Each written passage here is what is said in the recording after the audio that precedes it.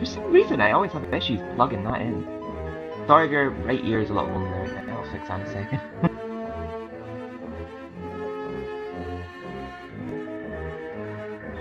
Oh shit, sorry. It's so hard to plug it in at times, I don't know why.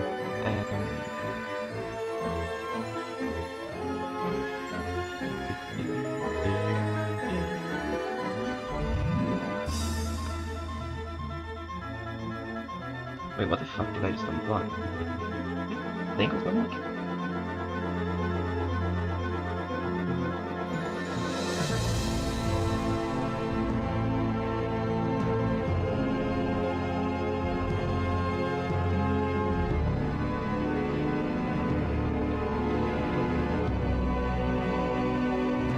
That's not the microphone I'm using.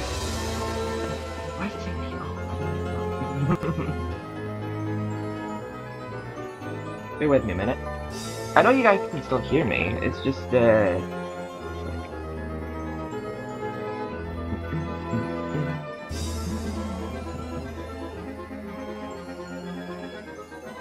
it does this a lot, I don't know why, but eventually it sorts itself out. The Switch scene probably won't make a difference. But, yeah, I'm just trying to get it to, get my mic to appear. One sec. Wait, it's unplugged. Why am I still being heard? Wait, that's weird. It says. Wait, what am I being heard through right now then? My webcam? What on earth? I'm being heard through something.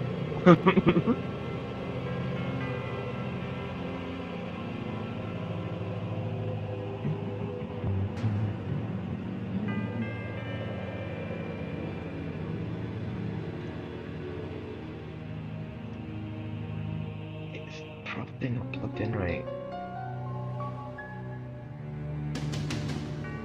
Let me just unplug it. Plug it back in again. See, I can still be heard. What am I being heard through? This? Could be bad, surely. Also, yeah, Andy, I am talking to Shy on Twitch. In case you're wondering. Yeah, Andy's commenting on YouTube. So, yeah, there's that. I don't know what mic I'm being heard through right now, it's freaking me out. He's spying on me. There we go. Available now. God, it's so hard to get it to recognize it at times.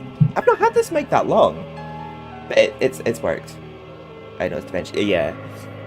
Oh, sorry about that. I probably should have tested all that shit before I went live.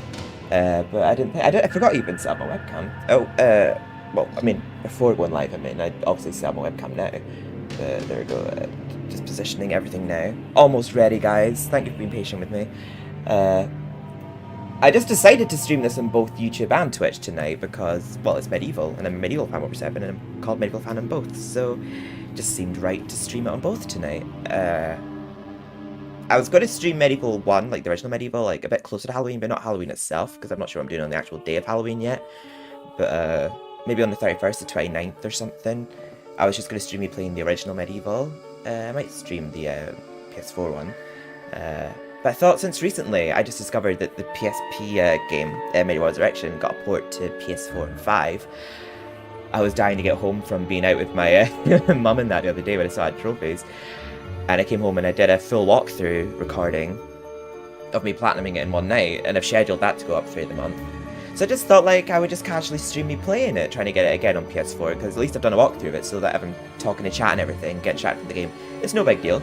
It's more just a case of just hanging out and chilling while playing the game, while turning around trophies, while just chatting with friends, you know, and viewers and that. I thought it might be quite fun, and I thought I would just stream it on both YouTube and Twitch, because I've got MediEvil fans on both sides, and that way that people who don't use YouTube will be able to see me on Twitch, and people who don't use Twitch will be able to see it on YouTube, and vice versa. Just gonna have to get the audio all right. I think. Oh wait, I've got my Elgato audio way up. Wait. Just make sure everything's plugged in fully.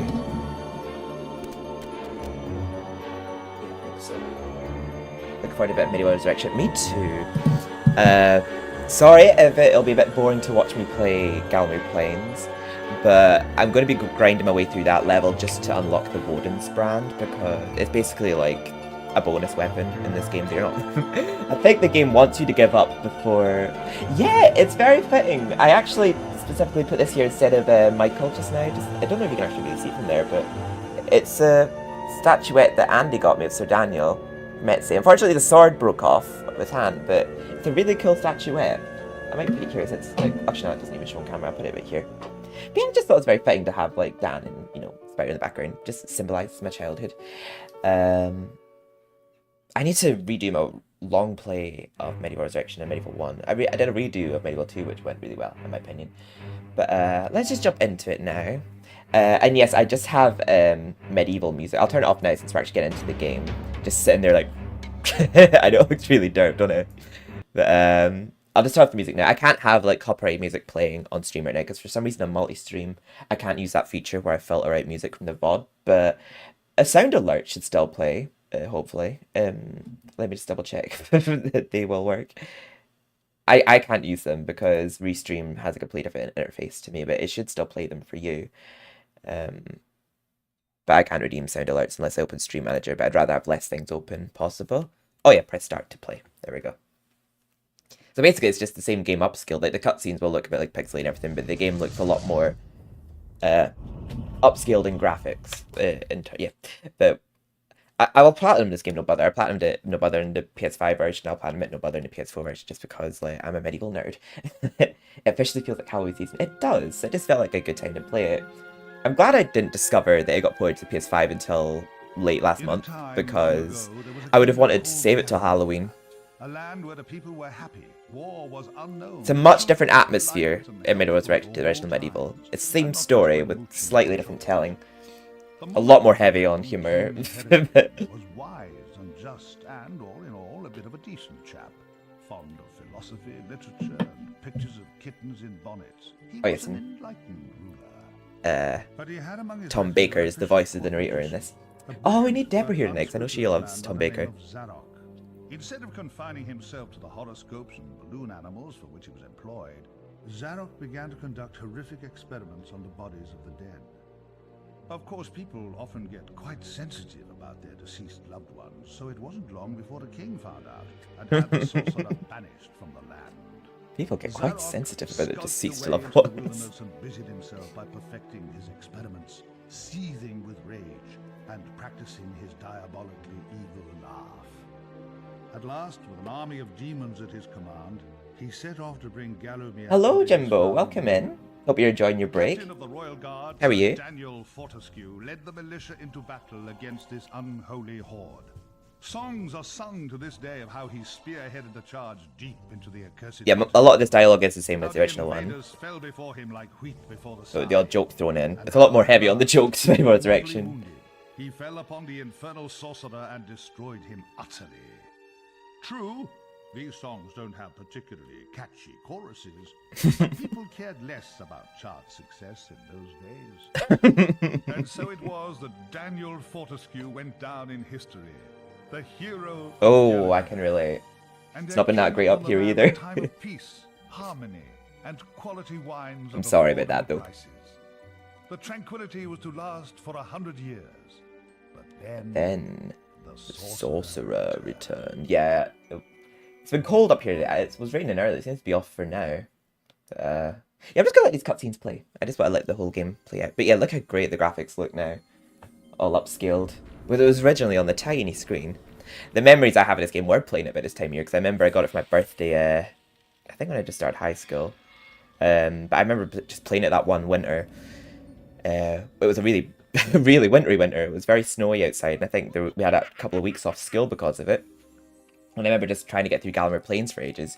Well, in my living room next to a halogen here. It was a nice atmosphere. And it reminds me when I was playing it,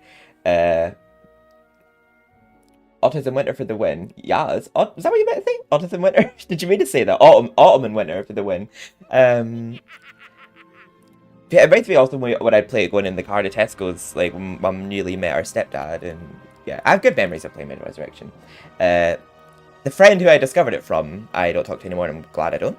But I'll say more about that when it's convenient, when we play it. Well, let's just jump into the game now. Oh, sorry, it's gone back there. No, skip. There we go, new game. And we simply just get a trophy for starting each level, so we'll just get a trophy as soon as this level starts. Dan's correct. Well, I mean, after this cutscene plays, of course, which I will let play. Yeah, you meant, that was, well, we obviously don't hate against autistic people here, I know, because I'm autistic, and you're autistic too, so. And we wouldn't anyway, but I'm just babbling now, but. It feels good to actually be a bit distracted from the game, knowing that I've done official walkthroughs of them recently, because I like streaming games that I enjoy, but not necessarily having to talk about them all the way through, you know what I mean? Just casually playing them while just talking with y'all. So I've been trying to keep my walkthroughs separate from my live streams now. Because for a while there I was logging my live streams as my walkthroughs, but I'd rather do them as separate things.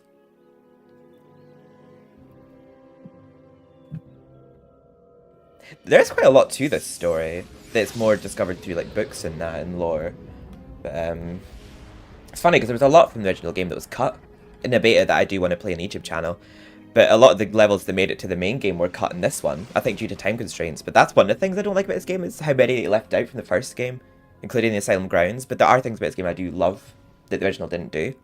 I don't really feel like I have a favourite. I feel like them both for different reasons. There's things this game did well that the original didn't, and there's things that the original did better than this one. Like, yes, we need the beta. The mudslide level looked pretty fun, and Coffin Vaults was pretty cool. I just think the characters look a lot more derp in this than they do in the original, because they look more like people in the original, but in this one they make them look a lot more silly, if that makes sense. This game is corny but cute. That's exactly what I like about it. Yeah, it's very corny compared to the original one, but it's also very... It's just fun to play. I can watch it there when I get back. Just realised I can finally watch it stream. Oh yeah, because you can watch it on YouTube. I think you could watch it on Also, yeah, welcome in, Southtail. How are you? Yeah, I love all the MediEvil games. I don't dislike any of them. They all have some kind of special place in my heart, one way or another. And my favourite level from this one's Scurvy Docks, because it's a level that's exclusive to this one. A completely new level. It replaces the lake, though, I think. Dan's Crypt. The best place to go if you're looking for a dead Dan. Dan There we was go. crypt. Getting the trophies all Best over place again. to go if you're looking for a dead Dan. Technically, that trophy lies, though. It's for waking up a Dan's crypt and he's not awake yet. So, lies. Oi, you, Fortescue! At last! Come, It's south. get up! We got Oh, things did I to say do. South Tail? Sorry, Soul Tail. Hey, hey! Easy, my friend. In my culture, we treat the guests with courtesy, especially if they stop by for 100 years. I'll let you guys have your own opinion on Al Salam, but Friend, you should I- be I- honored. Usually, the course I don't is think he was Al needed in this Zalfil game, to just be honest. the word. He's a bit obnoxious, in my opinion. Aye, Al Zalfil, Although he is a bit cute in the final glorious genie cutscene, of the but, Sultan Prince Razim the Ribald, noble Although I do protector wish in the I do like how they gave the creature in his eye more of a personality in this one. In the original, I think they planned to do more with him. But there was so much cut content involving Morton to where you only saw him in the ghost ship cutscene. Very oily for this. But, there was meant to be a Morton level that was cut, and there was a cutscene cut with Morton in it. Morton was the name of the worm in his eye. Want to know my opinion? What is your opinion? You imply that I lie. In my culture, that would earn you 50 strokes of the cut. feel And like we are shit. allergic to Got- cuts. got medieval So makeup that is a terrible punishment. Yeah, this one definitely has a Nightmare Before Christmas vibe to it. I'd say it has it more so than the original one, but I know the original was inspired by Tim Burton as well. This is Halloween. He's a flop. Oh yeah, he's a flop. He has mastered the dark magic. Definitely a flop. Been waking the dead, turning Good men evil. He turns this This is my dark first multi dark stream in a creature while, doing it on above both Yak's Twitch cheese and next YouTube at the to same one time. gladiator. Why you back among the living? His magic. He's magic. Perhaps fate. Fate gives you chance to redeem yourself. Yeah, the MediEvil Resurrection soundtrack is amazing. I just wish they didn't recycle a lot of the tracks for that in the MediEvil remake. I kind of wish they did them again just for the remake, because the MediEvil Resurrection soundtracks were MediEvil Resurrection's soundtracks, like, in my opinion. Ah, never believe on publicity. You just a big coward, buried as big hero with poor Actually, genes, still trapped I in do kind of his like head. how Al Salam is telling parts of Dan's story here that isn't really said outside of books in the original, like, because in the original he's made out to be this big hero, but he actually was a bit of a loser, who basically just kissed the king's arse and Together, we squash that died as soon as he charged at the Battle of Gallowmere and lost his eye. But this story is basically just a redemption story for him. Well, well, well, he's back. Old Sir Daniel Fortescue, the hero of Gallowmere, rendered eyeless and lifeless by the first arrow, rendered heroic by the mists of time. It's amazing I think what good PR PR can do. Now the fickle finger of fate has given him a second chance. A chance to make good his ignoble past. A chance to defeat Zarok and live up to the legend. Well, at least if you're watching right now, Shy, you'll get like ideas of how to Wouldn't be holding get it. your platinum if you're playing it. Anyway, many of my stony kind reside in Gallowmere. Yeah, it is. Spoken with a gentle With only nudge one of gargoyle a rather than kiss. two. Please, don't try the kissing thing. We don't have Yeah, the music affectionate in the medieval natures. games is... I don't really know of any games really topped it, apart from maybe Spyro or something. I do love the Spyro soundtrack. Oh, our arms aren't actually ripped off. I don't recall it being immediately ripped off normally during this part. But, hey-ho. But yeah, there's normally two gargoyles here. I don't dislike how the gargoyles look in this version, but in the original, I just liked how their faces was on the wall. I like how they made them look in the PS4 remake. But, I just find they weren't in the game as often in this one. I feel like you see them a lot less frequently than you did in the original. Like, after like the first half of the game, I think you go quite a while without seeing a gargoyle for a bit. There we got to our first health ball. And there's a trophy for finding all those. There's a trophy for reading this journal. So let's get that one right now. There we go, Dan describe. Dan's private journal. Strictly no peeking. I'm dead. The darndest thing happened. One moment I'm at the Battle of Gallowmere, giving the order to charge, and bam, a blinding pain in the old peeper, and sink me if I don't wake up on the least comfortable bed I ever lay on. Turns out I'm dead. Bit of a blow to my plan to forge a career as a great warrior, really. Met the most irritating fellow. See, I think he's meant to be annoying. Al Salam is his name. Think he might be foreign. He claims to be a powerful genie, but he's shown scant signs of any magical powers to date. Apparently, for the last century, he's been using my ocular cavity as some sort of flophouse. Flophouse, lol. Anyway, it turns out the Sorcerer's Ark is back, raising the dead and possessing the living and whatnot. He's really the most awful git. Looked around the old tomb. I have to say, whoever started at the funeral did a really first-class job. Wish I'd have been there for the send-off. Note to self, update. See, I never actually looked at that when I was going through my journey, so it's pretty cool to think there's more stuff that'll be added to that the more you progress. And that's just basically telling you about money, it's telling you about dispatching enemies for chalice. It's like a tutorial level, a bit like the original Dance Crypt. That's why we got a wooden sword here, which we'll never use, let's face it. Unless you just want to torture yourself and have a hard time defeating enemies. The wooden sword is literally just for practicing on those dummies, because you immediately get a better sword as soon as you enter the next level, the graveyard. There's a trophy for never getting hit while completing the level, which we'll get after our first trip through the graveyard. Or type out maybe. I've decided about that. Yeah. Oh well, yeah, I guess we'll see. I think you'll find it a fun platinum. Seek out this whiffy trail, and you may be sure you're on the right track. True. How can Al-Salam be foreign and have an accent when Galam... I know, and he wakes up in London. Let them have fun. Will who have fun? I think I missed something there. The upscale quality in the gameplay is awesome. Wish they did the cutscenes. I think the cutscenes are pre-recorded. I don't think they could have done anything about it, really, could they? This will help us get around the realm. The graveyard. The graveyard. You wouldn't catch me digging graves in my yard. Spoils the ambience. Yeah, I don't think people obviously make their own decision about Al-Salam, but I think the game could have done fine without him, but I don't mind him at times, but there's other times where I'm just like, oh, shut up. Like, whenever you go AFK for like 1 second and he gets mad at you for not moving. Which lies just beyond disgrace. Well, I mean, we can see if we don't take any damage first go here, but like, if we do, we can always just come back when we've got our crossbow from Canny Tim and just kill all the enemies with the crossbow from a distance. I found that trophy relatively easy when I was going for the platinum once I got that. We just have to be extra careful if you're doing close range with a sword.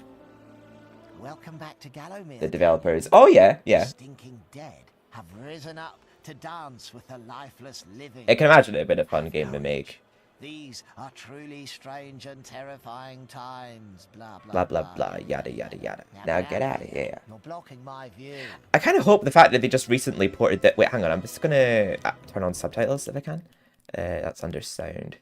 No, not restart level. I'll turn the music volume a little bit. The music's good. There we go. Exit with changes. But I feel like the fact that they ported this recently, I really hope that gives us hope that somehow that, you know, MediEvil's not something that's out of their mind yet. Hopefully they might actually give us a MediEvil 2 remake. I don't think MediEvil 2 needs a direct remake. I think it does need a bit of a touch-up. Like, maybe like some levels that were cut like Parliament added to it. And like give characters like Kia a bit more screen. Oh, we got hit there. Well, it doesn't matter. We'll literally just whiz back to this level once we complete it first time. It'll be a very easy trophy to get once we get the crossbow, because we can just stay away from all the enemies and shoot them from afar. But yeah, I was making an attempt there to do it without getting hit.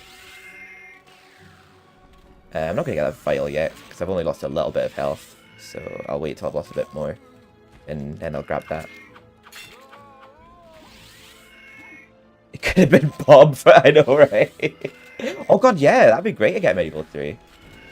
I think the fact we haven't got a PS5 upgrade for MediEvil 1 kind of gives me hope, because I feel like they might give us a PS5 upgrade along with a MediEvil 2 remake. Seems possible. Kia's character was unnecessary in MediEvil 2. Yeah, I just feel like Kia...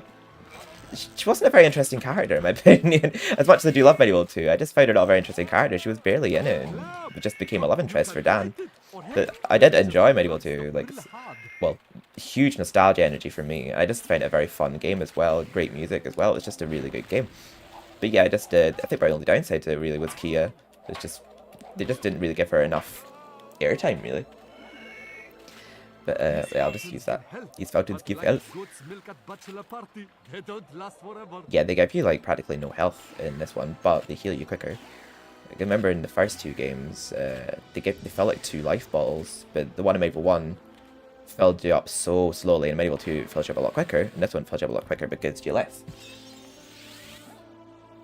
I do like what they were going to do with Kia in MediEvil 3 though before they cut it, but it would have been interesting to see her be a villain. It's weird. It's actually weird to play MediEvil 2 now, knowing that that she was going to actually end up betraying Dan.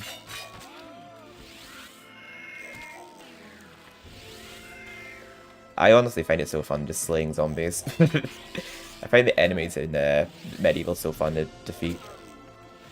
I remember when I used to always just roleplay in the back garden by myself, just pretending to be zombies that Dan was slaying, and just go, ah, ooh, oh, all the time.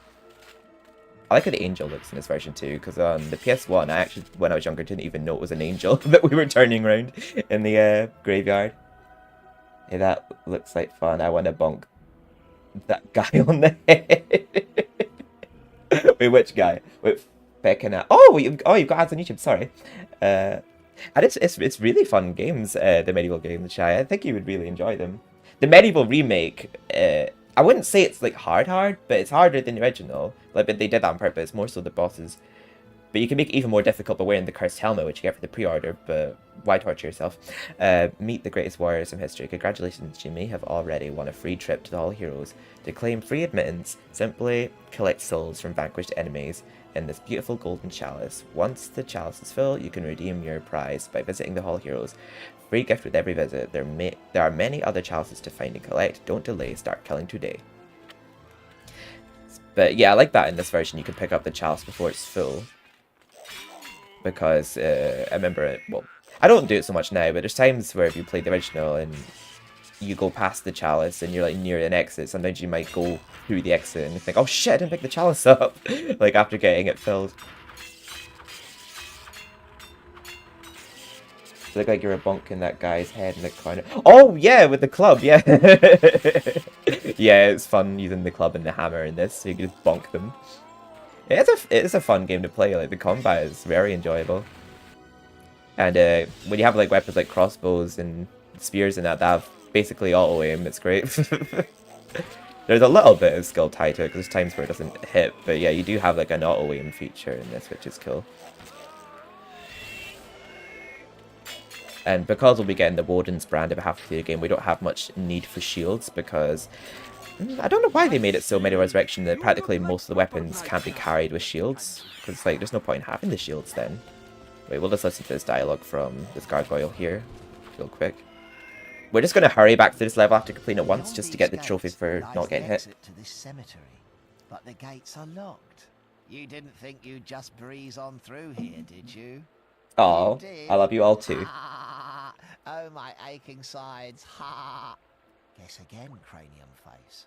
The dreaded glass demon, Lord of the Hilltop Mausoleum, has the key. Go ask him for it, you sap.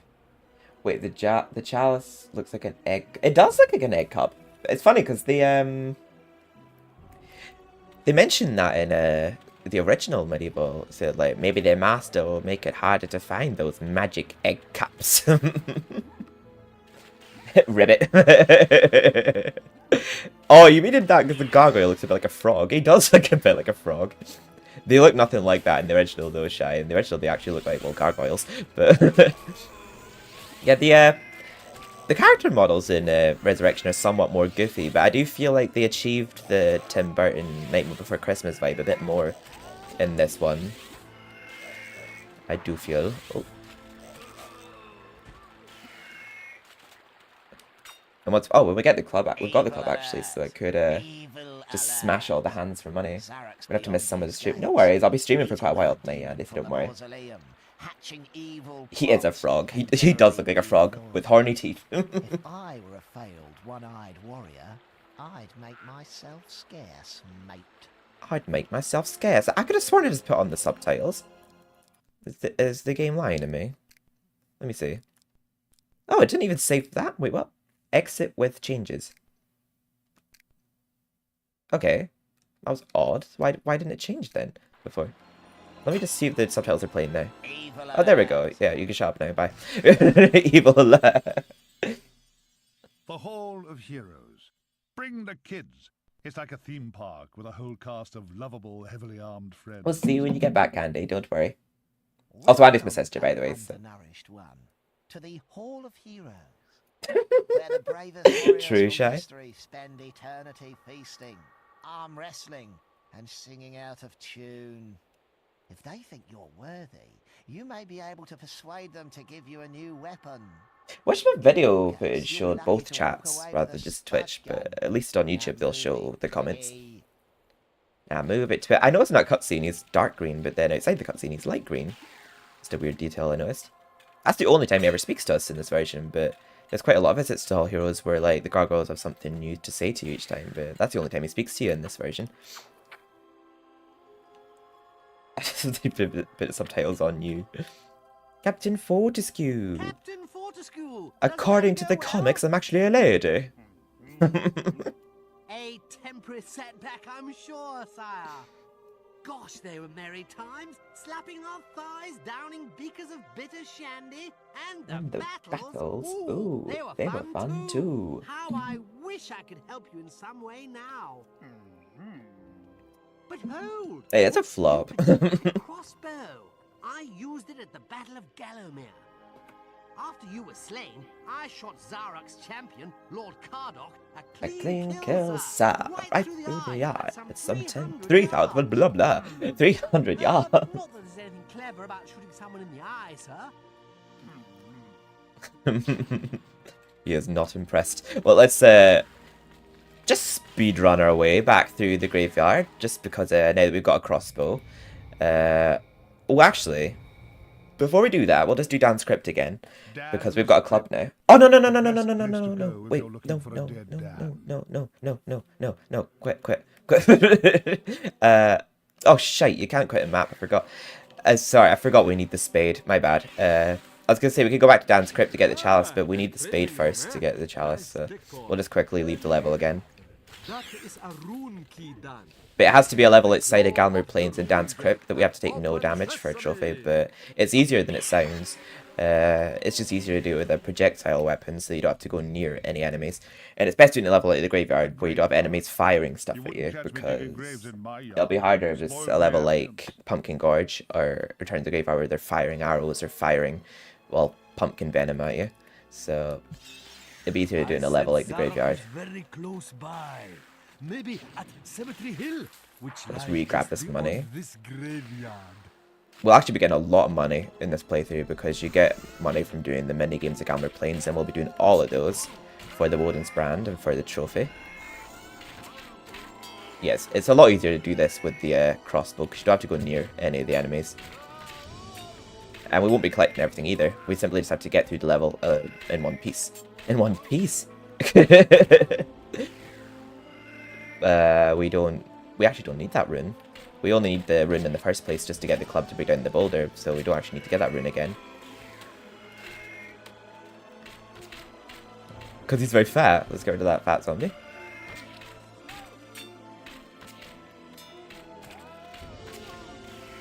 There we are.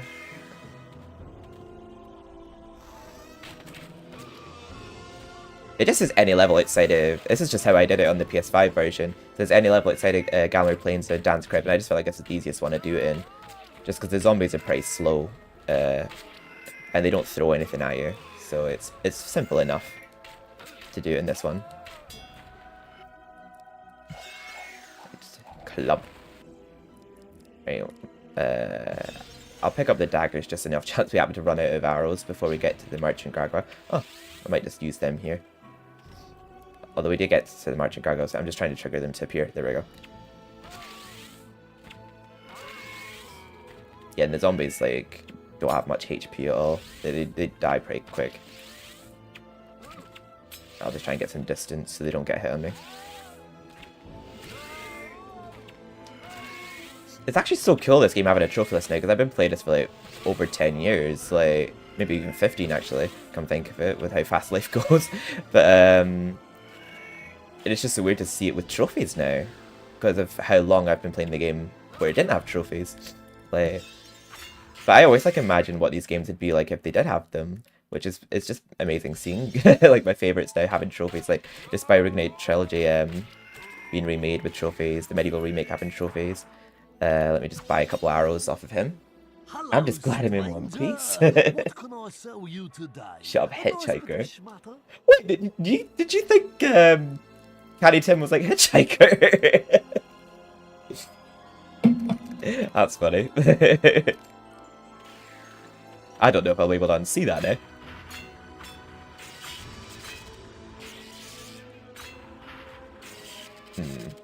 I did miss 10 coins there, did I? Yeah, where the chalice was. Just like MediEvil 1, like when you return to a level, the chalice isn't there anymore, it's replaced with money. Unless it's MediEvil 2, it's got a chalice there, but you just get money for the chalice the second time round. Unless it's Greenwich, well, from Hall for some reason, the chalice doesn't come back in those levels, but it does in other ones. Oh, I missed all of those. What am I flop?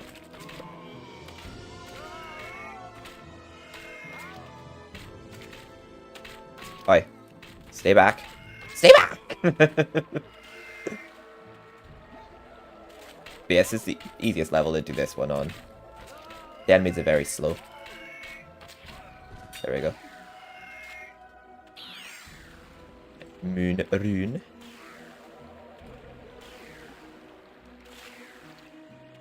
I just want to call him Hitchhiker. I mean, he's a skinny bitch and he's wearing green. So he's a bit... I would run past him, I don't want to risk it. Just in case they latch a slap onto me.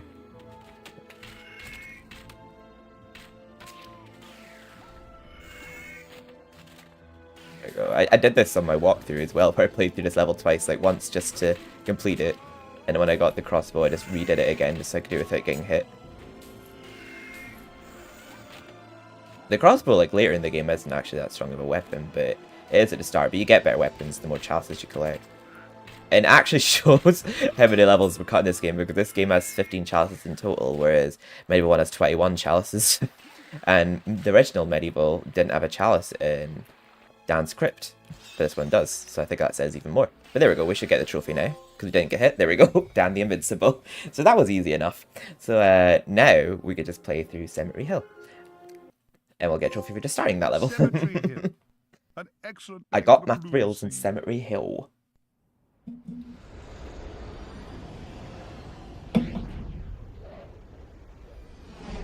It's a fun and easy platinum, this one. I don't know if it's just because I love the game so much that I platinumed it in one day on PS5, but I'll probably platinum it again in one day. And I'm earning them all again. It's not just an upgrade where they automatically pop. Butcher's dustbin. Oh, and what's that smell? Oh, decomposition? Well, you're too late anyway. My army has already risen from the grave. Still, never mind, eh? Chalk it up as yet another of your inglorious failures. Poor Dan. He has got a lot more expression in his face in this game. I love how Dan and Zarek look in this game, but I'm a bit questionable with some of the other character models. Like, Zarek looks great, Dan looks great. Well, they're the main ones. The King Peregrine, I'm not sure what to think of that. Such bad wording. Wait, what's bad wording? What did I say? Or do you mean what Zarek said? I was thinking he said something about swear there. He says, I need to work on that mocking laugh, I think.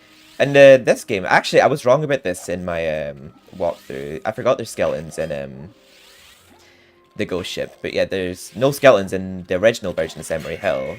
But there's skeletons a lot more frequently in this one. But I like the skeletons as enemies. I find them actually fun to defeat. Like the little clanking sounds they make and just seeing them break apart when you defeat them. It is very Halloween-y in MediEvil to have skeletons in the game. I wonder if I can just knock him into the water. Oh no, I couldn't knock him in there in time. But yes, level we get the spade. So after this one, we'll be able to go back to the graveyard. Reading. Oh yeah. Also, welcome back, Andy. That's one thing I actually do love about this game, compared to the original, is how frequently Zarek's in it. Like you are reminded of his plots and everything throughout the whole game. But in the original, like, Zarek only appears in Cemetery Hill. And you obviously hear about him for the rest of the game, but you don't actually see him again until Zarek's lair. I bet, like, Nork, Nasty Nork, in Spyro 1, you don't really see him until the end of the game after the start. Only temporarily. No worries. I had a feeling you hadn't got it yet.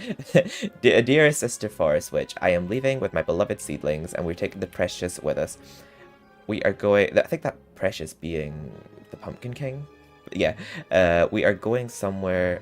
Oh, the Precious! I think... No, that's the Anubis Stone. another reason I like this game, because it gives a bit of lore behind the good lightning. It's called the Nubis Stone in this. We are going somewhere a witch can raise her pumpkin babies, Shuku, in peace and harmony, without fear of them getting stewed with tofu. So move to Enchanted Forest if you want to commune with your oaks.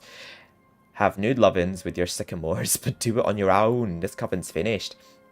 P.S. I've left my witch's talisman here in case of any decent, sane, meat-eating person wishes to contact me in the future. That obviously does not include you, so don't you dare touch it. Oh, sibling issues, I guess.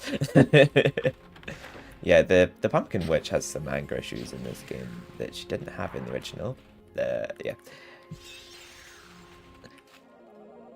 I do like how they give some of the characters a bit more personality in this one, and a bit more airtime, but then they give some of them less personality. I feel like the gargoyles just were very underused in this compared to the original one.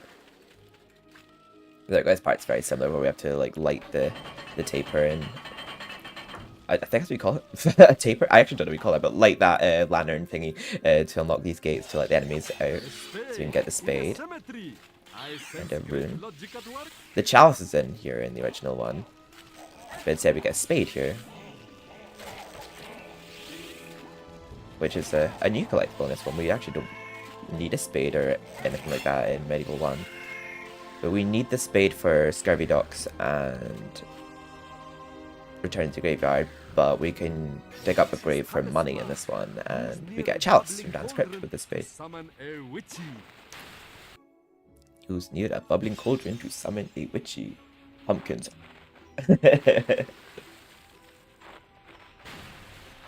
I appreciate the lurk, Andy. Thank you. Oh, monies. Yes. Oh, that part of the track is playing right now. I like how often that's sampled throughout the medieval soundtrack. I'll just gather a few of those up, and then I'll just run away from this as soon as I open it. Yeah, for some reason, in MediEvil Resurrection and the Medieval Remake, those explosive chests... Oh, I only got one of them.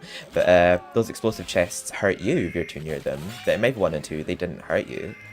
I don't know why they decided to make them trickier to use, but I like they didn't hurt you in the originals. Danger. No entry. Many years ago, witches from Cemetery Coven sealed this route to the mausoleum. Oh yeah, Hilltop Mausoleum's levels design is very similar to the original. This one. Oh, another explosive box. Oh, we got immense value from that one. Get dragged enemies. I don't need to go to Gargoyle. Yeah, I don't really need anything. Oh, actually, I might do. Actually, no. We'll get one in Alta Mausoleum for defeating the glass demon. We'll wait till the next level. We actually haven't got the chalice yet, so... But we've almost got it full. You can probably see it, but yeah, the chalice is through these trees. Using health vial. So yeah, there's a trophy for getting half the chalices, and then there's a trophy for getting all the chalices, but I know where they all are, because I'm a geek. Oh. There's some in Medieval 1 and Medieval 2 that were pretty well hidden. Like, there was the one in Pumpkin Gorge in Medieval 1 is, like, at the start of the level, but, like, in an area you couldn't get in right away. Well, actually, no, it is an area you can get in right away, you just obviously can't collect it, but you have to remember at the very end of the level when you get it 100% to go all the way back to level to get it. But, there's one in Kew Gardens in Medieval 2 that's very well hidden, like, at the very top of a tree that I don't think anyone would think to ever really look if they're new to playing it. And the one in the sewers is in a Danhand area that's through, like, a pipe. Yeah, there's some really well hidden areas for chalices in some of the games. Alright, I have to make good use of my shield here, because the boulders here behave the exact opposite of how they behaved in the original. The crumbly ones go down the steps, whereas the ones that can't be broken go over them. But in the original, it's the crumbly ones that go over them, and it's the ones that can't be broken that go down the steps. So yeah, we're having to make good use of our shield here, and these little gaps. Yeah, this would have been a bit of a trickier one to not take damage in, but probably doable. Your best bet's just doing the graveyard, because it's just the first level and it's an easy one to not take damage in. And it just sits at any level outside of Dan's Crypt and Galmer Plains, and the graveyard is a level outside of that.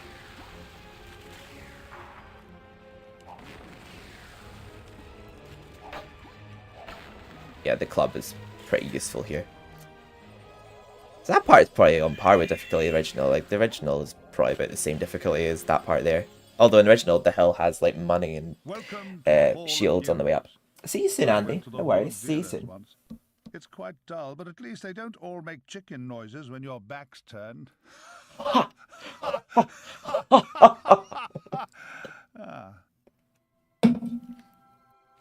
Yeah, he has something new to say every time we go to the Hall of Heroes. I mean, sometimes it's redone, but he's got like a few dialogues for going to Hall of Heroes. The Hall of Heroes looks so different here to the original. In the original, it's like an actual hall, like it's indoors as well. It doesn't really look like heaven like this. And also the statues talk to you as statues, but they resemble like the form of real people in this version.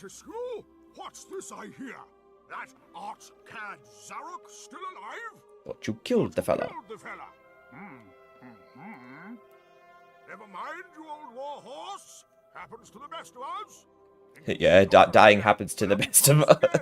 Just limbs flattering like cheap flags, but otherwise perfectly chipper.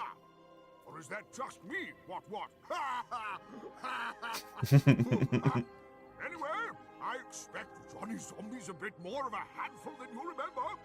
How are you doing for weapons, old man? Tell you what. Yeah, you get the hammer before Hilton Muslim in this one. You get it after Hilton Muslim in the original. All I've used it for is putting up shelving.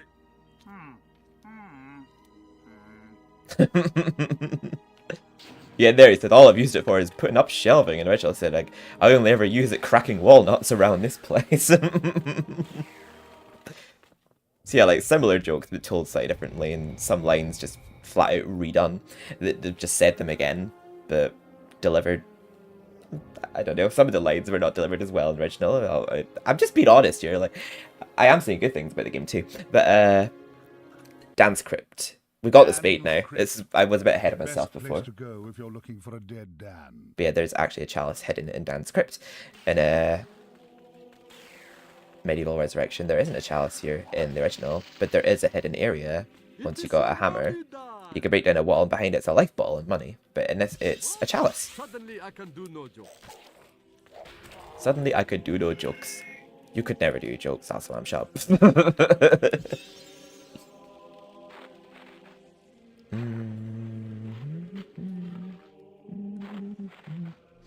This feels like such a good game to play for Halloween. I'm looking forward to playing the original MediEvil as well, nearer Halloween. But I did definitely plan on doing this some point this month. Because I did my official walkthrough of the PS5 version getting the trophies, but then I just thought I would do a casual one of me streaming the PS4 version getting the trophies again. Open sesame. Well, let me see if my journal has updated, because I've played a couple of levels now. I never had you down as a reader. You use a monocle, right? Oh yeah, into the graveyard. Zarek apparently is still in the area, so I'm up and at him. Al's jabbering away in my ear, but my jaw's gone missing, so I can't even tell him to put a lid on it. Found a rather tasty sword and shield. I've got the old moves, I can tell you. Have at you, jumping Jiminy. Got into a scrap with some zombie chappies. Tried to tell them I was no good to them. What with... Oh, what... I don't know why I read it like that. What with the old brain having rotted away in the passing of the years. But they were all over me, like a cheap tunic.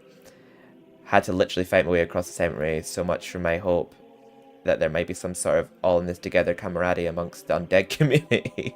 A sighting of Zarek arrived at Cemetery Hill just in time to get a fleeting view of Zarek and short sneering lecture to boot. Remember now why I hate him so much, and it's not just the bod. I don't know what that means. A plucked eyebrows. Found the witch's lair, no witches, but really creepy. The coven contained a natty little spade, and something Al said was a witch's talisman. Apparently, you can wave it around the right place, and it's like catnip for witches. Would love to ask him where he gets the stuff from, but our conversations tend to be fairly one way. Oh my god. When hearing up the steep hill after Zarek, got to the top, legs like jelly, but ready to give him what for, and already slunk his way up to the museum typically. Yeah, and we actually get a cutscene with Zarek at the very Hotel Mausoleum, which we don't get in the original, but I do like how Zarek appears more frequently in this. I think it's a really cool detail. Welcome to the Hall of Heroes. My face! went face? to the Lord What's up? Zero's once. Why is my face It's frozen quite right dull, now? but at least they don't all make chicken noises when your back's turned. I look like I'm shitting myself. Wait. Ah. I don't know why it's done that. One sec. Am I back now? I don't know why it froze. I'm sorry. God, the timing of it freezing though. I looked constant. But wait, I did get the chalice. Oh yeah, I did because I'm in Hall Heroes. Oh God, what am I like? Wait, now time to get the longsword. Yeah, and we get the longsword after Scarecrow Fields. No, Return to the Graveyard. Yeah. What are you? You look like yeah, we're getting the weapons a lot earlier in this one because we don't even have the hammer by the time we do it. Hold on, we'll see him in the original. Oh, that their fate should Yeah, I didn't know how long I was sat like that. I'm sorry. I looked stupid. Still, I suppose it's not fair to take it out on them. Take my longsword and try not to stab yourself in the foot. You know, I've always had my doubts about you, Fortescue. You're simply not carved from hero material. Yeah, in the original he's an old fart as well, but he's bald in the original. This one he has hair, but he just shades us with hair in this one. But in the original he is a bit of a dick as well. He's just like, call me Mr. Woden the Mighty. Oh, how I pity the people of Gallowmere. The hilltop I can see my crypt from here. Think of it as a kind of pet shop, but with less fragrant purchasing choices. Think of it as a kind of pet shop. A church full of dead people is like a pet shop. Oh, Daniel. I prefer the frog. You are so persistent, I'll give you that. But then Same, so the frog's are better. beggars' babies. Yeah, that line there when he said, like, you're so persistent, I'll give you that. That is literally taken at MediEvil 2, because Palethorn says, he's persistent, I'll give him that. Exposed Like, cranium, you he literally just cannot copied that line from stop MediEvil me 2. from conquering Gallowmere. Already I have transformed Oh, sorry, I forgot I was into actually on the webcam servile there. zombies Sorry about my and arms. drained the sunlight from the skies, withering many a tomato plant in the process. How could a spindly monovisual carcass like you reverse the momentum of such an epic master plan? Yeah, he's basically saying there everything he did to Gallowmere, like what his spell did, like, remove sunlight from the skies, etc., etc. Like, there's just a lot more interactions with him in this, which I like. Necropolis. Still, you could always discuss your predicament with my good friend up there. I'm sure he'd do his best to help you.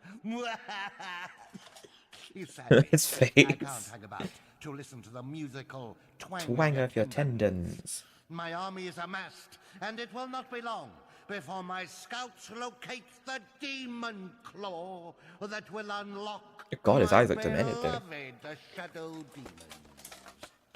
I must return home to oversee the invasion of this pathetic realm, and possibly take a power nap. Oh, I can relate to the power naps, Eric. But I actually like how the glass demon looks in this version. I love the original one as well, but like I like the new look he's got in this one too. You're entering a house of pain. Unspeakable evil lurks. The secret catacombs below its very hell. I love this level's music though, because in the original it doesn't do this, but in the original you just have to find one music sheet for the organ player. It's cool that he actually has dialogue in this one too. But this one you have to find two music sheets, and every time you give a music sheet, the music picks up a little bit. So I kind of like that detail that like the more music sheets you give him, the more the music picks up. I also do like that if your weapon goes missing, like if a sticky fingered imp steals it in this one and they get away with it, you don't actually have to pay to get it back. It just goes to a hidden wall downstairs, so you can get it back for free. But in the original, like if an imp stole your weapon, you had to pay so many coins to get it back. So they made that easier. Oh, there's a trophy in Automouslium I remembered as well, actually, for crushing 5 mice downstairs, which we will do in a second. But yeah, I do know that this is Andy. I think it's Andy's favourite soundtrack from MediEvil Resurrection as well. Andy being my sister, for people who don't know. Who we both share a lot of memories of MediEvil, so it's very relevant to mention her. But yeah, the level design is very similar to original. So if you've never played Resurrection before, and you go straight to this one, but you've played the original, you have no problem with it because it's very similarly designed. But a lot of the levels look completely different to how they did in original MediEvil. But yeah, this one is practically the same.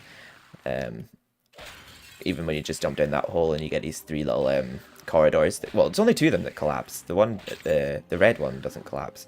But we have to go down this left one first to get a rune. No imps awaiting us at the end of it though, like in the original. Just a rune.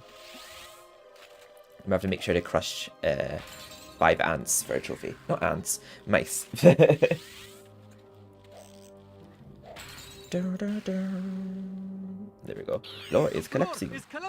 Run, get out. I remember one time when I was younger, like I actually had a dream that I was in the Hut of Muslim and I was Sir Dan, and for some reason it was like taking place after the events of MediEvil 2, and we had the Professor and Kia with us, and we were inside the Hut of Muslim, and it was just funny seeing the Professor and Kia like running along the collapsing platform. I've never played, but this will be my first one. Yes! Are you, is it looking good to you so far? Does it look like something you'd want to play? I have a feeling it's probably something that you'd like to play. Do you like games like Crash and Spyro? Because it's a very similar type of game. There we go. And I think the last couple of mice we have to smash through here, which will give us our trophy. It pops a bit delayed, but there we go. Dan the Exterminator. There we got our second health bottle. And at least, like, even though you've never played, like, the original, that's been, like, remade, so if you ever played a PS4 version, it's like you'll never have missed out on it.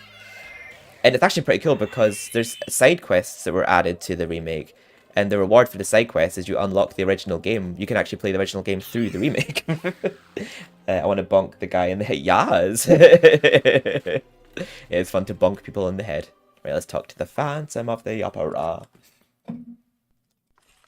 I am compelled by some primal force always to play this song of fear and sadness. Please, bring me new music, that I may break this cycle of endless misery.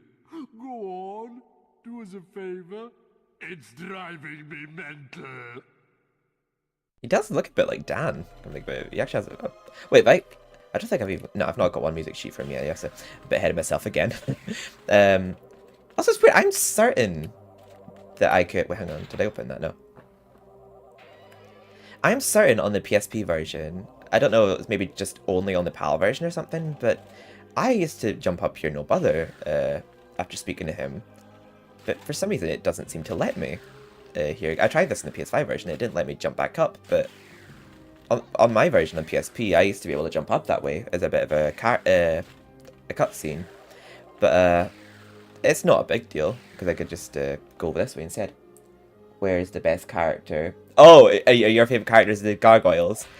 Unfortunately, they just don't appear that often, in my opinion. Like, compared to the original, the gargoyles are in it so much more frequently, but I feel like they're so absent in this. Like, they don't use them very much, but, like, they're in the original a lot. Yeah, the gargoyle is your favourite so far. Yeah, I love the gargoyles in the original. I like them in this too, I just feel like they didn't use them very often. Run for our lives! We'll get a trophy for defeating the glass demon as well. A lot of the trophies are story related, but I think there's like only maybe 8 that aren't. That you have to like go your way to get. One of which being the complete level without taking any damage, which we've already done. And crushing those mice. Music sheets. More frogs, please. I actually can't remember when they next appear. I think they, I know one appears in Sleeping Village. I actually can't remember when they next appeared. Like, yeah, they don't appear often enough, in my opinion. But I do love how like the music sort of picks up like per each sheet. This level's soundtrack actually is a remake of the original soundtrack that went to this level. But a lot of the soundtracks in this game are remade from the first game, but they don't go to the levels they went to in the first game. But yeah, this level's soundtrack that's playing right now is actually the soundtrack that went to originally, but it's just a remade version of it. I love both, actually. I love the original Hot Tub Museum soundtrack, and I love the remake one too, so they're both really good in my opinion. Like, I think it could have easily done without being remade, but I'm not complaining about the remade version, because the remade version sounds great. But what I thought would have been cool in the MediEvil remake, because I noticed they did it with Spyro and even Resident Evil, is it at least gave you the option to play the original music. But it doesn't give you that option in the MediEvil remake, but then you can unlock the original game, which is cool. There we go, we're giving the final sheet to the Phantom of the Opera now. I think he's the Phantom of the Opera, that's what I'm calling him. And that'll give us the Chalice. And now we are ready to fight the Glass Demon. We will get the original boss theme remastered, but it only plays to the Glass Demon in this version. Wait, I might actually... Yeah, I'll need to top up my arrows before we fight. I'm glad I actually looked at my health there. At least we'll get to listen to the full soundtrack now. This part slaps. It's copyrighted though, so I'll probably get demonetized on YouTube. But it's no biggie. Alright, it's arrows I need to get. There we go, that should be enough arrows to fight him. We'll just switch to the crossbow right now. It's our first boss. Relatively easy boss. We won't have to worry about the bosses really, considering we're going to get the Woden's Brand. We're going to be grinding away through Galmur Plains to get that super OP sword.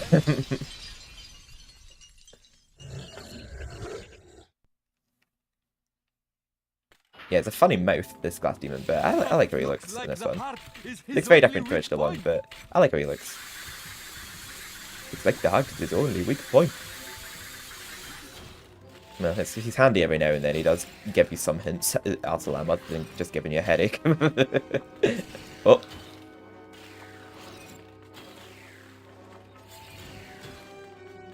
There we go. Basically just move about back and forth, because if you just stand in one place, he's just going to just jump on your head. But if you move about, he'll often miss you. There we go, just... After shooting his heart for a few seconds, he'll start, like, firing glass shards at you, so you just have to, like, start moving about so it doesn't hit you. Red frog, yeah. The red frogs are the merchant gargoyles, so basically you go to them, and they top up your weapons. He's a bit like the hello stranger of this game. And the green ones basically just give you dialogue and information. And yeah, the red ones top up your weapons and your health as well.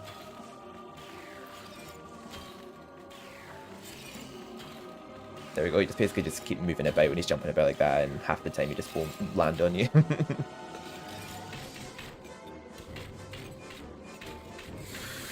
I like this remade version of the soundtrack. It sounds a lot more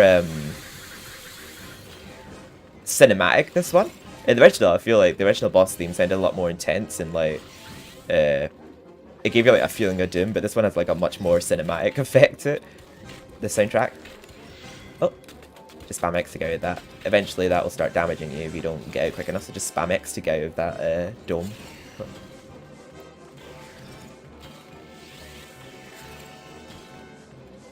Ooh.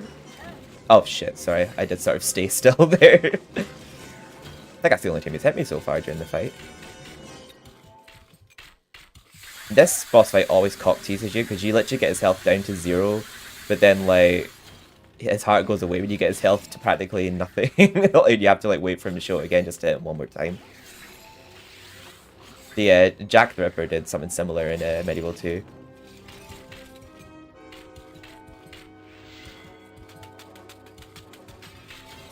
Ah, there we go. I tried to get one arrow off on him before his heart went away, but I didn't quite. Oh! But yeah, the merchant gargoyles, the ones that are red in this one, Shy. In the original, they're blue. Oh shit, I forgot. I forgot to start moving there. And they don't speak in the original ones. You just go to them and they just top up your weapons. They don't have any dialogue. But... oh. The green ones speak, but like the merchant ones don't speak. Oh no, it didn't do this. Sometimes it cock teases you that fight, and you get his health to like practically 0, and then then you have to keep on fighting him, keep on dodging him. Brittany, goddess of popular beat combos. I underestimated you, my friend. Dying obviously did you the world of good. That key opens the glass demon gate into That was the kind of funny. cemetery. Dying obviously did you the world of good. Imagine just saying that to someone like, oh, dying must have done you the world of good. Let's just get our health up to full. And we'll escape this banger of a soundtrack. Welcome to the Hall of Heroes. Enjoy your visit. Patrons are reminded to leave quietly. Well, We've had complaints. if you like from the neighbors. red frogs as well, I think I'll be happy, because the red frogs are always there. Like, I'm gonna keep calling them frogs now, thanks. They do look like frogs. Oh yeah, we get upstairs already.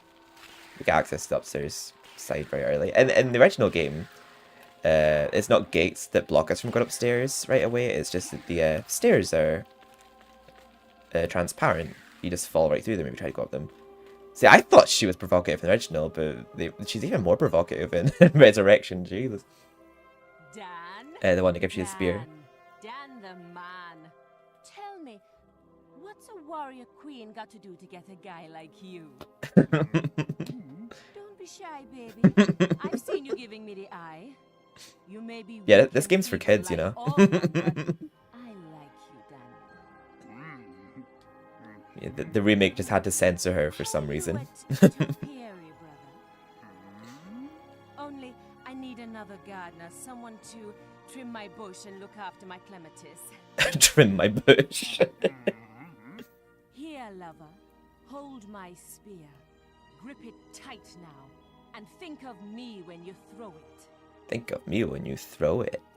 The spear is just as good as it is in original. I love the spear. You just don't get many charges of it. You only get 30. I thought you said dad. Like, oh yeah, Daddy Dan. Look at him with his no muscles or anything. Return to the graveyard. We went there earlier. We didn't return to the graveyard earlier. We're returning to the graveyard. We went there earlier. If you have No, went to the graveyard earlier. You might remember it. This is a completely new soundtrack as well. This one isn't the original Return to Graveyard soundtrack, but the original soundtrack to Return to Graveyard is in this game. It just goes to Haunted Ruins. But I like this Return to Graveyard soundtrack. It's a completely different design to the original one. So if you only play the original game and you just jump into this one blind, you'll be like, what the fuck? But the objective's similar. Oh my god, you get hit! There we go. Yeah, the boss of this level is the same as the original, but yeah, it's just a completely different design. It looks nothing like the original one. But I do like the vibe of it, like how the Undertaker's looks and where you obtain the Indibus Stone from the Millet Chief's grave. And how there's more angels that you have to turn around in this. Because there's only that one angel that you turn around in the original, but yeah, I do like how this one was designed. I don't think it's neither better or worse than the original. I just like the entirely new take on it, and that's what I like to see this game as, a reimagining. It's not meant to take anything away from the original. It's not meant to be unfaithful to the original. It's just its own version of it. I think they're both amazing games in their own right, if that makes sense. There we are. And there was a rune back there that I think I'm actually have to end up getting, because I did this in my walkthrough again. But yeah, you don't actually need this rune if you get everything you need before passing that point. I think it's just like, if you think, oh shit, I need to go back and miss something, you need to get this rune. But it's the only rune that's optional, I really feel, in the game. It's the only rune that doesn't have like rings going around them. It just has what looks like a lifeline going around it. It's just something I haven't noticed, but it's more of an optional rune. But I will actually need to use it because I forgot to do something back here. There we go. It's just a way of getting back to the side of the level if you miss something. But originally, this only took you to a secret area in the original one, but you actually need to jump on these coffins in Resurrection to open the Glass Demon Gates. It's just called the Skull Gate in the original, and you get a Skull Key, but you actually get a Glass Demon Key in this one to open the Glass Demon Gate. So yeah, it's a similar concept, just done a bit differently. Why did they censor? I know they did censor her boobs or her arse. And when I say remake, I mean like the remake, like, you know, the one that's a ground up remake of the original, where they had the exact same. They actually had the audio files from all the dialogue in the original in the remake, which I thought was a really nice touch. But they cut a lot of it out for her, which I thought was so annoying because it was so obviously edited to me. Because like I know what she originally says. The stained glass demon gate has an unusual feature. Its keyhole is missing, but perhaps if we find another location. Oh yeah, we discovered that. There we go, the zombies are back as well.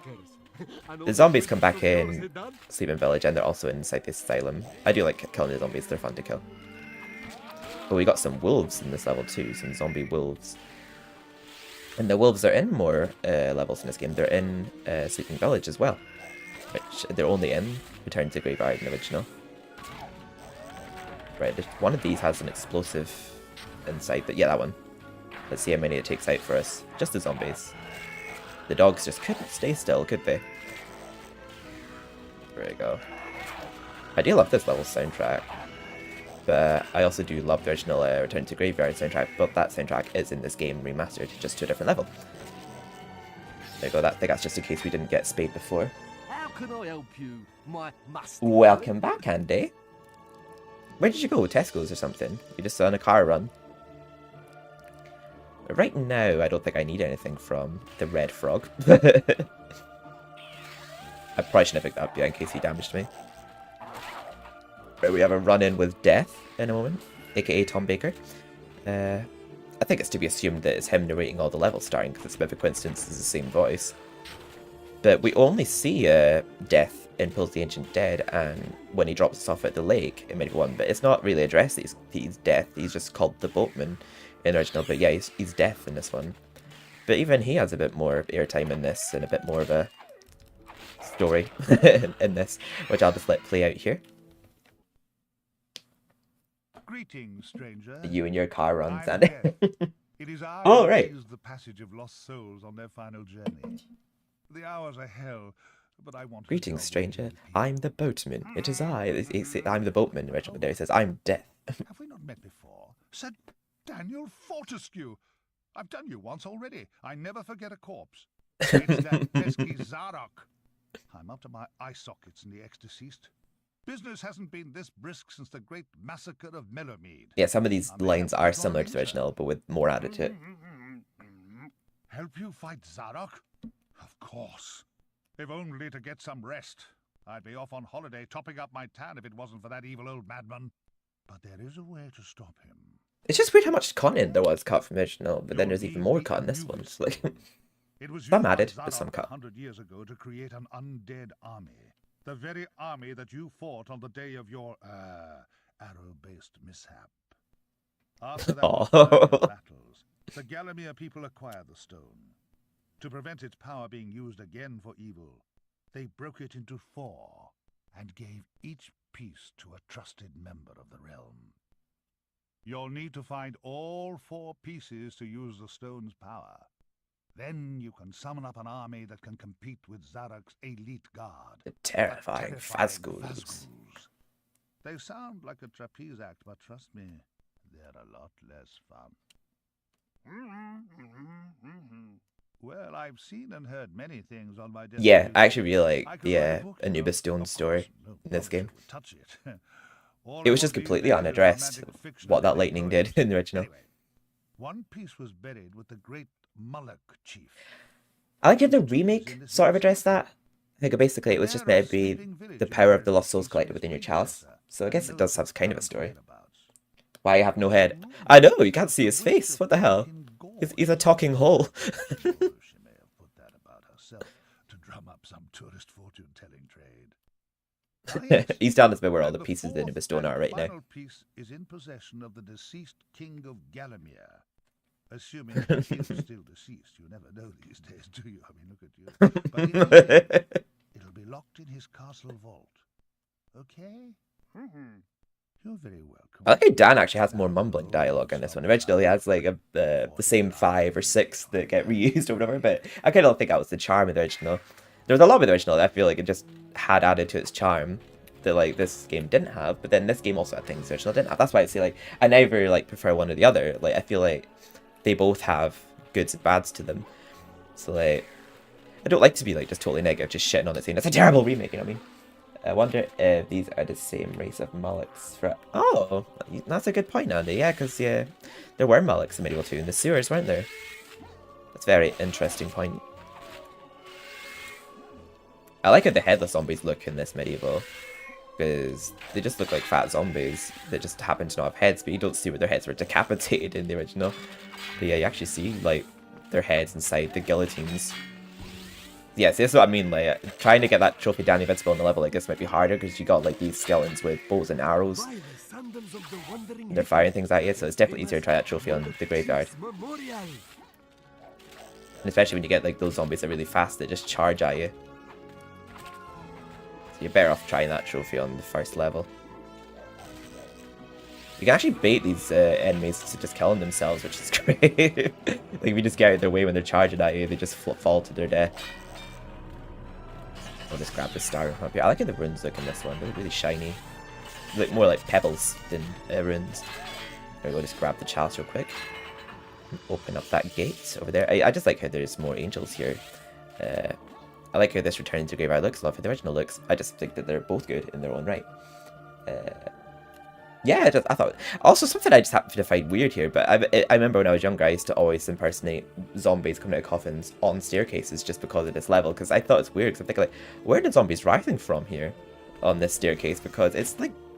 It's nothing but, like, an endless pit under here, apart from, like, the odd pillar. I'm just thinking, like, where are the zombies rising from when they're rising on this hill? Just something I have to notice about this level. There we go, we baited him into jumping off the ledge. There we go. I wonder if we can get him to walk off as well. It's easy to get the headless ones to walk off. Oh, there we go. We got him to walk off too. I took damage in the process. I just wanted to see if I could do it. I can't wait to get on and watch the stream and see it. I'm glad you can't wait to watch it. That makes me happy to hear. And I'll be streaming it most of the night.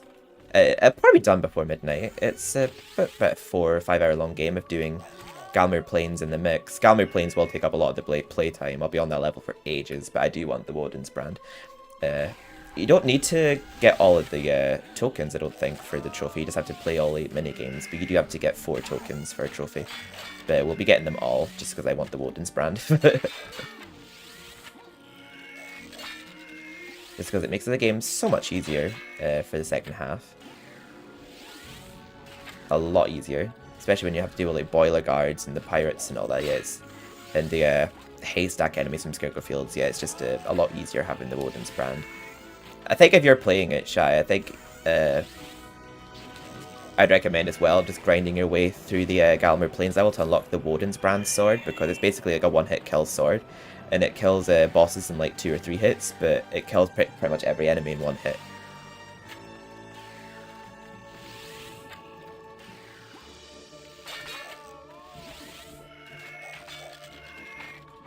But we seem to be doing fine right now, like with just the longsword and that, but we're pretty early in the game. Like most enemies are just dying in 1-2 hits anyway. But some of the enemies do get a bit more tricky later on. You do get better weapons from the Hall of Heroes, but then basically it's like a bonus weapon, the Woden's brand one, but you have to like really grind to unlock it. But 2 hours of grinding, I don't mind doing. Galamir helicopters. Oh yeah, planes as well. I'll be doing like the least favorite minigames first, and then I'll do my favorite ones last, just to get them out of the way. A piece of the Anubis stone. Its power and worth is unimaginable. I know a bar where you can get cash for these. No monies. Mine. And as you can see, I got in here with actually using Star Rune. I don't know why I do that. I just like doing little cheats at times and exploits and this, but yeah, you don't technically need the Star Rune to get in there. See, we did get the Star Rune. I'll just put it in just for the sake of it, but as you can see, you don't need the Star Rune for that part. I just like being a bit of a cheating batch at times, I suppose. I'll play it, but not until we shit. No, exactly. I'd rather watch you play it. You know me. I'd love to watch you play it. It'd be my honor to watch you play it. I'd watch you play the original, well, the remake of the original, if you ever were able to buy it or wanted to. Using Chaos Rune, wait, there is a vial behind there, but I'll get it once I defeated these dogs. There we go. Such an ugly big piece of inhibit. I know, right? It's just the, I think it's just the casing of it, rather than the actual stone pieces. But the inhibit stone is basically the good lightning. There we go, yeah, I was right to not pick up that vial right away, because I was thinking I might take more damage after picking it up, so there we go. In MediEvil 1, I think we have about two more life balls by this point. We've only got 2 to deal with these enemies here. So it should be enough, we should be fine.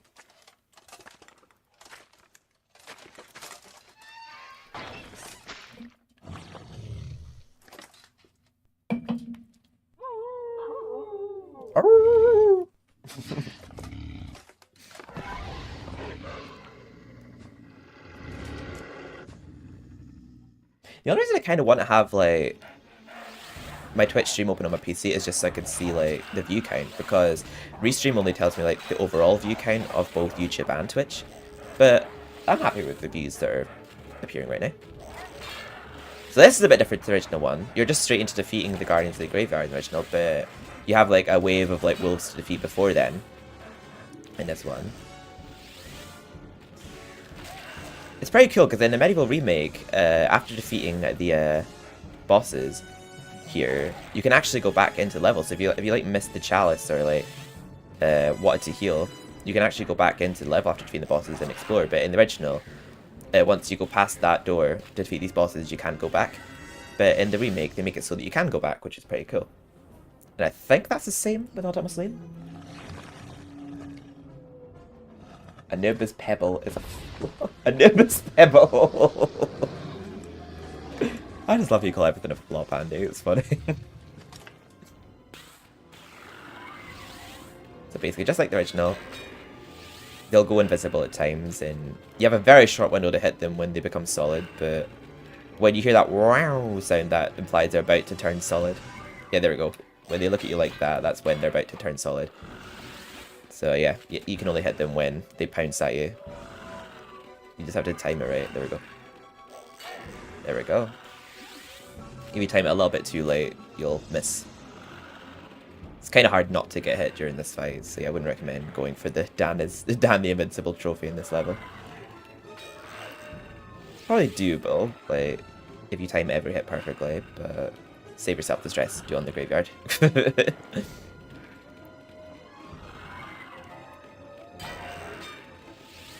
you go. It'll be all easier once one of them dies. Like, the boss fight isn't just automatically ended when it fully depletes, like, they do die separately. The wolves. There we go. So we just have this one left now. We just need him to pounce us.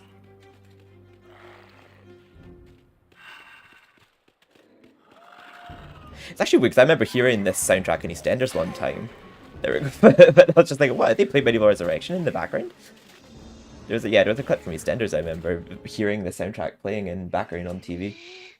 And we got the trophy for defeating them there. Work, my brother. Let me ruffle your hair. Oh, never mind. Ads are full of so, but thank you for the money, Andy. Galomir Plains lies beyond that gate. Lies beyond that gate. Galomir Plains, yeah, Galomir Plains does not lie beyond that gate in the original, but it does here. But we do need the health. The Hall of Heroes. Sorry. What can I tell you? Your name. I'm glad I'm not feeling overheated on this stream as well, because I always feel boiling normally on this stream. I'm just messing. In you go. It's so funny hearing Tom Baker in this game. I remember finding it so weird playing this when I was growing up, just seeing how different it was to the original.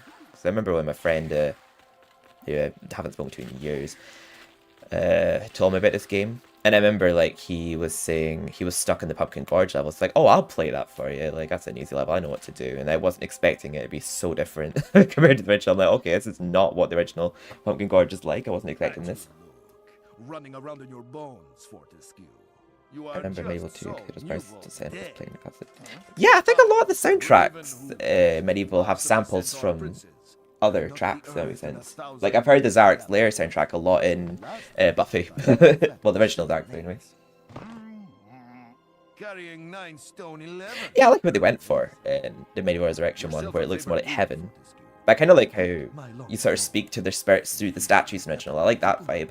But I do like the heavenly aesthetic to it in Resurrection. Mr. Johnny die lately. But you do your best, I sure. Ciao, He is terrifying. Raven hooves. You do your best, I sure. Ciao, Bella. We visit him a shit ton in this, just like the original. But he has something new to say every time. In the original, after your first visit, he's like, oh, Danielle, I've got something here I can give you, but I have no idea what it is every time you visit him. Right now for Galomir Plains. Galomir Plains. How about some Big, gallows flat, humor? and home to a circus. What are you waiting for? Now, we're going to be on this level for a while, but Hey, I'm sure it'll fly in. We've got each other to talk to pass the time. And it'll be worth it at the end what we get from it. We'll get 2 trophies. We'll get a trophy for getting 4 tokens, and we'll get a trophy for playing all the games. But we'll also get a really OP sword for it, so that'll be worth it for me. Thieving Imp Stores. Unbeatable prices on stock that fell off the backs of wagons from every corner of the realm. Sorry, no credit. Only 2 skull imps at a time. I'm not an imp. Do I count? I need to top up my health. Hello, stranger. What can I Thank you, show you Restream. today? A nice bit of schmatter? I received 100 messages today. Oh, I wish I could just buy that right now, but now we can't afford it yet. Oh, we need another health vial. I thought that would give us more than that. But yeah, yes, this is the remake of the Cemetery Hell soundtrack from the original, which they used in the MediEvil remake. Which I actually think was fine. It sounds perfectly fine, actually, just to go to the remake. I just kind of wish they did actually remake the soundtrack. Hey, Frog! Good job, I like the soundtrack. Yeah, the Cemetery Hell soundtrack goes to the main hub of it, but the actual minigames have the remake of the Freak Show soundtrack going to it. Yeah, the red frogs appear a lot more frequently, Shy, than the green ones for some reason. Interesting, I don't really know what I just read there. Okay, one of these... Vermin Control is more fun than the other one. Which one is... Shepherd's Delight, we'll do that one, because that one's honestly a depression to do when it's at level 3, so let's get these challenges out of the way first. But yeah, this soundtrack it's playing right now is a remake of the... You might actually recognise it, Shy, because I let you hear the original version the other day. But yeah, this soundtrack's in MediEvil 2 to level the Freak Show, which is a circus level, funnily enough, so it fits well to this one. But yeah, this is a remake of that soundtrack, which sounds great in my opinion. I can imagine if they remade MediEvil 2, they would use this one and it would sound just fine. Yeah, see, the level 1 of these challenges isn't too bad, but at level 3 it's just tedious. Like, it takes too long to do them. I'm just like, oh, this is boring. But it's worth it in the end. We've got 2 trophies to get out of this, and we'll get a really strong sword from it. Some of these minigames are fun, though. Some of them are a bit tedious. I like the ones where you have to just slay a bunch of enemies, and when you have to defend the bell as well. That one's pretty fun. And Whack a Zarek's pretty fun. And I like the one where you just smack a load of rats. Get a bonk a load of rats. There we go. That's minigame 1 done. You have to do 9 of each one. So 9 times 8. 8 times 9. 71 minigames. So we've got 70 to go. I think that is it. Anyhow, I don't do math. I find them very disobedient at times. They don't go where you're trying to hurt them. Like, they sometimes just panic and go the complete opposite way. But yeah, we're more just doing this just for the award we get from it. Because you don't need to just level. This level is actually completely skippable and it won't affect your 100% completion whatsoever. Like, but 100%ing this level will give you a really good sword, which will just kill practically everything in one hit, and the bosses won't be threatening either. So I think if I'm ever watching you play it Shy, and you're like getting stuck in some of these minigames and finding some of them annoying, I could maybe just do them for you, because you'll find like the later levels a lot easier if you get the Woden sword. It's basically like the infinite rocket launcher of this game.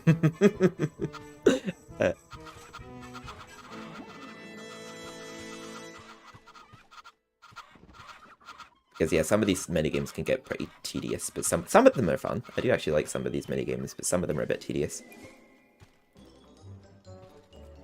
Like this one. That's why I'm just getting out of the way first. Just getting my least favorite ones done first, so that we can have fun with the ones I like.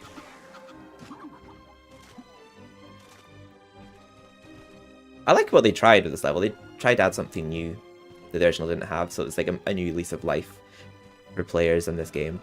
But my main favourite new idea they added to this game was Scurvy Docks. I thought Scurvy Docks was such a fun new addition to the game. I loved the lake, which level it replaced, but I do also love Scurvy Docks. This is what I mean when I say that I feel like both games were good in their own right.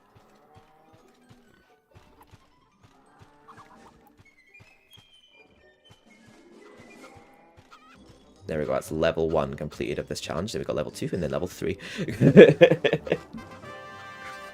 Not drag, it's not a drag at all, is it? There we go. And we're in difficulty 2 of this one. Hopefully I don't fail any of these. When I did it in my walkthrough, I think I only failed at one of them. So hopefully I have the same luck this time round.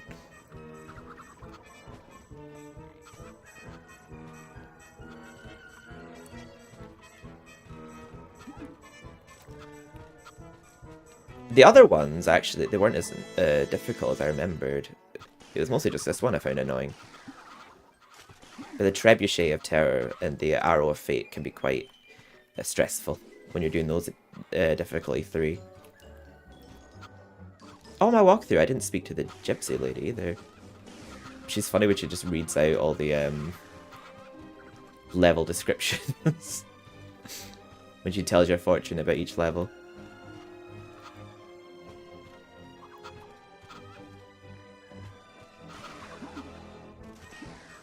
Oh, no worries, Andy. Yeah, we're just playing through Gallopmere Grinds right now, as I call it. It's called Gallopmere Plains, but it's a complete optional level. Like, you don't have to play this level at all, but I just like to. Occasionally I might just play. I think if I wasn't recording it, I might have just skipped it. And if it wasn't for the fact that there are trophies tied to this level, I probably would just skip through it, but there we go, sometimes they're so disobedient. But yeah, the only thing we get from this is basically a bonus weapon that's not really tied to 100%ing the game. But I want to do it anyway, just because it makes the game a lot easier. Plus, it's like, we've gone 100% and beyond by getting it. There we are. What's Ashley do? Oh, it's because of the chickens. Oh god, yeah. Because of her chicken armor suit. She does look like a chicken in that. These chickens aren't saying, didn't I just say I was done, though? Although it's pretty ironic that they're getting chased by a knight. That's probably why they're running away. They're probably like, I am done with armor. Didn't I just say I was done?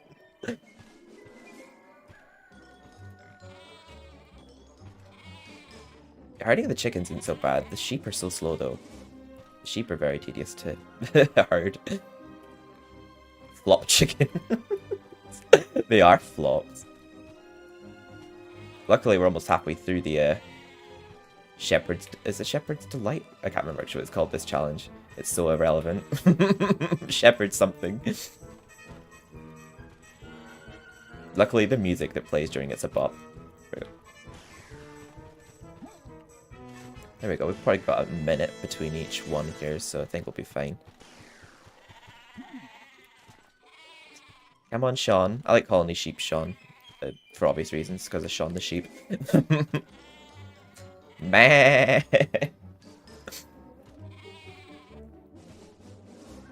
How are you liking the gameplay though, Shy? Are you enjoying watching it? Does it look like something you'd want to play? 100%ing this isn't required for the platinum. Like 100%ing Gallopmere Plains is not required for platinum, but you have to fully complete at least 4 of these to get the trophy for getting 4 carnival tickets, and there's one for just playing all the minigames. You don't have to like fully complete all the minigames, but frogs. Yep, there are frogs. So I mean, actually, funny enough, there is frogs, like actual frogs in one of the levels. Enchanted Forest. Larry the Lamb is flow.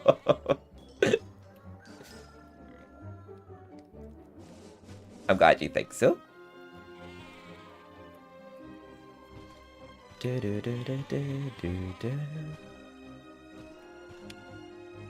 yeah, obviously, it's like it's not a necessary level, but like, it's never really like a super hard game at any points, but it's just like exceptionally easy if you like grind your way through this level and get all the tokens from every mini game to unlock the Woden's brand.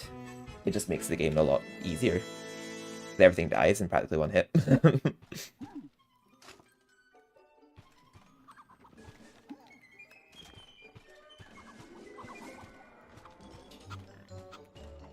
It feels fun to be platinuming it again. I'm glad I did one as like a walkthrough and then the other as a live stream. Because that way I could just chill and relax with y'all. And the other one where I can fully immerse myself in commentating the game. Come on, chicken.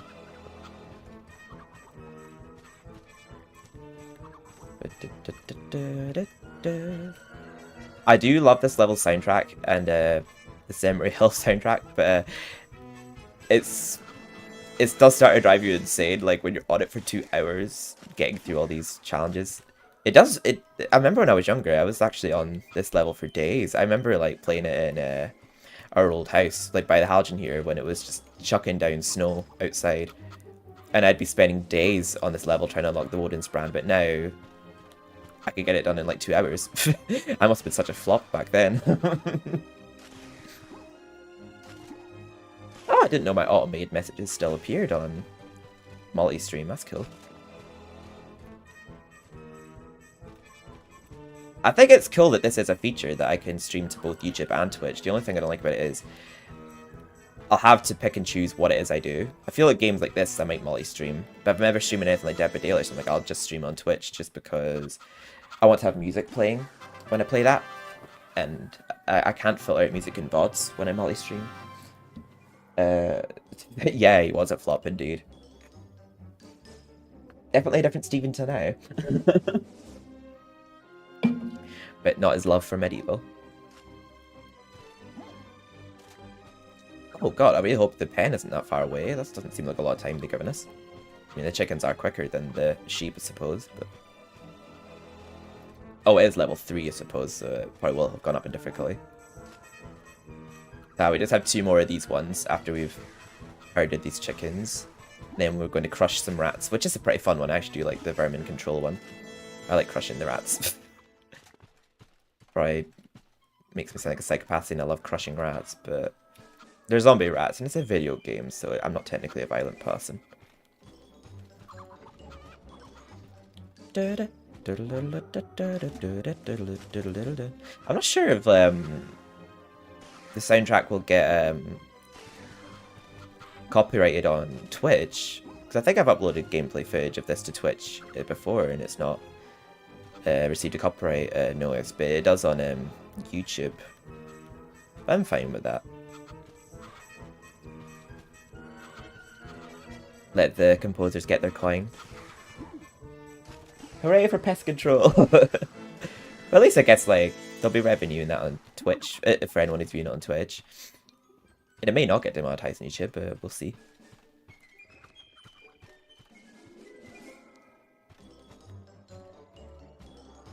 But does it look fine on YouTube, Andy? There's no issues or anything? Like, is the sound okay? My webcam froze at one point. I look so stupid. Hooray for pest control. Yes, we need pest control after this, because after the stress of herding a load of animals, we can just twat a load of rats.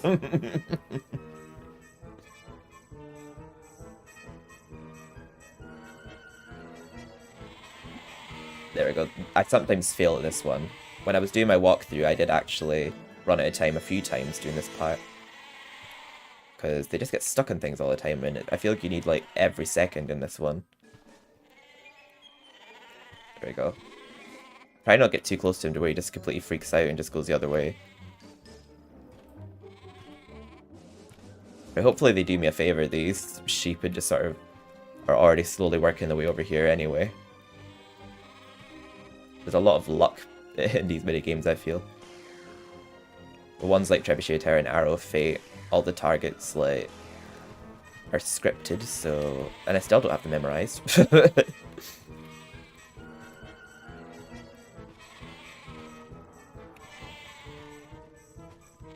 Yeah, the Arrow of Fate and Trebuchet Terror kind of remind me of the shooting range from RE4.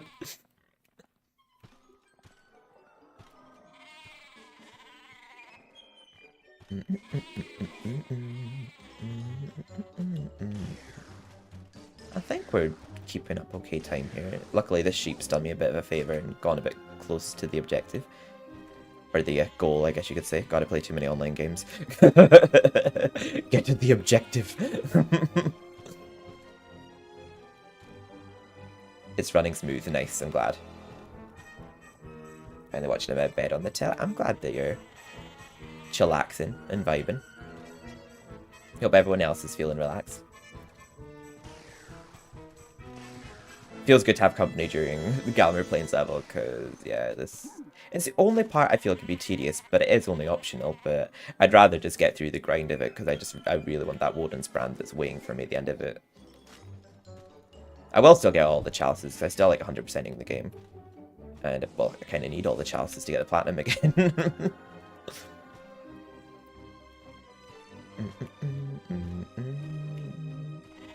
Plus, we still actually do need some weapons, because there's some parts where we'll have to shoot bosses in that. So we'll need like spears and stuff for like shooting enemies that are up above that we can't hit by meleeing them. Why the... I know! Absolutely no cows. It's funny because there's a part, I think, in Spyro 2 where there's cowlicks that you have to herd. I'm just thinking of that right now. Yeah, I wonder why there's no cows.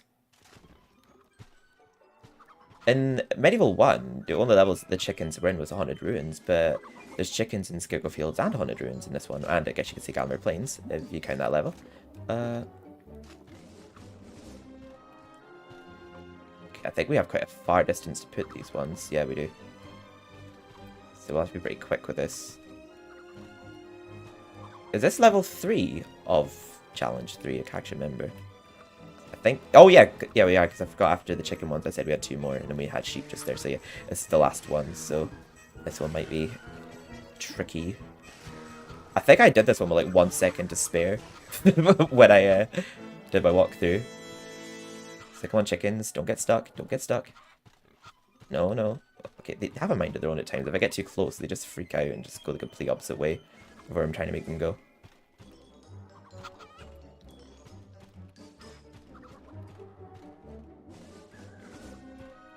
Yeah, the vermin control minigame's fun. I'll get through that one simple enough.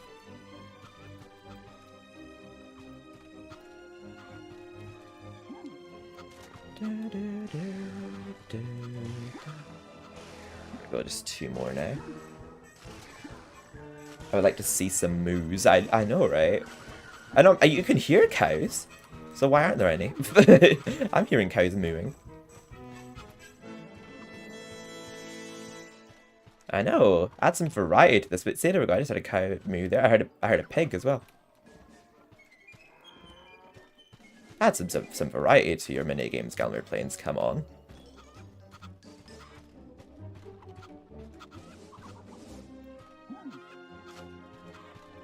There we go, chicken. We don't have all day. Come on. Oh god, I hope I haven't... As long as this one just stays obedient the whole way and doesn't freak out and go the wrong way, I think we'll be fine. Hopefully it doesn't get stuck on anything.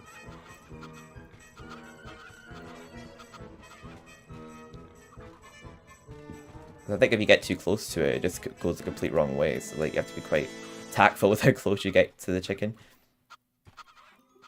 Oh, we actually nailed it this time. I did it with like 1 second to spare in my walk. There we go. See, there we go. He's going the wrong way now. Never mind, but just as well we had a lot of time to spare. There we go. We didn't fail any of those this time, right? We don't need oink, we just need them. I know, we don't want any piggies. There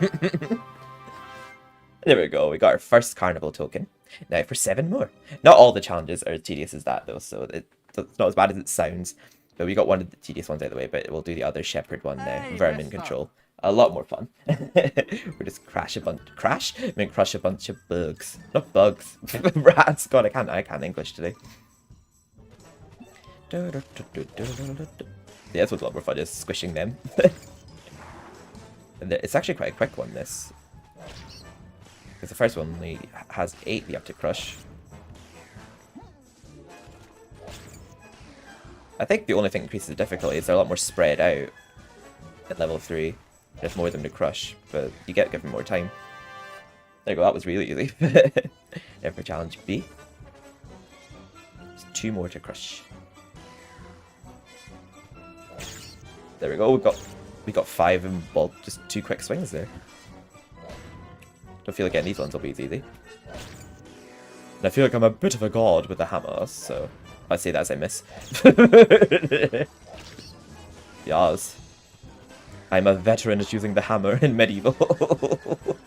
As they would say in modern day gaming. There we are. Yeah, I don't understand how they have some like really fun ones like this, and then they have like the shepherd's one. Like, I guess we all have our own definition of fun. There probably are some people that do find the shepherd one fun, but I'm just like, why could no one find that one tedious?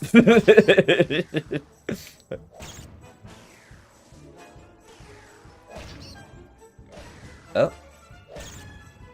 That hammer can be quite clunky to use at times. Oh. Yeah, it's a 2-handed weapon, the hammer in this one. In the original, you could carry a shield while using the hammer, but in this one, you can only carry in 1 hand. The shepherd's pie. Oh, don't say that to me. I'm hungry now. I'll have to have something to eat after this stream. All I've had to eat today is a toffee apple. Oh, I didn't mean to do that. But we got one from doing that. Just regular swings on these rats we need to do. Not a charged swing. Oh, I didn't mean to swing again there. I look stupid just swinging at nothing. So I think we're already on the yellow challenge now, aren't we?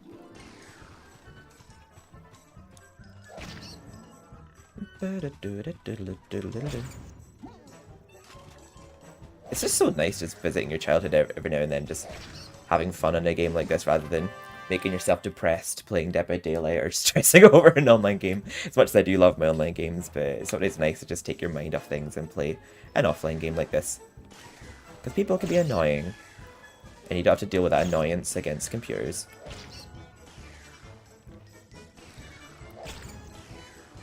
Squishy, squishy. I like how their blood is green as well. It's just something satisfying about it. MediEvil 2, some of the characters' bloods were blue and green as well. But I'm certain, like, in one of the levels, like, one of the characters' bloods were red. I can't remember which one, though. Oh, no, I'm thinking of the zombies. The decapitated zombies in this, their blood's red. Where you can see their heads got cut off. It's pretty good quality in the TV, but I'm glad to hear that. Yeah, because sometimes I always worry about the quality being lost when it's a live stream. Sometimes, if the internet's been a butthead, the quality sort of decreases.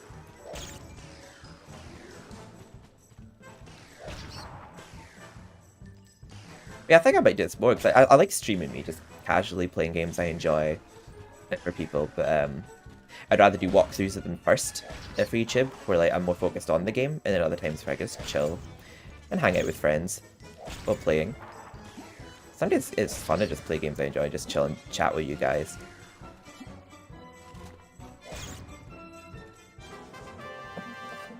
Nice. Hopefully you've got yourself a Pepsi. Oh, we're on challenge stream, right? Hopefully you've got a Pepsi and some snacks. Get proper relaxed with it. And if not, that's also fine, but I hope you're relaxed regardless. Yeah, level 3, they're a lot more spaced out and there's a lot more than the hit, but it's still fun at level 3. And I would never say that this really ever gets that difficult. The Vermin Control one, it's consistently fun. I'd happily just come back to this level 100% in the game just to smack a bunch of rodents if I'm ever stressed. It's a good stress reliever just to crush a bunch of rats.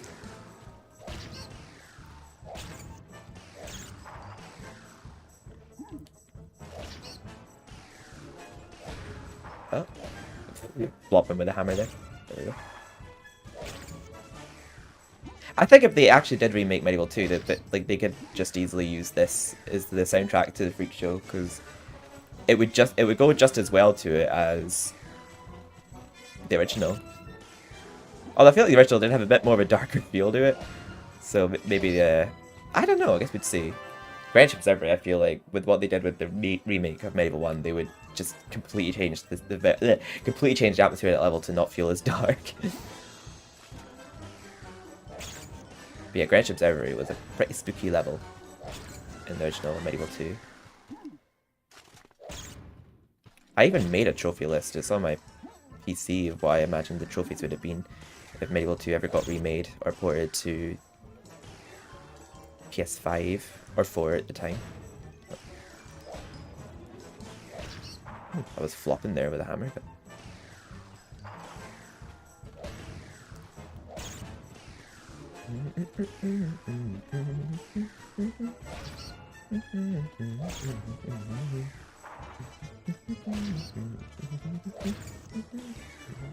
I like if the game gives you a rough idea of where the rats are as well with the arrows. In case you're panicking, try to figure out where they are against the time.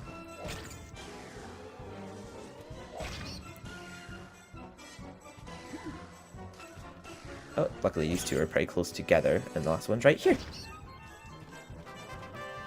How many more do you have to do? Just one.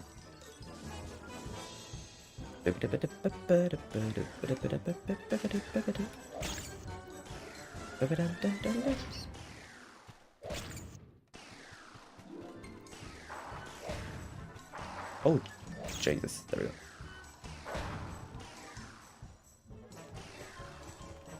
There was, I was gonna say, I'm pretty sure there was one rat still here. Okay. Right, all the rest is on the other side now. Oh, never mind, one's come over here again. It's my turn, I want a bunk on the head.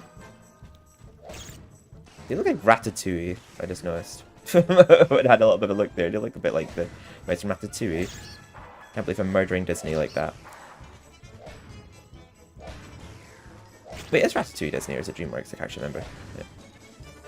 No, it's Disney. Wait.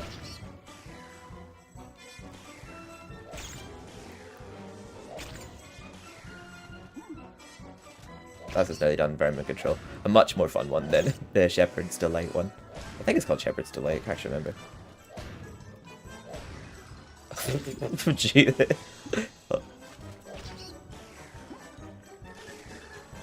There we are. Now on to the ones that are actually in the carnival itself. And that is token 2 of 8. There's a trophy for getting 4, and there is obviously the one for playing all the minigames. You don't have to actually complete all of them, you just have to play all 8.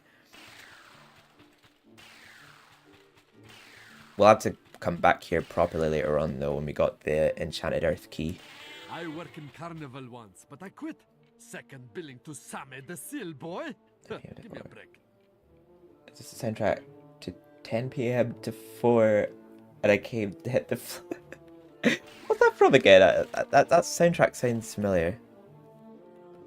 Is that a Britney Spears song? That sounds very familiar.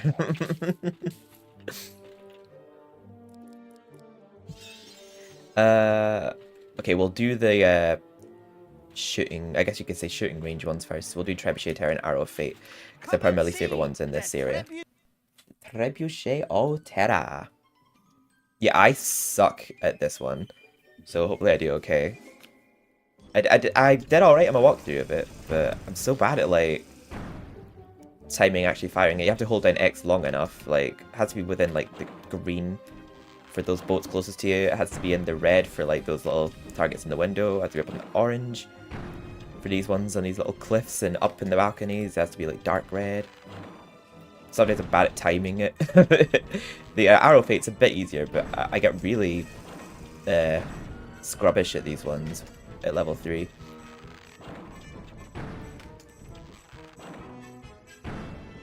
Oh, I got away with that, luckily. Oh, yeah, I feel like, yeah, I remember it now. I remember when we were younger, and we'd actually listen to soundtracks. Like, I think we listened to Freak Show by Britney Spears when playing the Freak Show, and then we'd listen to Disturbia by Rihanna when we were playing Greenwich. 12-12. Oh yeah, the ranking's different in these ones. It's not so much a fact of completing them. You have to complete it with at least a gold rank for it to count towards a carnival token. So if we don't get magic in all of them, it's fine. We just have to get a gold at least. You don't have to play it flawlessly.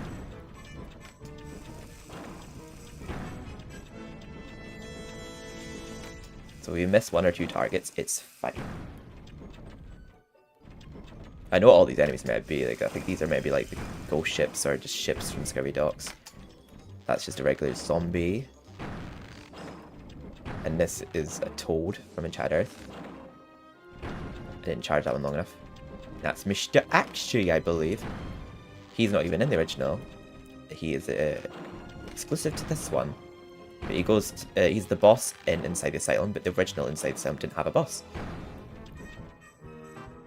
Magic Standard. We're gonna get Magic Standard probably on the green ones, and we'll get like gold, silver when we're at like stage 3. But yeah, if I get through all this without fail, I think it'll only be like a 2-hour level. But the rest of the game will be not so grindy. It'll be a lot more fun. But yeah. It doesn't even need to be played this level. Like, it's not like the game's forcing you to play it. But I just get through the grind to get what you get rewarded with. Mr. Axley's a bit creepy in it. He is a bit, yeah. Obviously, like, his intro is like is the reference to The Shining. We're like, here's Mr. Axley, here's Johnny.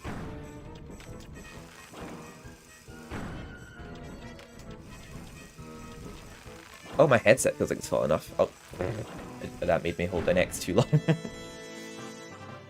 Got Magic Standard. We've completed level 1 at that now. Now for challenge 2. I like how the water is just clearly spirals of blue just spinning round. Oh, I didn't think I got that. Nice.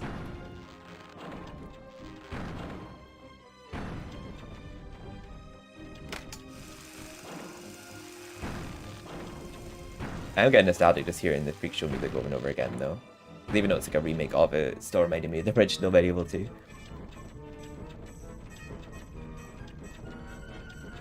Come on, come on, come on. I really hope we do get either a MediEvil 2 remake or a MediEvil... I feel like we should get like a PS5 upgrade of MediEvil 4. MediEvil 4, god no, MediEvil 1 with a remake of MediEvil 2. And a MediEvil 3. I'm demanding a lot right now, aren't I?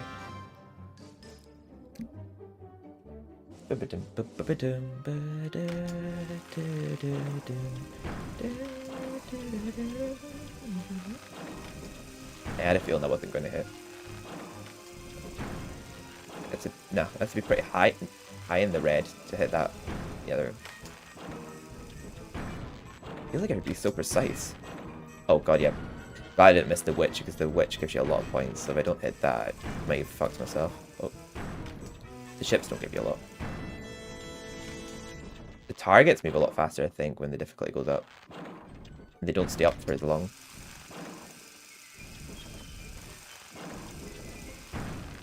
Oh no! I held that too long. Oh my god.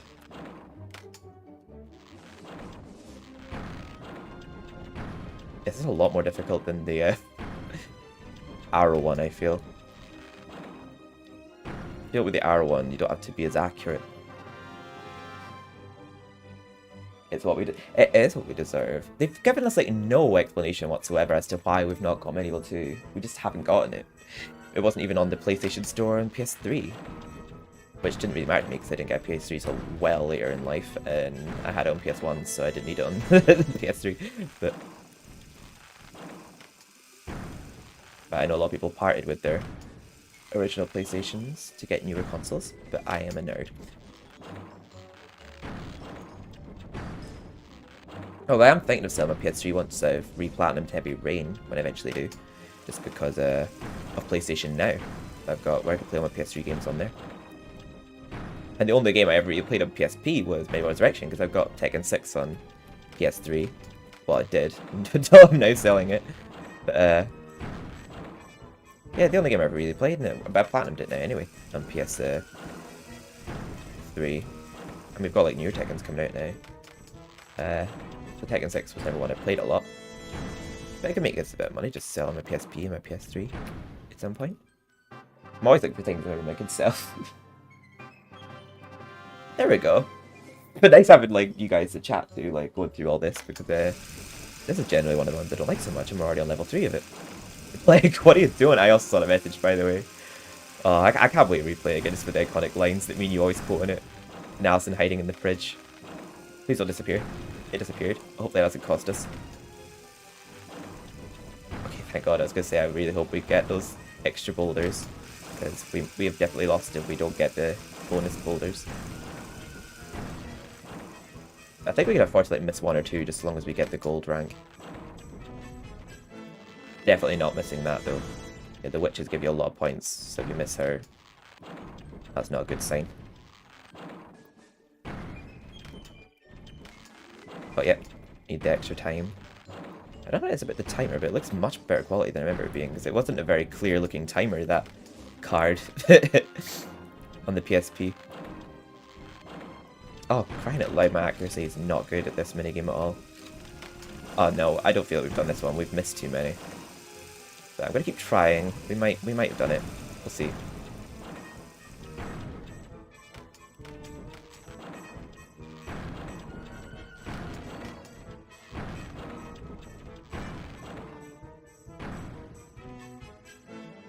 Silver star, yeah. I felt like we missed too much. It's not worth the money though. I really want a lilac PSP. Can you get one? I've never actually seen that. I just had a very generic one.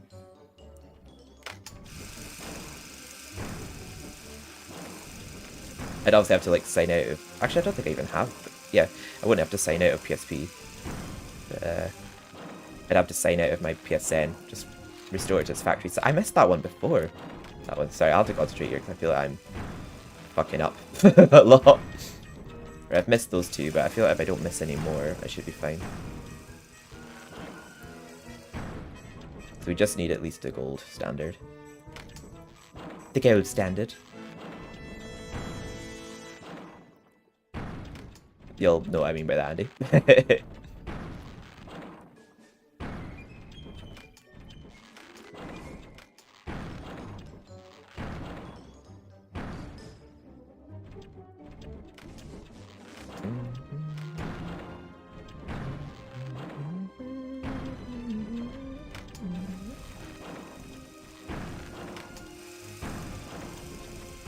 There we go, you just have to charge a little bit for the boats. Yeah, we've got a lot of boulders left. I'm assuming we'll have a timer thingy popping up in a second. I don't feel like I've got enough points.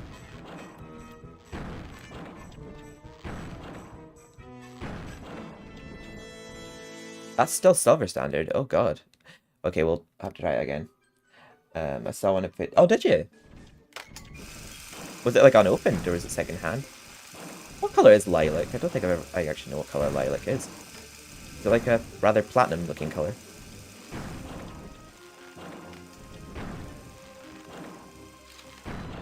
I was not aware that missed. Until after I hit the witch that was here.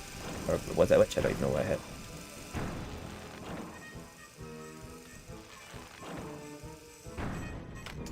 Hitting the timers and the extra ammo is important.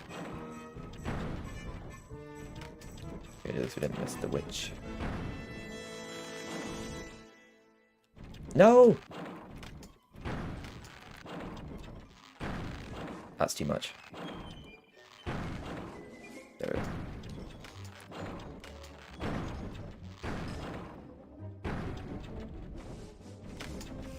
Yeah, that's why I was doing that one before Arrow of Fate, because I feel like the Arrow one's a bit easier than the Cannon one. I don't even know why we have this minigame config fixes. There's no point in the game where we use catapults, so it's not like we're really practicing for anything, other than the fact that we're just doing it for the sake of it here.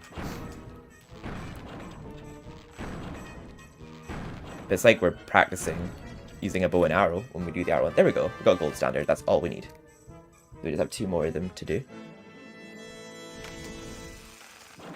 Yeah, they're a lot faster at level 3. You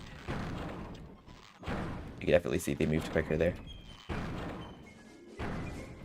And I don't think they stay up for long either. Oh yeah, they don't stay up for long.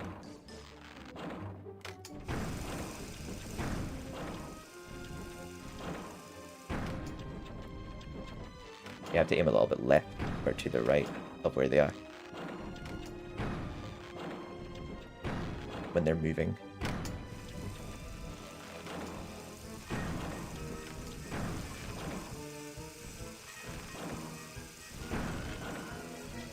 Oh, hope that hits. No, don't disappear, please. That'll be so detrimental if it disappears. It disappeared. There we go. Luckily, I literally just ran out of bullets. There we go. Yeah, sorry. That'll be so detrimental because I need the extra ammo.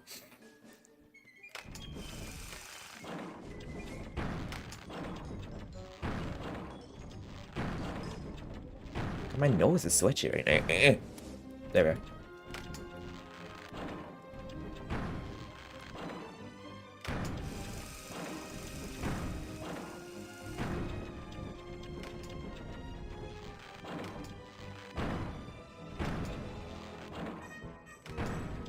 He's a witch! A dirty, rotten witch!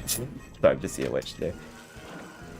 I think that witch is meant to look like the forest, not the forest witch, the pumpkin witch specifically. It looks more like the pumpkin one than the forest one.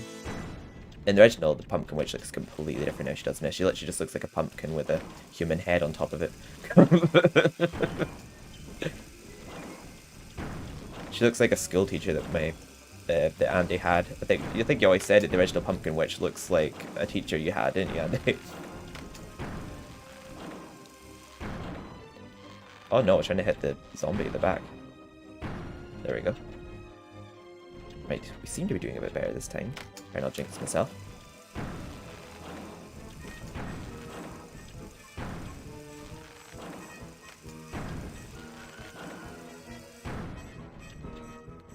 Yeah, got magic rank that time. This game reminds me in the defeating Cruella. And it does? With this minigame? Oh, I know the one you mean. The ancient castle boss fight. Yeah, it is like that, yeah. God, I'm actually streaming playing that one time just for the fun, because I missed that game. 102 Dalmatians, puppy to the rescue.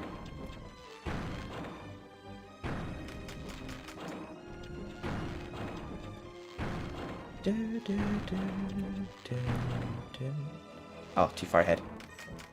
Oh, luckily I had enough time though. Oh, this will be easy. The ones on top are always easy to get because you just basically have to fully charge it by holding down X. You have to worry about overcharging it.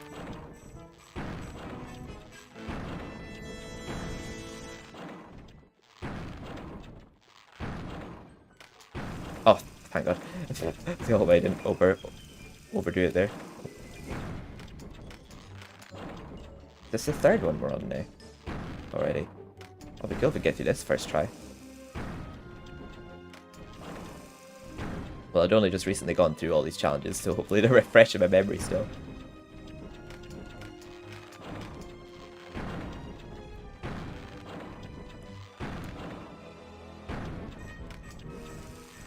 Oops.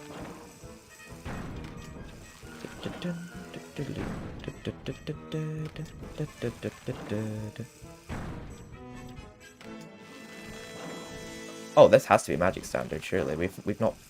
Okay, never mind. We did this one. But gold standard's all we need for the carnival token. There we go, that's carnival token number 3. One more and we'll have a trophy. Come and see. No, definitely not. Shut up, you're not making me do that again. Okay, we'll do Wakazarek after we do the Arrowfey one, because I actually do quite like the Wakazarek one. I might just smack that just for 1 coin. You know, that one... Every penny helps, as you say. Step up and play the Arrow of... The Arrow of Fate's not as tedious. I feel like it's a bit easier than the Trebuchet Terror one, but it's I would say it's as stressful. I feel there's times that the frame rate kind of fucks me up on this one, and it's kind of hard to shoot like the moving targets. That's about the only issue I have with it. Also, the... Oh, sorry, I didn't mean to let go there. The Nelly Mad targets looks like she has cucumbers on her eyes, but now she just has massive eyes. You know, that's the toads from Enchanted Forest. That's what I mean when I say there's like actual frogs at one point in the game, Shy. Although they're technically toads, but to me they're the same thing. Although in the original, I'm certain they're frogs. They don't give you any percentage to chalice, they're just annoying in the original, but in this one they give you chalice percentage.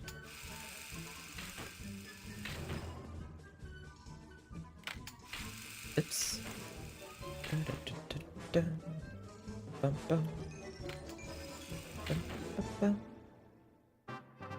There we go.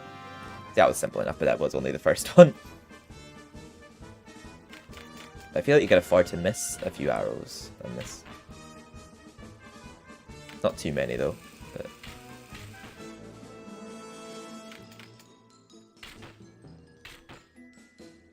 I just feel like it's easier to be accurate in this. Like with the Trebuchet Terror one, I always have a hard time with that one.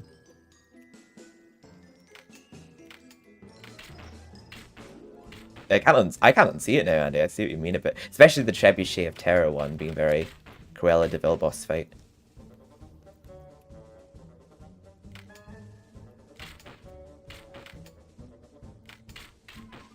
The other frogs are better. Yeah, they are. At least they're not trying to kill me.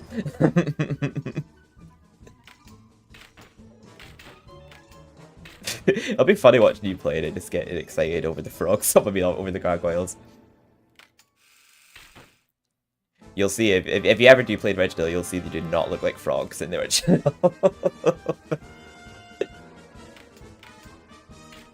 But yeah, they do be frogs. They do look like frogs. With very sharp fangs.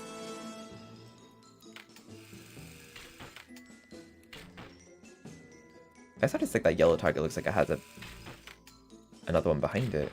The little blue border at the side. Yeah, there. See a little bit of blue to its left.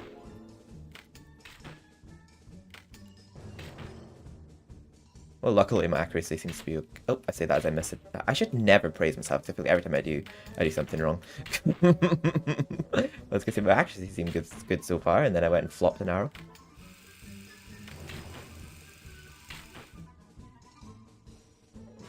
I've been playing a lot of Hanzo recently on Overwatch, so I better be good with an arrow.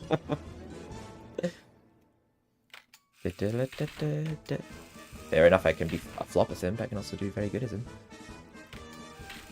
Oh.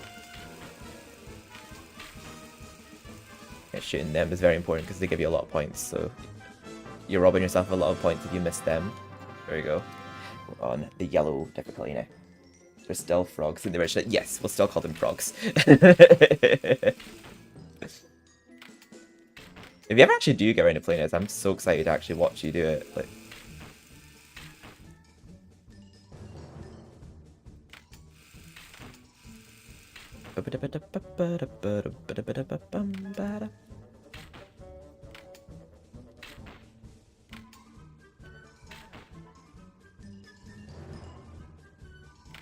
give us 10 arrows. It's important to shoot the targets to give you more arrows and more time, because you don't want to run out of arrows and time before you're, like, well before you're at your target. Your target score, I mean. Oh god, that was a fast one.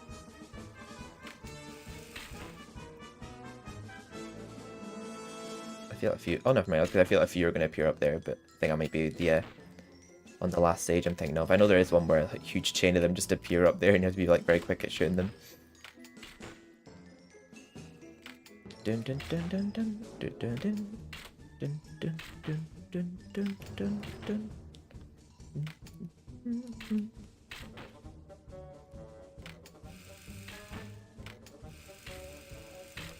Oh, shit, the old woman. There we go, Magic stand third. Lovely. I will when we were in the mood to hang out and play. Yas!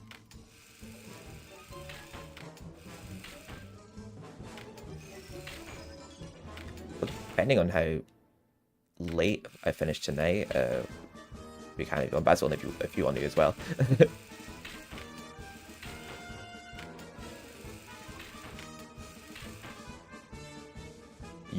There's a lot of Mr. Axes here this week, because there's only one of them in the game. He's the only boss, I think, that appears in any of these target cards.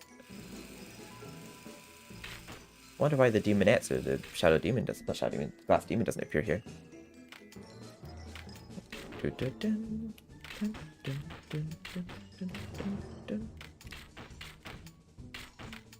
would you say? The Guy's Gauntlet, Mirror Planes, it's actually quite fun looking. Yeah, some of them are actually really fun.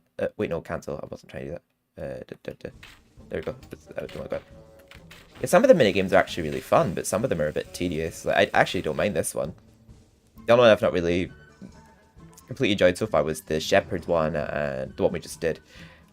Yeah, this one's quite fun. The shooting targets with bow and arrow. I like using a crossbow. It's a nice little, like, level where you have to worry about enemies or getting a game over. It's just a little carnival level. And after grinding your way through all the challenges, you get a very good reward for it. God, I wasted so many arrows to get that witch there. Oh, please give me more arrows. Oh, there we go. Never mind. We didn't need them.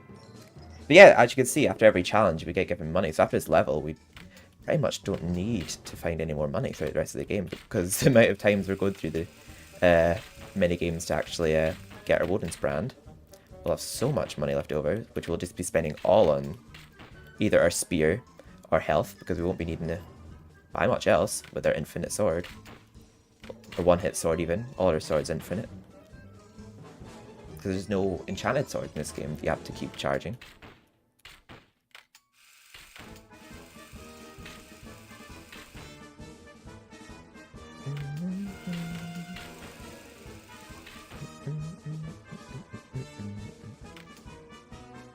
I wonder what sword was actually technically maybe considered the broad slash enchanted sword in this game, because there's the small sword, there's the hero sword, there's the long sword, magic sword, and then this one has the Woden sword that isn't in the original. But it's a really good sword.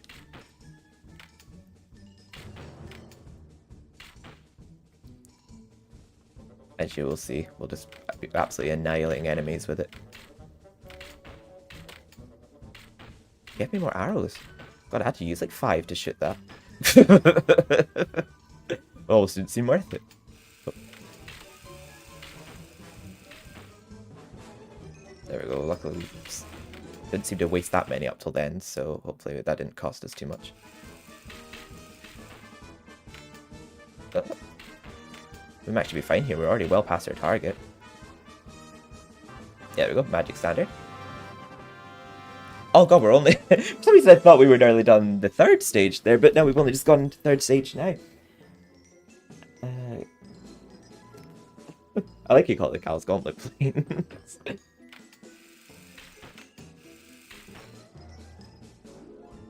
Yeah, another level is not in this one. And a level I feel like they kind of ruined the atmosphere of in the remake. The level looked great, I just think the music... I wish it was like a remake of the original music rather than just a completely different track that just, I felt like didn't fit the level at all.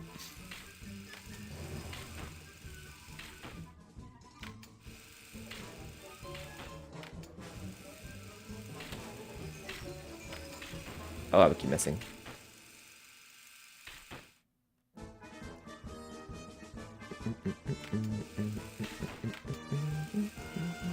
The other thing about this level is soundtrack, like compared to the original Freak Show, it doesn't have that part where it goes da da da da da da the start.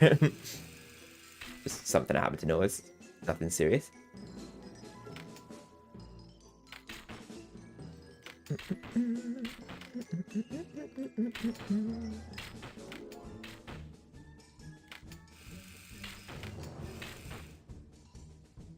Yeah, I was thinking midway through about putting up my break screen just to get a snack and a drink, but I might not need to do that.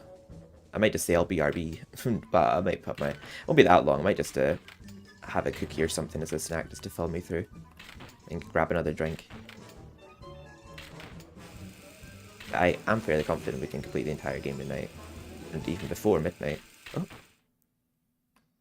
Flopped a few arrows there.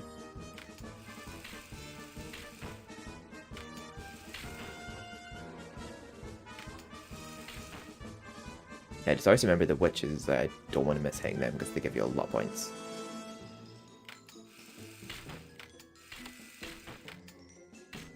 Yes, more arrows please. Is this still level 1 of Challenge 3? Oh dear. We're flopping! We're flopping! We missed 2 of them. No. I don't know how much the toads give us. Hopefully not much. Yeah, I had a feeling like defeating Mr. Acti would give you a lot of points because he's a boss. And I'm not saying he's a bitch and a boss and he sounds like Gloss, it just means he's literally a boss. Oh, I didn't buy myself more time. I fucked it, I think. Hopefully we've done enough to where it's at least gold. Oh, we might have done actually. Yeah, gold standard, that's all we need. Somehow we clutched that. Oh. So we don't need magic standard, we just need gold for a carnival token. Getting magic standard would be a nice flex, but it's a bit like getting the platinum from the Crash Insane trilogy for the relics. You only need the gold relics for the platinum. You don't need to get platinum relics.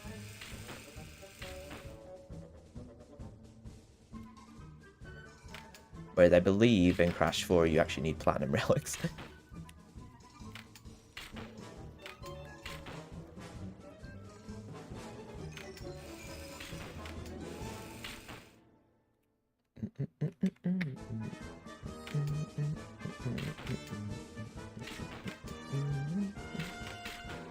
I did actually get some platinum relics when I was doing my Crash Trilogy Platinum, but a lot of them were gold, especially in Crash 3. I think I only got like 1 Platinum Relic in all the Crash 3. Most of my Platinum Relics were in Crash 1.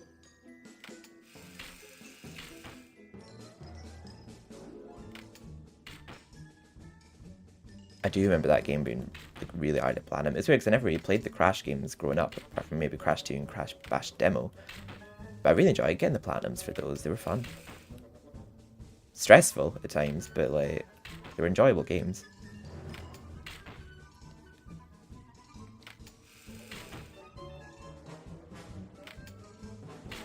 And I enjoyed the music in them too. But I like games like that from my childhood when they get remastered, like games where you just like go through like a level full of enemies, perfectly linear. Sometimes I don't like games that are like too stressful, but then Crash for a kids game, you'd be surprised. It is a pretty stressful game. I think the hardest game I've ever played is probably Rayman. Never completed that in the PS1. I've heard the Tomb Raider games on the PS1 are maybe pretty hard though as well.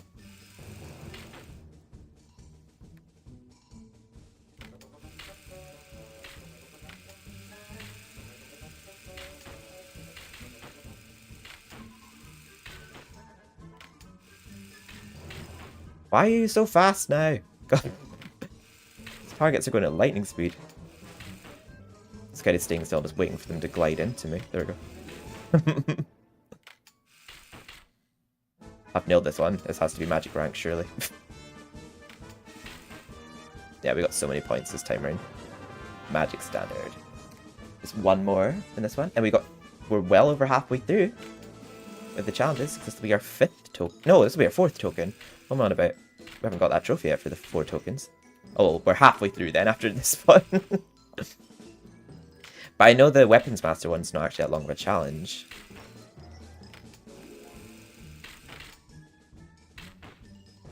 The Guardian of the Bell is a pretty fun one.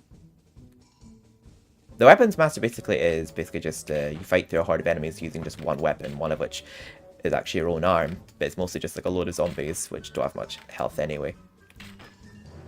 But it's not with every weapon. I think it's every weapon up to the point that you unlock the spear, I think? No, the longbow. So it's not like every weapon you're practicing with. You'd be there a while if it was every weapon. Yeah, I can tell this is going to be a bit of a longer one because we have to get a score of 750, so... Yeah, this last stage is probably going to be a while, so let's hope we don't flop at it. Because it's a lot to do again.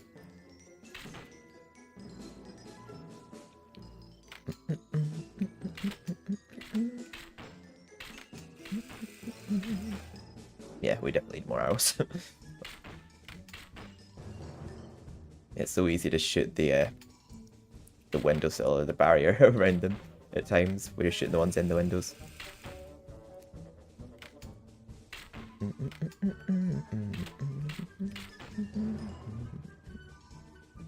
The frame rate is a bit janky at times, makes it really hard to aim.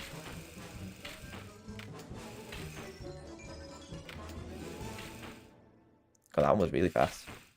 Somehow I'm getting them though, even with them going at lightning speed.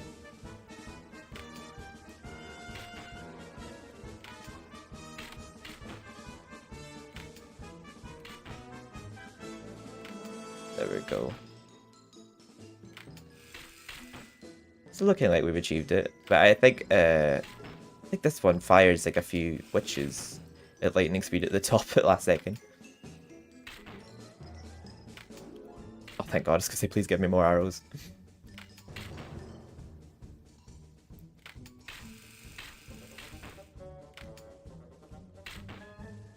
I do like how you can afford to waste a few just as long as you hit the ones that give you more arrows.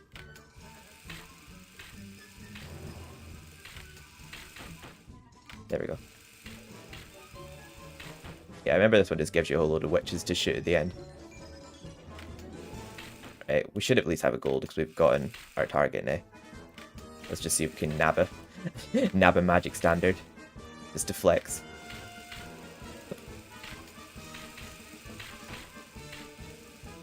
automated arrows, but I think we've done it. There we go, we got magic standard still. Winner, winner, there we go. We got 4 carnival tokens. We just need 4 more in order to get our Woden's Brat. Hello, Alpha, how are you? How are you doing this evening? Wait, let me give you a quick shout out real quick. What, actually, can I even do shout outs on Restream?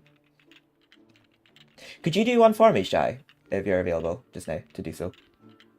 But how are you doing, Alpha? I hope you're doing well.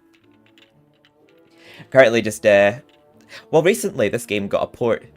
This is one of my favourite childhood games, MediEvil Resurrection. All the MediEvil games are my childhood, but MediEvil Resurrection was originally on PSP, but it recently got ported to PlayStation 4 and 5. And I recently got it's backwards compatible with trophies now, and I recently platinumed it on PS5 as a walkthrough feature, but then I decided to stream me going for the platinum on PS4. Thought I'd pop on Twitch because I haven't been around much with uni, and no worries. Thank you so much for popping in. I appreciate it. Yeah, I was noticing. I was like, I hope I haven't missed any of your streams recently because I've like not been checking Twitch much because it's just been a lot going on, and I've just been tired recently, not been popping onto Twitch much. So I was like, I hope I've not just been missing his streams. But then, like, yeah, honestly, don't worry about it. Life gets really busy at times. The Andres cosmetic, I love it. Hey, shift your ass and your camel.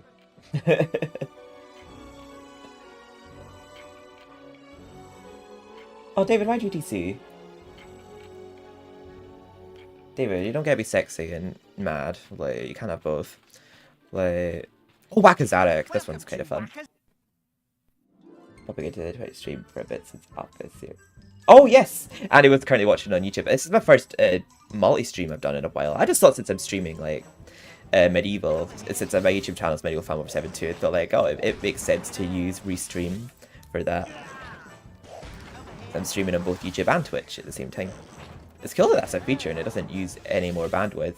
Like, I remember at first I was worried about doing that because I thought it would use more internet, but no, it doesn't. I do appreciate though, by the way, Alpha, that you took the time to pop in, like, regardless of like how busy you've been. I hope uni and work have been going well and it's not been too stressful. What is it you've been studying? Oh, damn you. Yeah, the Wakazarek ones are pretty fun. He taunts you when you miss a hammer hitting them though. He's like, haha, you missed. Over here, fool. When he says, like, here I am, for some reason when I was younger, I always like he was saying, are you there? Here I am. Yeah, this one does actually surprisingly get difficult at the red stage because he appears and disappears so quick and multiple of them appear at once.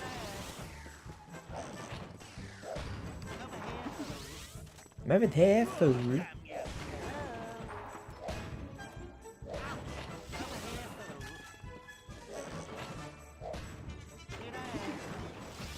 I'm over here, fool. He's so camp. I love Zarek. They definitely made him look a lot more like flamboyant in this one, but in the original I don't know if it was just the graphics or what, but he just looked downright spooky in the original MediEvil. Which, I don't know, I like how he looks in the remake, but he doesn't look as scary in the remake, but he looks less flamboyant. They've not been too bad. I'm studying last year of game design. Oh, yes! I remember that. That is something I would love to be able to do.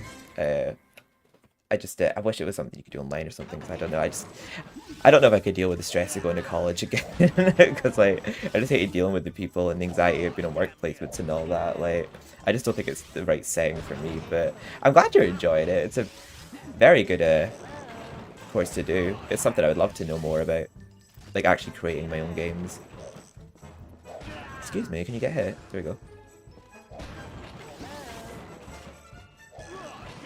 Oh, damn it. How did that miss? Yeah, if you can time it well enough, you can actually hit multiple targets with one swing, but for some reason, my swing is going right through him at times. There we go. Luckily, I think we're only... are we still on the green stage right now? I can't remember. You definitely have to be a lot more swift in the red stages, because I know he appears and disappears so quick. Collagen is a was maybe a workshop today. But towers was a lot more... Towers? Wait, what's towers? Oh, Mortal Kombat towers. I bet if I'm thinking rightly. Oh. Oh, damn you. Oh, Alton Towers. God, I'm so stupid. Sorry. The towns boy showing in me. Oh. I probably show that I don't get to the city much.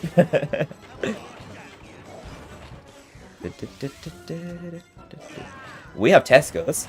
We haven't put that much up here.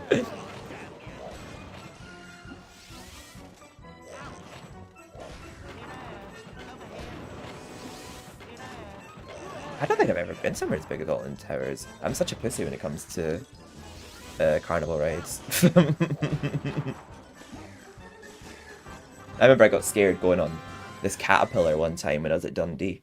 I love I'm actually talking about carnival rides right now while I'm playing a carnival level. That's the right thing. Maybe here, fool.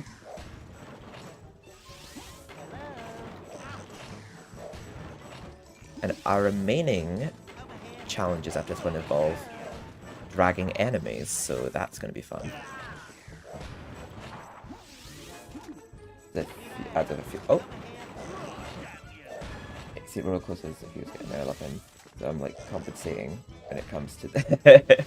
I guess like if you are on the board, you probably do get desensitized him. I just remember like the first time I was ever on the caterpillar and I was just screaming all the way through it.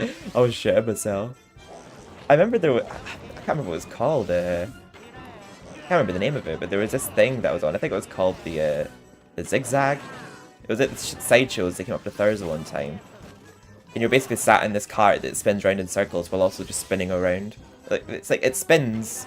Sounds like me, but it like double spins. But I remember screaming on that when I was on that with my mum, and I was like, I'm never going back to a sideshow or carnival again. I'm too much of a coward.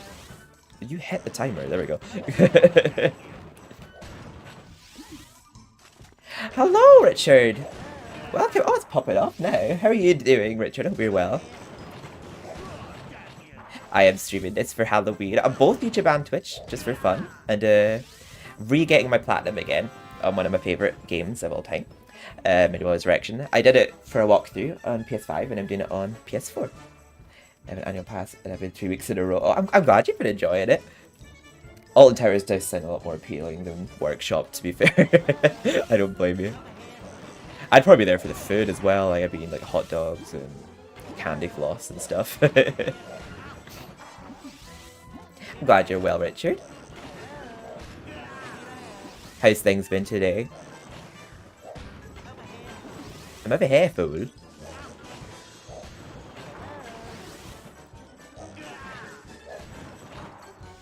Have you been up to Thursday today for work call?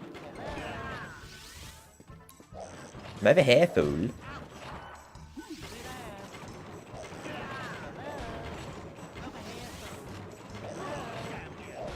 What? Damn you. I kind of want to miss hitting him more, because I love how he taunts you when you miss. Ouch. Missed. You're right to say I missed. Why are you not shitting on me, Zarek? Hello. How did that miss you? Stop denying me, game. I think we're at the red stage now, are we? I can't actually remember. Hello.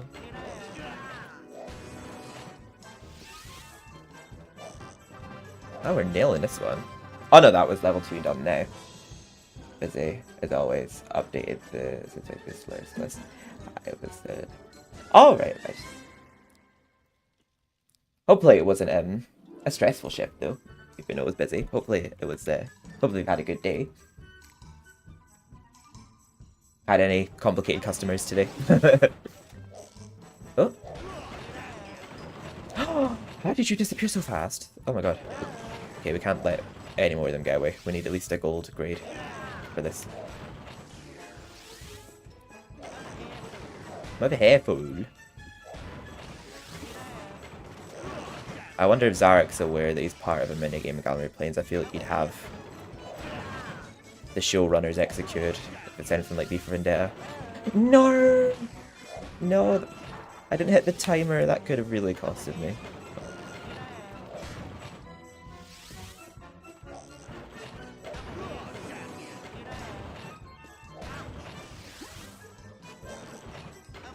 He reacted to me hitting him, but it didn't make him drop. He went, oh, damn you, but he didn't get hit. Stop lying to me, game. I feel like I'm going to run out of time. I might have to be extra quick here, because I didn't hit that one timer.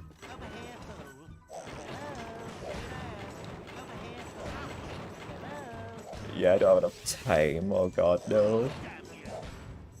No! No! Bronze standard. That's not enough.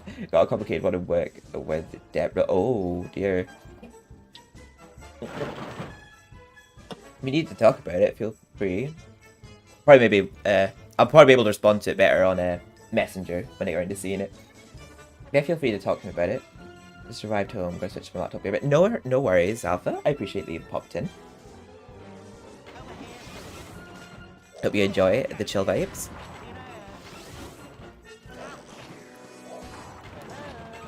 Did I hit that? I can't tell. He disappeared very quick before. That's Zarek. Here I am. Oh, damn you. Oh god, I thought I didn't hit that one for a second. Did I hit that? I didn't actually look, but I feel like I didn't. Oh no. I don't know, maybe we did. I'm missing a lot of these Zareks. I feel like I fucked it again. Oh god.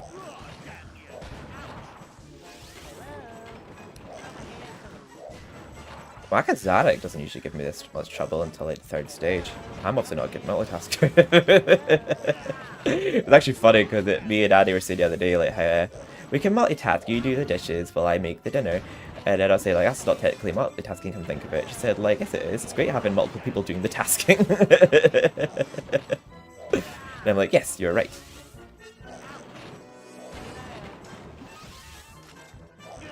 Oh, we might be able to just grab a gold rank at this. There we go, 35 out of 35. Here we go, we got a gold standard. That emoji. I'd love to see you try Platinum Super Meat Boy. I bet good to be home. Yeah, oh god, that long. Jesus. You must be knackered now. I've never actually heard of that game, by the way. Richard.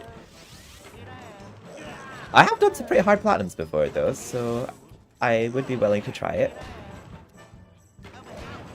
I think one of the hardest ones I done was Outlast 2. Having to complete that game on insane difficulty was insane. Oh, damn you. Zara, it could be very nice if you could acknowledge the fact that I hit you, because I don't have time to waste. Oh, damn you. It's technically delegate. I am a very simple person. I don't know what delegating means. Is there like a stupid version of that word that you could tell me? Sorry.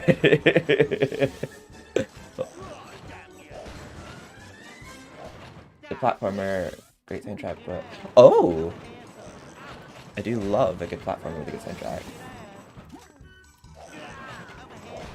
Oh, I don't mind a challenge. I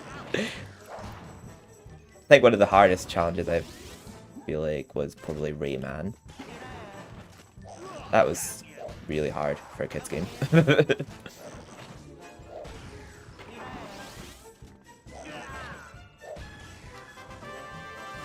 Oh, okay. I get it now. Signing jobs.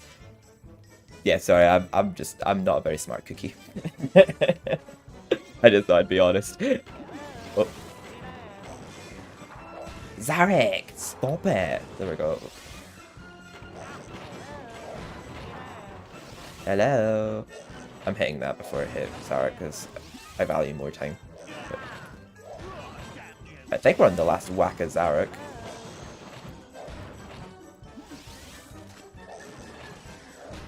And then we just have the ones for that involve killing enemies, which is really fun. It's always fun to wreck people. Get shut on. Ah! It's way harder. It's way harder than Rayman? God. Rayman, like, especially to complete 100%, it was really hard.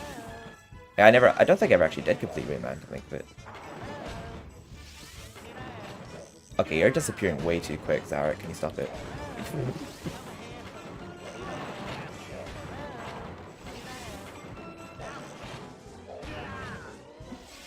Right, hopefully it was... Oh. There we go. 38 out of 38. That should be gold, right? Right? Yay! There we go. We got our carnival token. 7 worlds of 20 levels. Then Dark World versions too. Oh, so it'd be more of a grind, really, wouldn't it? Like, I'd have to just take a long time to get through. Thanks for letting me know about it. I'll definitely bear it in mind. I'll let you know how I do. And ask you for advice on it whenever I do play it to help me with certain parts. I'll do the weapons master part first, because I feel like out of all these, that's probably my least favourite of these 3 remaining ones, so we'll get this one out of the way first. So this one, basically, we just have to go through waves of enemies, like, using only specific weapons. The arm one's pretty easy, because all we have to do is just kill a load of zombies. And their HP is very low. I played it on 360 arcade, PS4, Vita, and so... Oh! Well, I do like hunting a good trophy here and there. And I like getting some easy ones, but I also like challenging myself to a tricky one every now and then.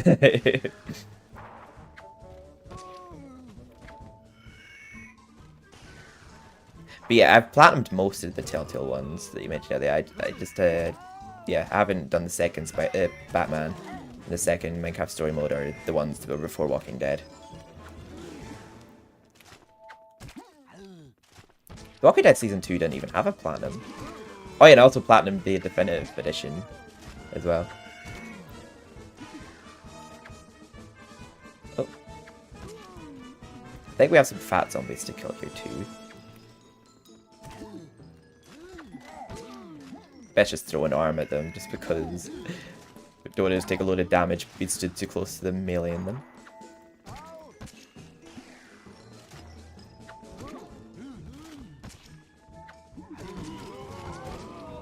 Oh god. Got several there with that. With it. Oh.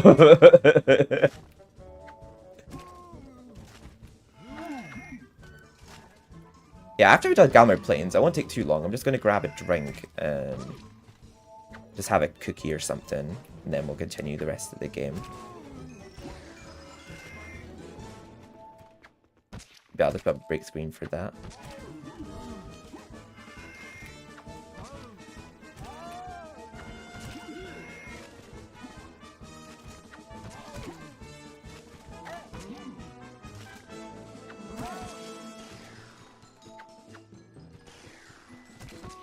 Yeah, Essence Spot reminds me it's on a PSP sometimes, because like I had to keep remembering to center my camera by pressing R1. Because yeah, the PSP didn't have 2 back buttons, it just had I think it was just R1 and L1. It didn't have like L1, R2, L1, L2, R2, L2. Oh god, that. You know what I'm trying to say, I just can't get my words out.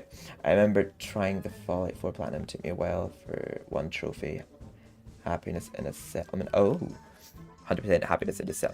The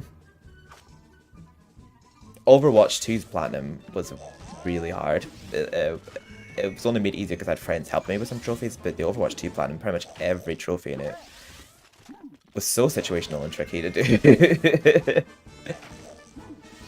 I felt like that was a really hard one.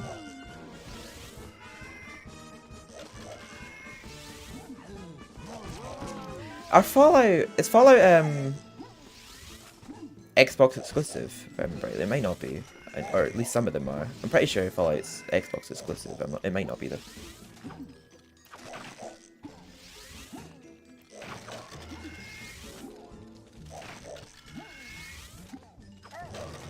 Yeah, these skeletons are going to be a bit tougher because they're from the ghost ship, the second last level. But if you try to dodge us, they have more hit points. But we don't need to worry when we get to the ghost ship. They'll die in one hit because we'll have the Woden sword.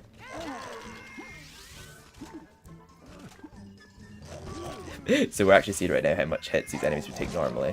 See, those are the pumpkins from up in Gorge. I don't dislike how they look, but I don't like the...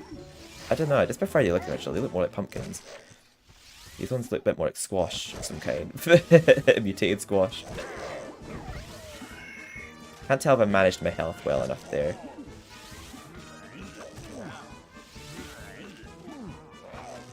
Hopefully we don't have to deal... I think we maybe do have to deal with some of the sandbag enemies. Which I am so glad we're getting the Woden's brand for defeating when we get Scarecrow Fields because they're pretty hard to defeat normally.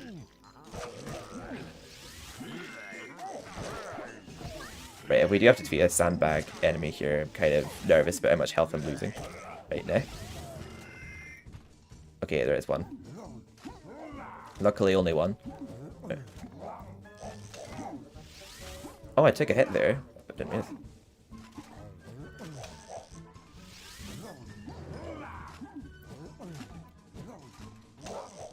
There we go. Let's try bait him to missing hit before we swing.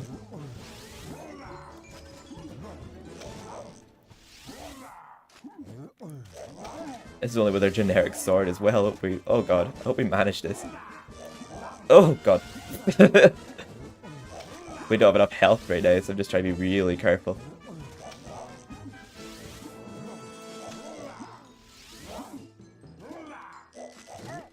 Oh no, I only have one health. Oh god. Please tell me that counted. Oh come on, that should have been a success. I killed him. That is so... Fallout is on Oh, Fallout 5 maybe on Xbox exclusive, but it's not out till next decade. No, it's on multi-platform. You can play 76. Oh, okay, that's cool to know. I for some reason thought they were all only on Xbox.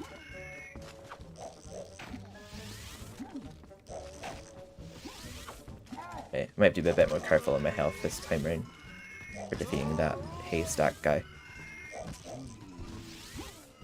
Yeah, and there was only one of them there. We have to deal like several of them on Scarecrow Fields. Just because those haystack enemies weren't on the original Scarecrow Fields. They were, it was just farmers in the original Scarecrow Fields and scarecrows. But it was the scarecrows that were hard to deal with in the original Medieval, but they're not a threat at all. In MediEvil Resurrection, they're really easy even without the Woden sword, but it's the haystack guys that are the pain in the arse. I'm struggling to not get hit by that guy.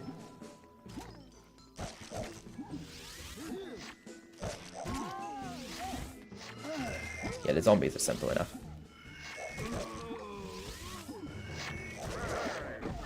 Yeah, the pumpkins, like when you're close to them, they like whip you with their tongues. But then when you're too far away, they spit venom at you.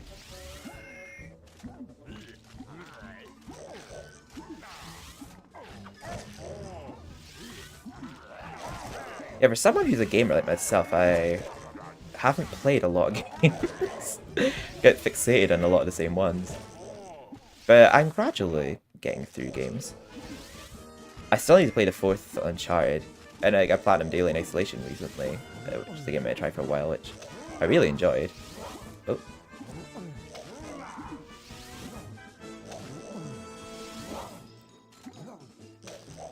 I still have to Platinum Watch Dogs Legion. Like, I Platinumed Watch Dogs 1 and Watch Dogs 2. Watch Dogs 1 was a much easier one than Watch Dogs 2. Apart from one trophy for taking a photo with someone vomiting. That was not as easy as it sounded. There we go, we did it that time. Only Bethesda game was exclusive to... Oh, okay. Yeah, I just always heard something about being exclusive to Xbox, but yeah, I didn't realize that like it was multi-platform.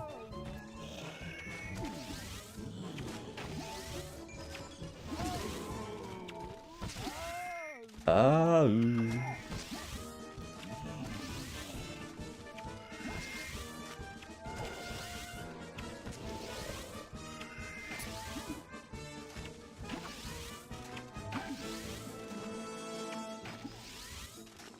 But luckily we're not going to be very wasteful over daggers right now. We seem to be landing them all.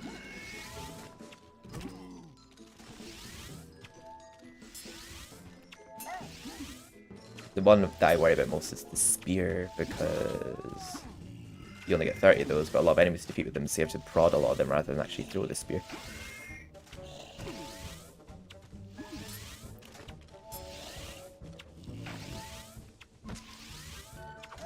I actually like how the... Sorry, I actually just took a hit there because I was looking at the mummy close up, because you don't really get to appreciate how these enemies looked on the PSP, but they look so upscaled and you see them so clearly here.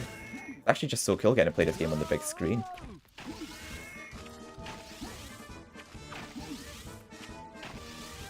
Ah, whoa. My comments on needing justice. Oh, I actually didn't realize that.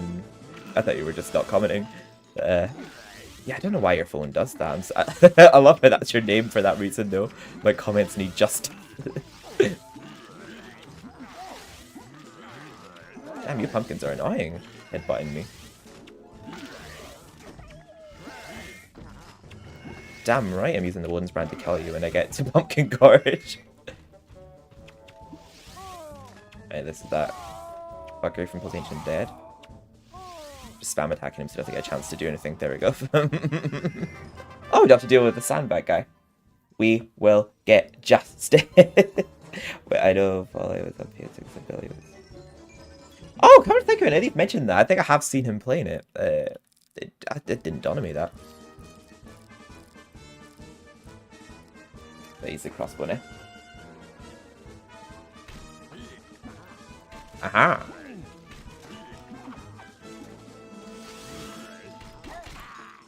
I do want to hit them with charged hits, I just don't want to miss too many arrows. Oh.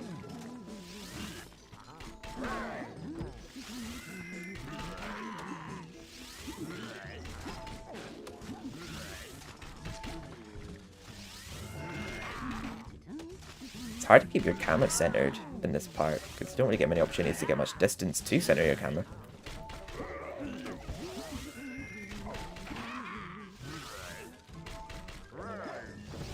Yeah, we're getting a taste right now for some of the enemies we're going to face in late game.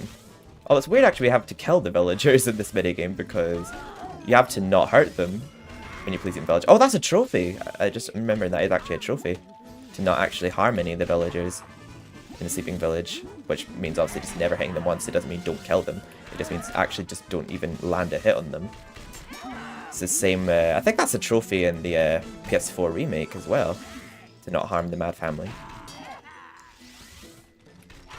But it's easier than it sounds. You know, like if you need to hit any chests open that are like near them or enemies, just try and lead them away from it. So that you can hit it with actually hitting them too. I got that one with relatively no bother when I went for it first try, so hopefully it's the same this time.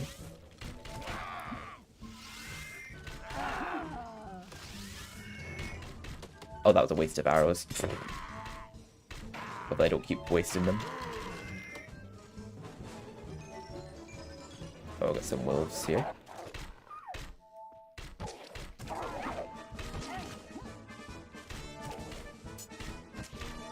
Oh, we've not had a sandbag guy showing up yet.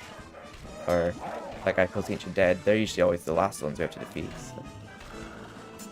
Hopefully get one soon. Hopefully next stage is the last one, because I feel like I'm running out of arrows. Oh no! Got some pumpkins too. I might have not been very resourceful with my arrows here then. I'll just fire single arrows to them then, rather than I cluster them at once.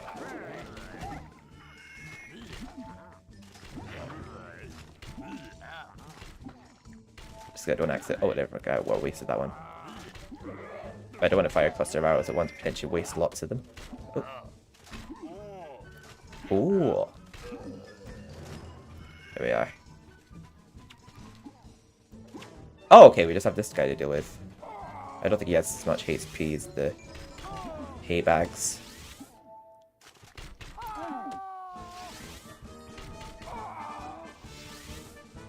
Hopefully, I was gonna say, yeah.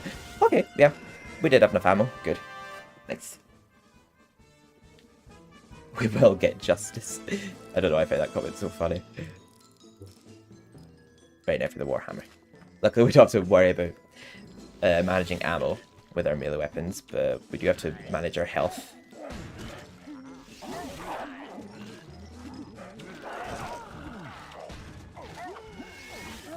Oh Jesus, I'm getting absolutely dragged here. That's not a good sign. Especially not in this first wave of enemies. God.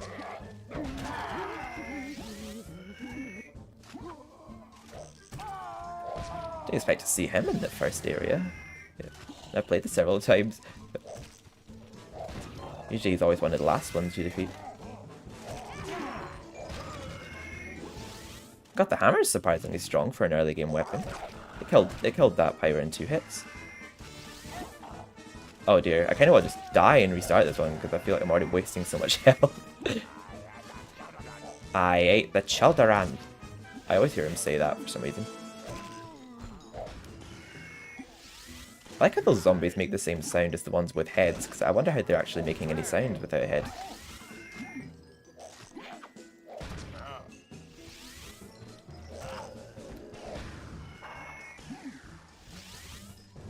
Alright, we've got some mad people here. From the asylum. Only one? Oh. Oh! That was actually easier than I thought. I thought it was not managing my health right there. Well, I wasn't managing my health well there. And I know exactly what you mean. He is very Shrek. He is called Mr. Mad. So basically Shrek because he is a very mad man. So... Oh, I didn't know this would kill the pumpkins in one swing. Oh. Well, one charge swing to be specific.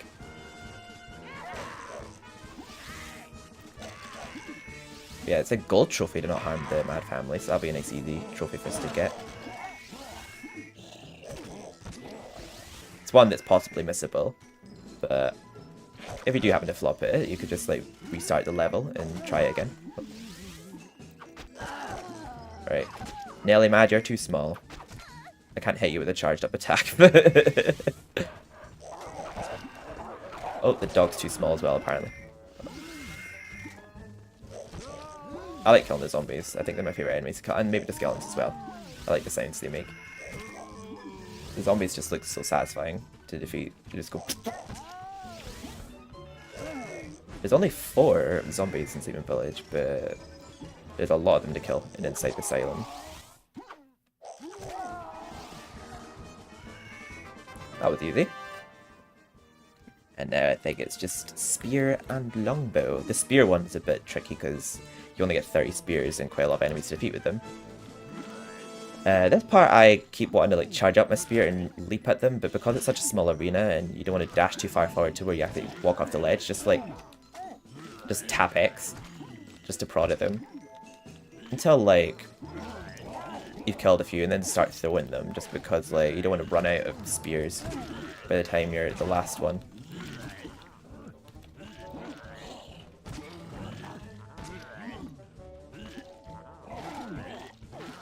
But you can definitely tell this level expects you to give up before doing all the mini-games, because it is a really strong weapon you get for persevering and doing all the challenges.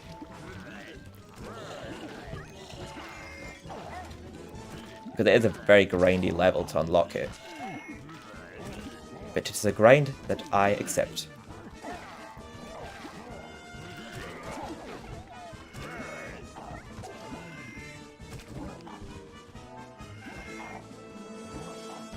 Well, he's flopping a bit.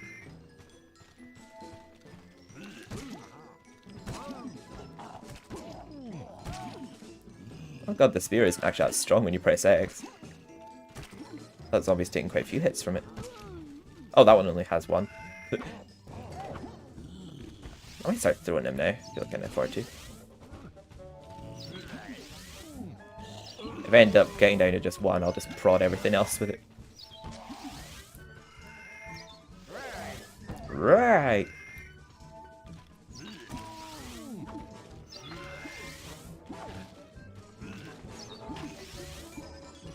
But yeah, just throwing 30 spears would definitely not have been enough for all these enemies, so yeah, you do have to just poke some of them. I think the spear challenge was always the one that kind of got me when I was younger. Oh yeah, I forgot we have 2 of these to kill with the spear. Spear is very strong when you throw it though, so hopefully we can just kill one really quick before the other one catches up. There we go. We just have this one to deal with.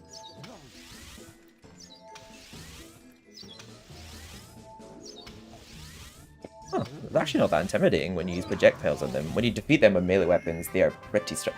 Lana, hello, welcome in. Yes, you did hear Shrek indeed. Mr. Mad from this game. Shai thinks he looks like Shrek. How are you doing? It's great to hear from you, lovely. Yeah, Shai, if you can give Lana a wee shout out. If you have clips available.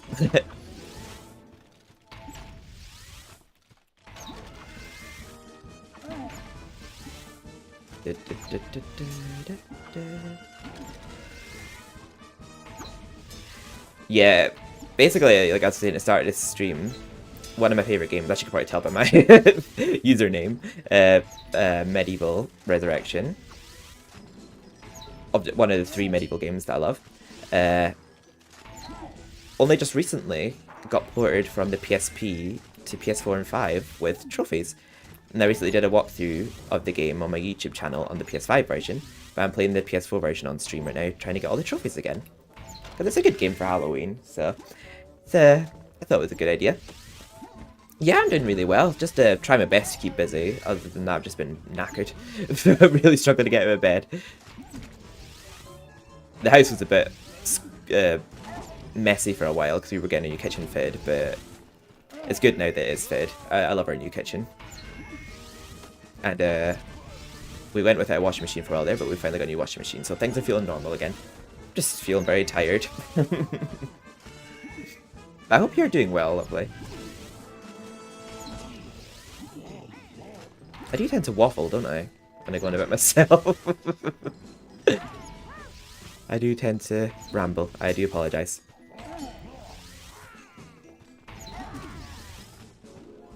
I swear I thought that sounded like a song starting. You sounded like you were about to start singing there.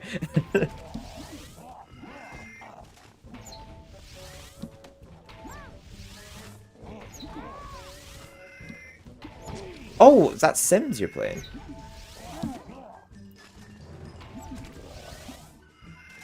That reminds me, I need to go murder a wife's husband so I can steal him on Sims again soon. That sounds nasty to say. I had to emphasize on Sims so people don't arrest me.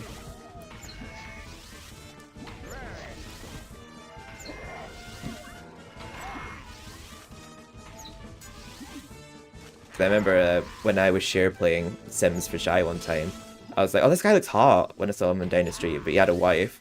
So we invited his wife over for, I think we just invited her over. And then we built a room and we just shut her in it until she died. And then we married her husband. We're not messed up at all. Well, I'm not messed up. It was my idea, but...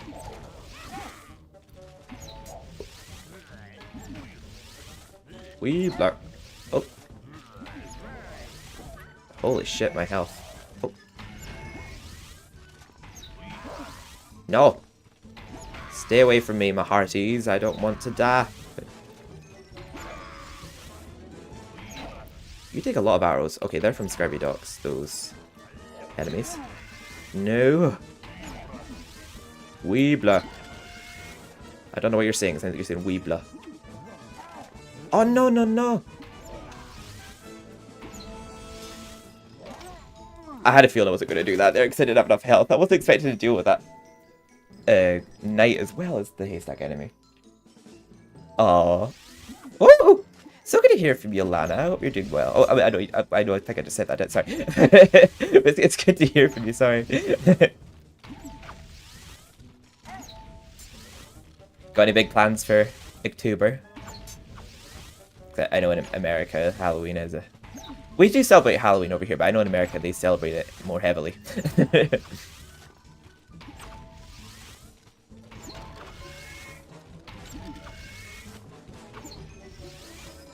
To me, it's Halloween all year round. I think I forever love Halloween vibes. But there's something satisfying about just watching horror movies and playing horror games at this time of year. Stop missing! There we go. I can't afford to miss these arrows. Don't get so close to me! There we go. Personal space skeletons, Jesus.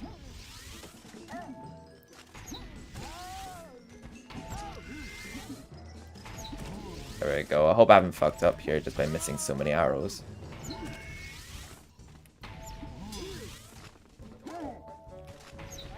Yeah, screw you, get shot on your arse. I don't know how that one missed. It went right through your face. I have justice for my comments on my laptop. Yeah, I don't know why it's like something doesn't work on your phone. It's so weird.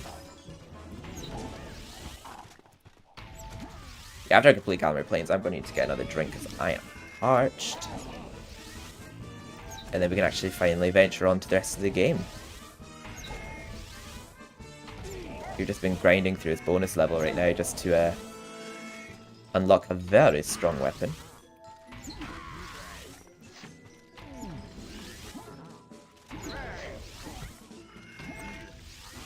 But yeah, this level could be skipped entirely, like, and you can still 100% the game. It's basically just there for just having fun mini-games, really. And as a means for unlocking a gate to the Enchanted Forest. But if you're willing to actually sit through all the minigames and get all the carnival tokens, you get a really good surprise. So that's what we're doing right now.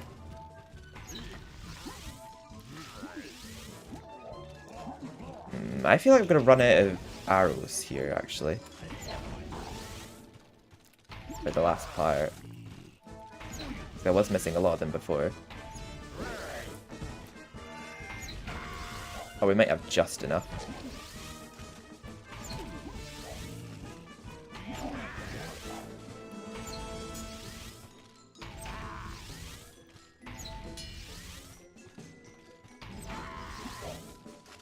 You guys take way too much hits. Wait. I feel I'm better charging up my hits because they'll do more damage. They also love to miss. Okay, seem to be doing a bit better for health this time, right?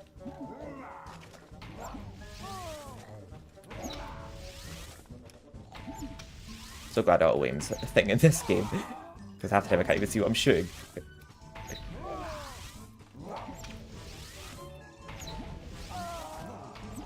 Oh good, he's dead, so I just had to focus on it. Yeah, we definitely have enough arrows for him. Just hope we have enough health. No, stop hitting me. We don't need that. We might just spam shoot him actually, just so he doesn't keep getting close. There we go. Yeah, we've done... Ah, we got another carnival token. We've done Weapons Master now. My laptop and TV are almost perfectly in set. Oh, good. Oh.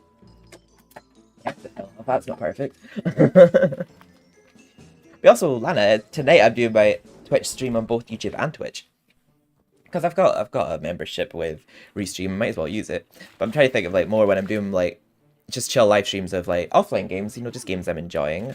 I might just stream them on both YouTube and Twitch. And whenever I'm playing something like DBD and that or Overwatch, I might just stream it on just Twitch, like all my online content.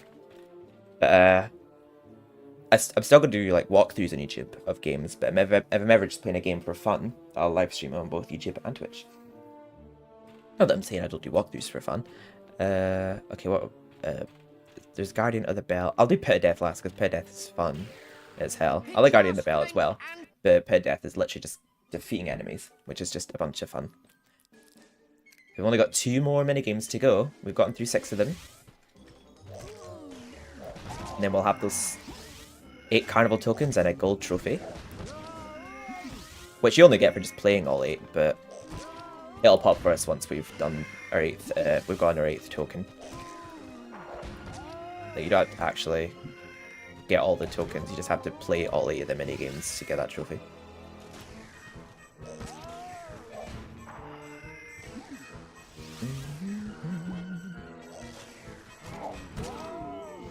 Oh, that's nice. I didn't expect that to get all 3.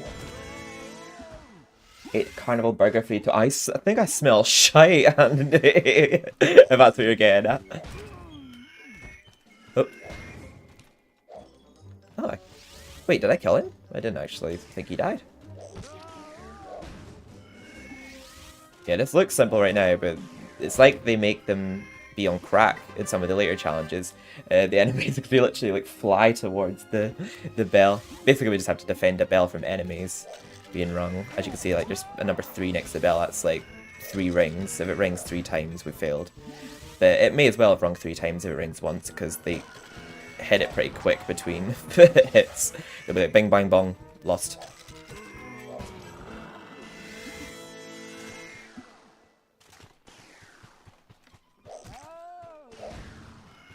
Oh. I remember in the very last one, there's absolutely nothing between the enemies and the wall, like not the wall, the bell. There's like none of these walls like right here. I remember in the final one.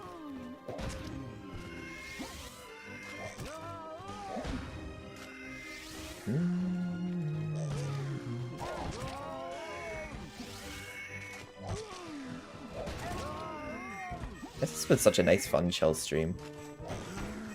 Just playing one of my childhood favourites, and it's been quite a successful stream, I feel. A few people have been popping in and out. Challenge C. Commence, Sir Knight. Oh, time to kill Shrek. Oh. And there's Fiona. Might as well just call her Fiona since he's Shrek. So, Mr. Mad is Shrek. The gargoyles are frogs. The new things I'm learning about MediEvil Resurrection since having Shy watching.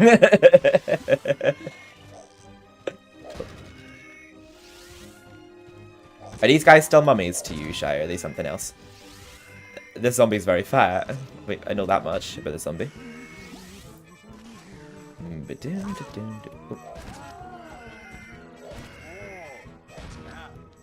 I don't recall Shrek being so violent in the films, wielding an axe.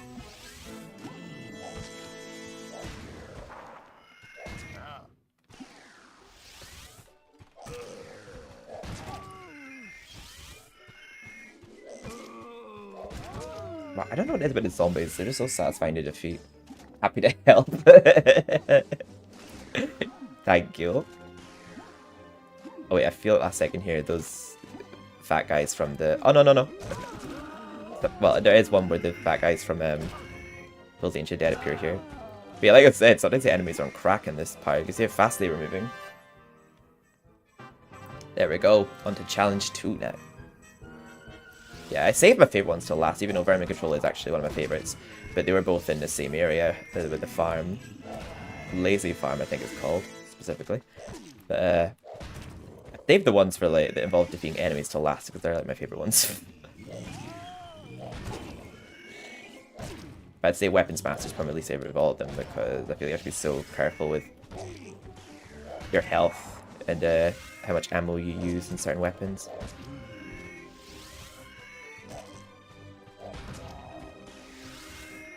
For anyone who's been watching through all the Galmer plays, I'm sorry if the soundtrack has been going through your head. We will be hearing different tunes soon, don't worry.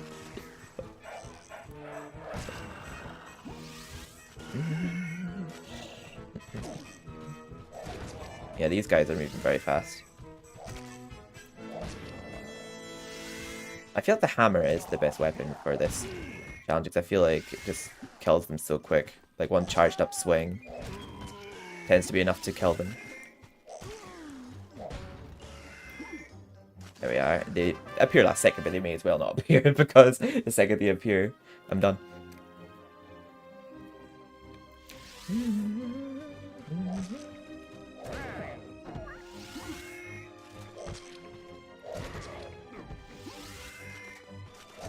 But after we've done Galmer Plains, I'm just going to take a break just to go for a wee. Just grab a drink.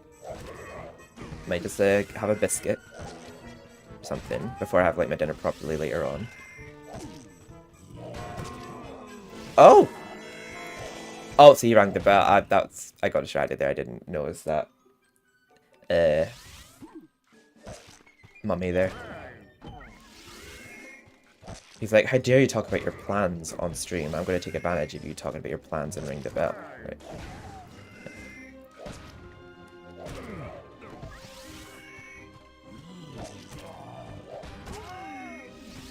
Yeah, you went ringing this time, motherfucker. Yeah, so the hell there.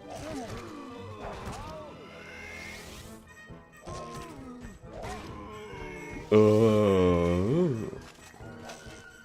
Oh, luckily they're not trying to attack me this time, these haystack guys. They're only trying to attack the bell. They can actually damage you here, though, funny enough. Like, if you're in their way when they're ringing the bell, it actually does damage you. Very good attention to detail, I suppose.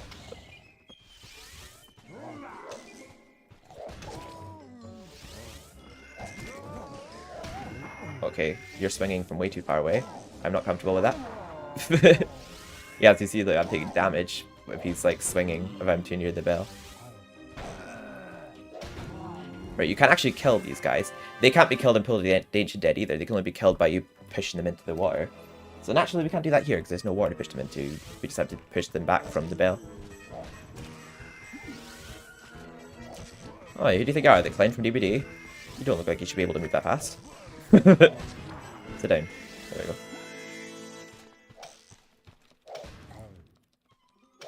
Yeah, I'm just gonna target. Oh, actually, never mind. He seems to be going towards the bell pretty fast. So I'm just gonna try and kill him really quick since he has a lot of health. But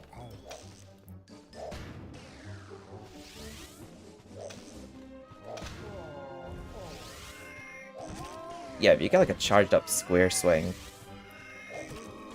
on them and then land like the spiral hit and the slam, is really powerful. Yeah, I was thinking he must be nearly dead now. I hit him lots of times. They try to ring it from so far away. What noobs.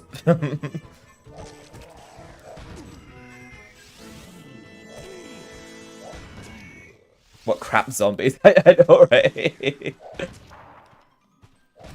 God, I remember when you said that when we were watching Game Up Appearances. You were like, what a crap hoover.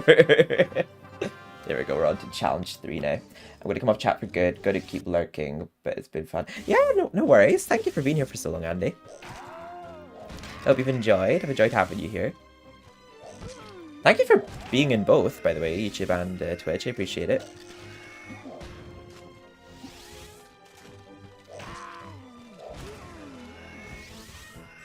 And thank you to everyone here who's just been here full stop.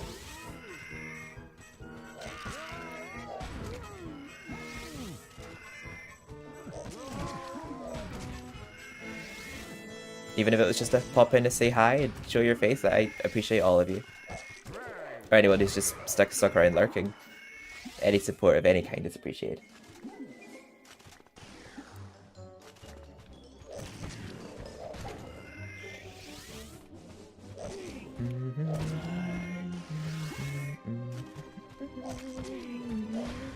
I'm weirdly not getting sick of this music. I think I just love the game's music so much. Like, I do love this soundtrack.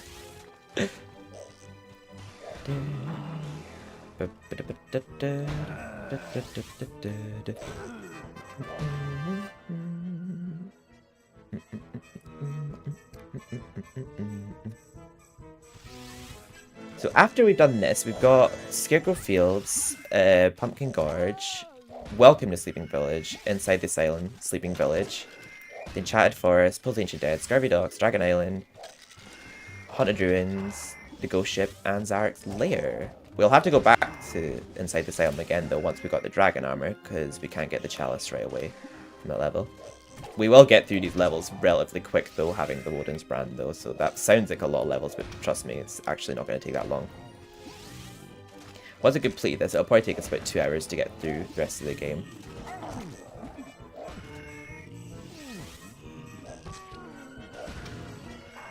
The equivalent of the rest of the game is probably in this level alone.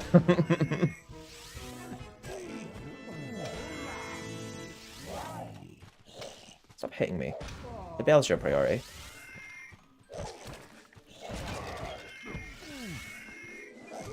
Oh, somehow we stopped him from getting that, thank god. See, these guys are moving like snails, but other times they like move like they're on crack or something. I will just have to spend the last 20 seconds just pushing them back, because they can't be defeated. Because they're too fat to die, apparently.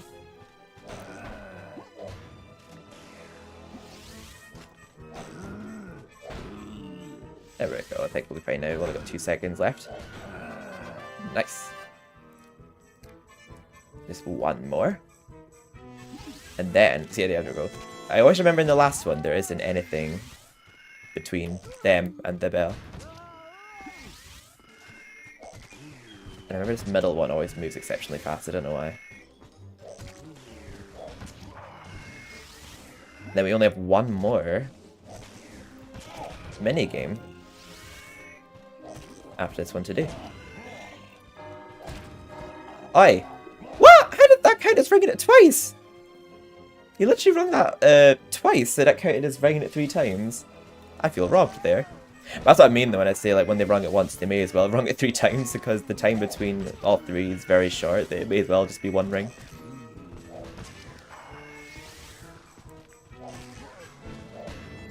Oh, I flopped it, hitting him there.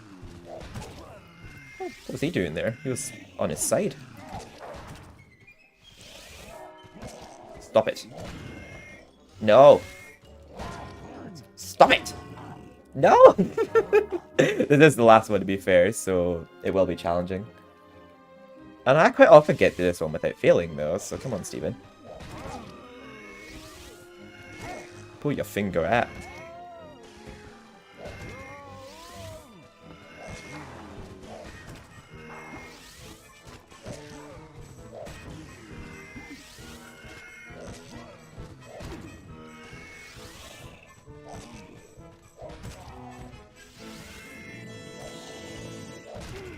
There we go. Mummies have a bit too much health for my liking. Oh, lightning speed pumpkin. I don't know why the one that comes through that middle doorway is faster than the rest of them. Like every enemy that comes through that middle doorway is faster than the other enemies in this area.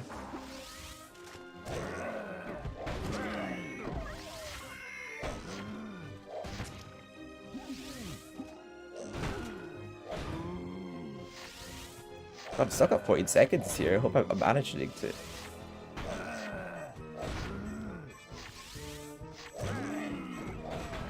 Oh god, this is nerve-wracking. They're so close. Come on. Oh! We did we did it, god. They were getting way too close for my liking, god. Right, now we just have Pit of Death, and then we're done with Galamir Grinds. We're doing it again. Oh! For some reason I thought I was streaming longer than that. Wait.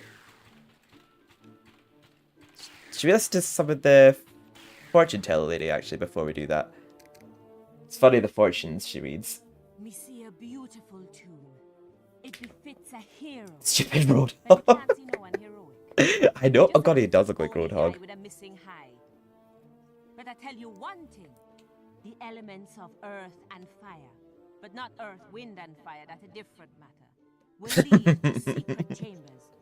Probably with great prizes in this dark place. Seen? Then get out. Then get out. I forgot to look at this in my walkthrough. But it's funny, like all the stuff she has to say about each level. Me see a damp and dismal place, full of mists and such like. Either that or my crystal ball needs cleaning. Full of graves. Me high is captured by a magnificent statue. It gazes on a multitude of treasures. She points the way forward. Yeah, the angel she's talking about. Such as you said. Bonnie boy. She always seems to point at the end of each thing she says. Oh. Look at me mid-swing there. Stupid hag at Hackett's quarry. Oh god, yeah, she's a gypsy. She was as well, wasn't she? I see a abandoned place. A place that used to be full of ugly women with hairy faces. Ugly women. The Bulgarian field event team's training quarters. Wait, it's some kind of witchy place. I see a skeleton searching for stuff that ain't his. Teeth. An infusion of light is the key to that man's teeth. To say nothing of an infusion of air freshener. I feel like it shows the end of my swing after that. I won't look at them all, but yeah, all of her cutscenes for that are on YouTube. But where she just has like a fortune to read about each level, and she just has something memeish to say each time. Oh, there's Pit of Death. Looks like a baby. Why are we killing babies? Test your Wait. courage and cunning. Test your courage and cunning. But this one is purely just enduring a load of enemies. I'm just gonna use the longsword. I feel like the longsword's the best weapon I've got right now. Like, dealing with all these enemies. But it's enough. Oh, it's actually so funny because I remember saying in my walkthrough about saying like how I'm very confident in my skills on MediEvil now, and it said that, and I walked off the ledge and died. I couldn't have timed that any better. I can't remember why I said it, but I said something like that on this, and then I just fell off a ledge and died. Oh, I spat there, sorry.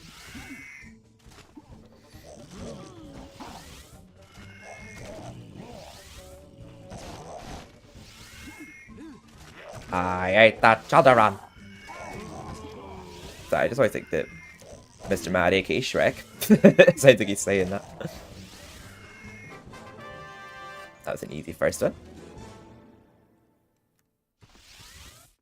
Why give me the hammer again? I want the longsword though. I think it always spawns you in with the weapon that you had before you started the challenge, so I'll have to keep manually selecting the longsword. Yeah, you have to like run around behind those headless zombies because they can drain your health if they keep running towards you. I ate the children. I'm just gonna keep seeing him as Shrek from now on. He's got very similar clothing to him, and it's green.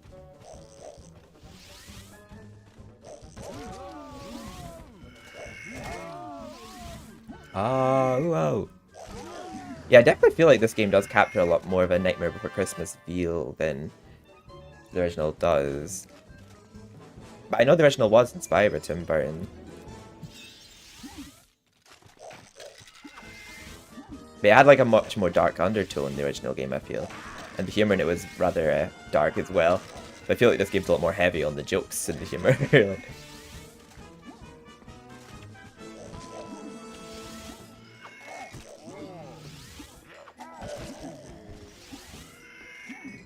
I remember levels like Gauntlet and Neon's Caves are really spooky in that game. I'm actually gutted they left out the Asylum Grounds in this one. That was actually one of my favourite levels from original. I mean, not when I was like younger. That level made me depressed, and actually remember when I was really young I cried that I could complete that level. Like that second level drove me to not second level, that second puzzle from it drove me to insanity as a kid, but it's one of my favourite levels now as an adult. Shrek. But it's weird because inside the asylums in this game, which doesn't make sense to me, it should just be called the Asylum because there's no Asylum Grounds beforehand. It should just be called the Asylum. But I think the game did intend to have Asylum Grounds, but I know that this game was against time constraints, so I think there is content that was actually meant for it that didn't make it to it. But I think considering that being the case, they actually did do a very good job with the game. Like, I was gutted that there's a lot left out of it, because, like, in the original, well, I know all the cut levels left out was the Ants Caves, the Gal's Gauntlet, the Entrance Hall, Time Device, the Asylum Grounds, the Lake, and technically Pumpkin Serpent, because the Pumpkin King is actually a boss in this game that's part of the level Pumpkin Gorge, but the Pumpkin Serpent, like, was a level of its own in the original. Oh yeah, the Crystal Caves is not in this one, but the dragon boss from Crystal Caves is in this, but it's in a level called Dragon Island. But it's only a boss, it's not like a level with Rhinotaurs and Imps in it where you get a chalice, it's literally just a boss. The dragon boss in Dragon Island. But this game has a level that isn't in the original. Well, Galloway Plains if you count that one. But Scurvy Docks is a level that's entirely new to this game. And it's actually my favourite one from this game, but I'm not sure if it's just because it's entirely original to this game, like it's a completely new idea of a level. I remember when I first played it, it was just exciting playing a new level, collecting a new chalice and all that, like just playing a level that wasn't in the original. But I think there was a level that it was meant to be like, sort of, because the lake was after Pulse Ancient Dead in the original. But it's not the same level. I'm just sort of waffling here for anyone who just watches in the future who knows what I'm talking about, but I just probably sound like I'm just waffling on right now. I'm sorry.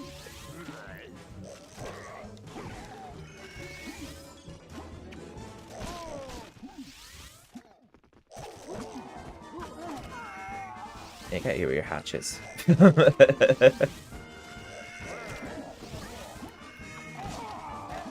Oh. Okay, the longsword seems perfectly fine for this challenge. There we go. We're nearly on to the last set before we've got our Woden's brand. I just keep having to manually choose the longsword because I didn't have it equipped before starting the challenge.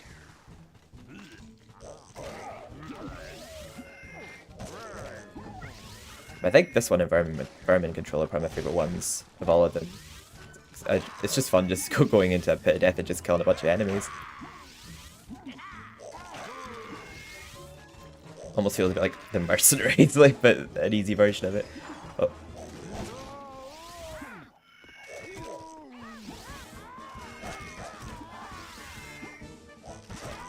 Yeah, the Mad People are from the original MediEvil, but the next two look a little bit more like, I don't know what you call them. Those popping cracker things you get, you throw at the ground and explode. I remember I had them when I was a kid, but I can't remember what they're called. But they also look a little bit like sperms. In the original, they actually looked like Mad People, although it's weird because the original game was like from like a bird's eye view, so you couldn't really see the enemies properly anyway. But it's funny when you actually look at the character models of the Mad People that they didn't have faces.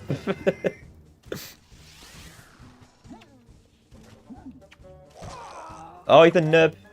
Correct. There we go. He kept missing a hatch. It's like, oh, he's a noob. There we go. Last 3 set of challenges in, and we're getting that gold trophy and that OP sword.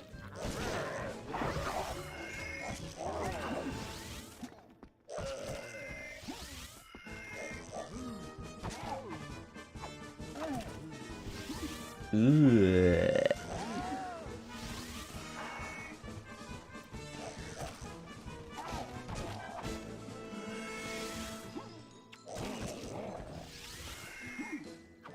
Yeah, and anyone who's watching this like post-stream or in the VOD or on YouTube, yeah, feel free to like skip the Galmir Plains grind if you wanna. You have free reign to skip to wherever you want to post-stream. But I do have like an official walkthrough on YouTube. Anyone wants to watch my official walkthrough, but I will also archive my streams of me just chilling and enjoying games. Careful, you're looking picky. Yes, I'm well aware, Al-Salam.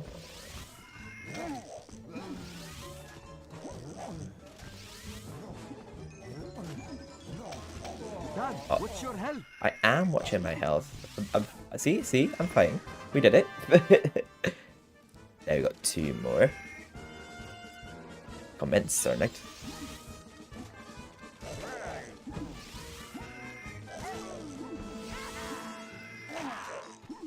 I feel like there's no point where like it gets notably a lot harder. Like I think normally I get through like level 3 of stage 3 without dying a lot. There might be times where I fail, but I feel like generally this challenge never really gives me that much bother. Those enemies are such trolls, they like avoid all my hits. Can't wait to use the Woden's brand on them.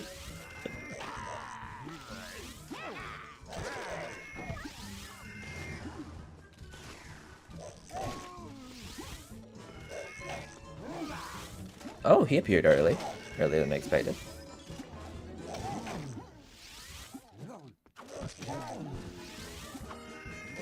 Yeah, I've noticed with them, I have to like bait them into hitting before I actually hit them back. Otherwise, they seem to always land a hit on me. Yeah, I could tell that was going to miss because I got slowed down by the pumpkin hitting me. Oh, that felt very quick, that one. I didn't feel like a level 3 challenge. Okay.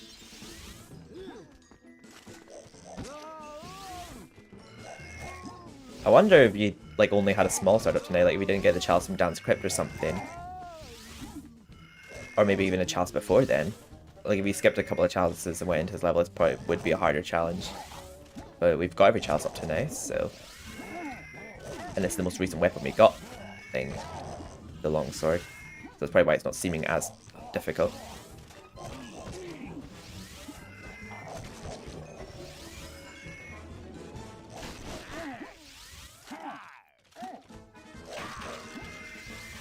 Yeah, I like defeating the skeletons in this game. It's just satisfying to see them just going clank, clank, clank, clank, and then just breaking. Although the pirate ones are kind of annoying. The way they just juke you the whole time and just leave you going, yeah.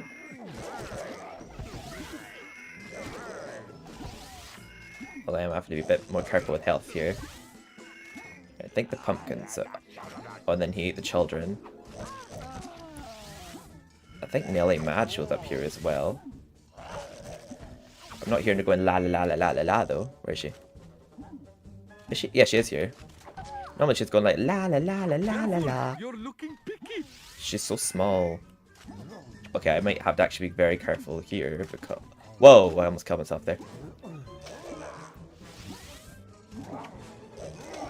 Oh dear, maybe I may actually die here.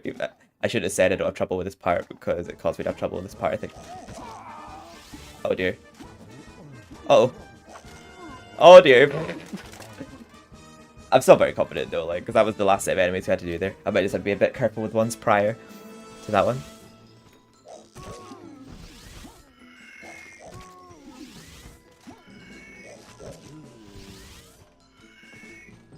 Yeah, luckily Nelly Mad didn't...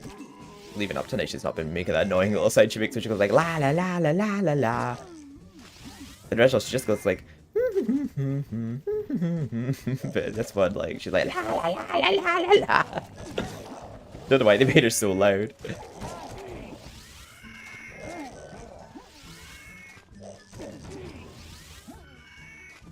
Yeah, and I somehow know the names of all the Mad families, such as Nelly Mad, Mr. and Mrs. Mad, and there was going to be an Uncle Mad, but he was only in the beta. They didn't actually release him. Where he threw bottles at you. I think it was due to the Japanese release of the game that he got removed. I can't actually remember why though, but... I could be very wrong about that. Oh, the best thing! It looks like it's gone so much better than I just walk off the ledge. But that's what happened that one time when I said, like, I'm so confident in my skills of MediEvil, and then I just died because I walked off a ledge.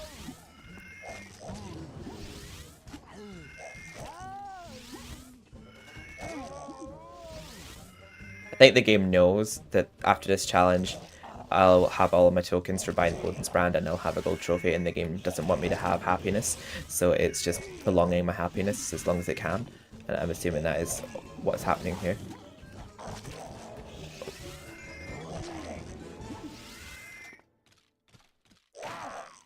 The thing with me is I don't even feel like I'm MediEvil'd out. Like, I did my walkthrough just recently, and I feel absolutely pumped to be playing it again on stream for you, like right now, getting the platinum all over again. Yeah, and I saw it had a PS4 and a PS5 port, so I was like, oh damn right, I'm platinuming both. It's like, do one as a walkthrough, one as a live stream.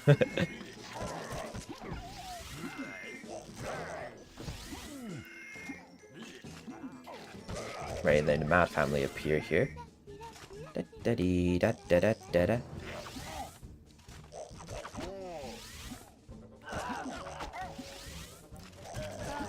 Yeah, we play through Sleeping Village twice in this game. In the original, we just play it once, because we have to go through Sleeping Village to get to inside this asylum. I actually kind of do like the way they structured it in this one. It makes a bit more sense in the original, but I'll mention it when we actually get to the level itself.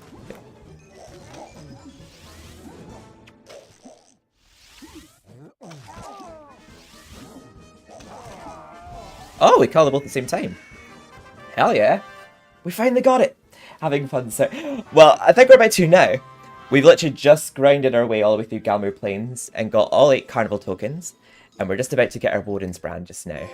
There we go, testing the waters. We got our trophy for playing all the carnival megas. But hello, Soultail, how are you doing? Welcome back. Oh, new milestone reached. Trophy level. Oh, I leveled up my trophy progression. But yeah, it's having a blast. We're finally able to actually progress with the game now because we just grinded our way through Galmir Plains. I worked in carnival once, but I quit. Second billing to I speak to the frog to buy our Woden's brand. Hello, stranger. What can I sell you today? A nice bit of schmuttel. Thank you. Yeah, the rest of the game will be so much easier now that we have this. There we go. Yeah, we don't need to worry about those haystack enemies from Scarecrow Field. God, I can't think of the level for saying there. So we can't go out the path towards Enchanted Earth yet because we need a key for that. Hey, I lost my sister at the carnival around here once. That coconut Let's shy shy was before rigged, I tell you. Gallamere Graveyard lies this way, emptying fast. Reservations are no longer required. Oh, right, well, we don't want to go that way. We want to go towards Scarecrow Fields. Ah, the gate to Sleeping Village. We should visit Mayor's house. You Well, never yeah. take me anywhere nice. Well, I've only just met you. I don't even... Technically, Dan doesn't know who you are. Right. I'll save there. I'll be back in just, like, a minute or two. I'm just going to get a drink and... I've got a packet of cookies I'm just going to bring out and just snack on until I actually have my dinner after the stream. I'm just going to go for a week as well real quick. I'm just going to save off the off chance that my game just decides to crash while I'm AFK. Better to be safe than sorry. I'll just put up a break screen and I'll be back in just a sec. I'll put on medieval music while I'm AFK just because I can't play copyright music right now in multi-stream. But yeah, I'll be back.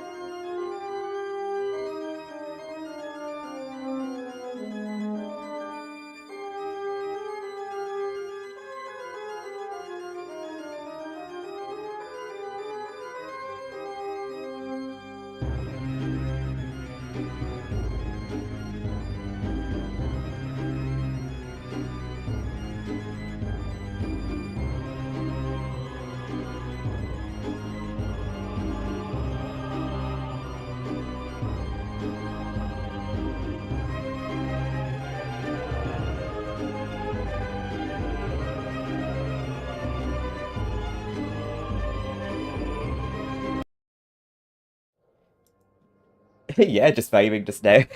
That didn't take me as long as I thought. Just gonna bring up the break screen just now, just to tell I've had a couple minutes of these cookies.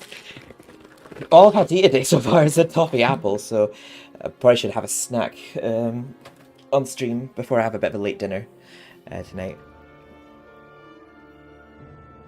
The Belgian white chocolate and honeycomb cookies that I got from Tesco's. Before we venture on into Scarecrow Fields.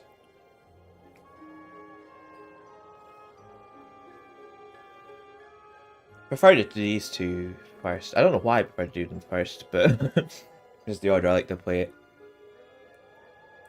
Yeah, the map is sort of like split up into 4 here. Because you have to pass through Scarecrow Fields and Pumpkin Gorge to get to Sleeping Village Original, but the pathing of the map's a bit different in this.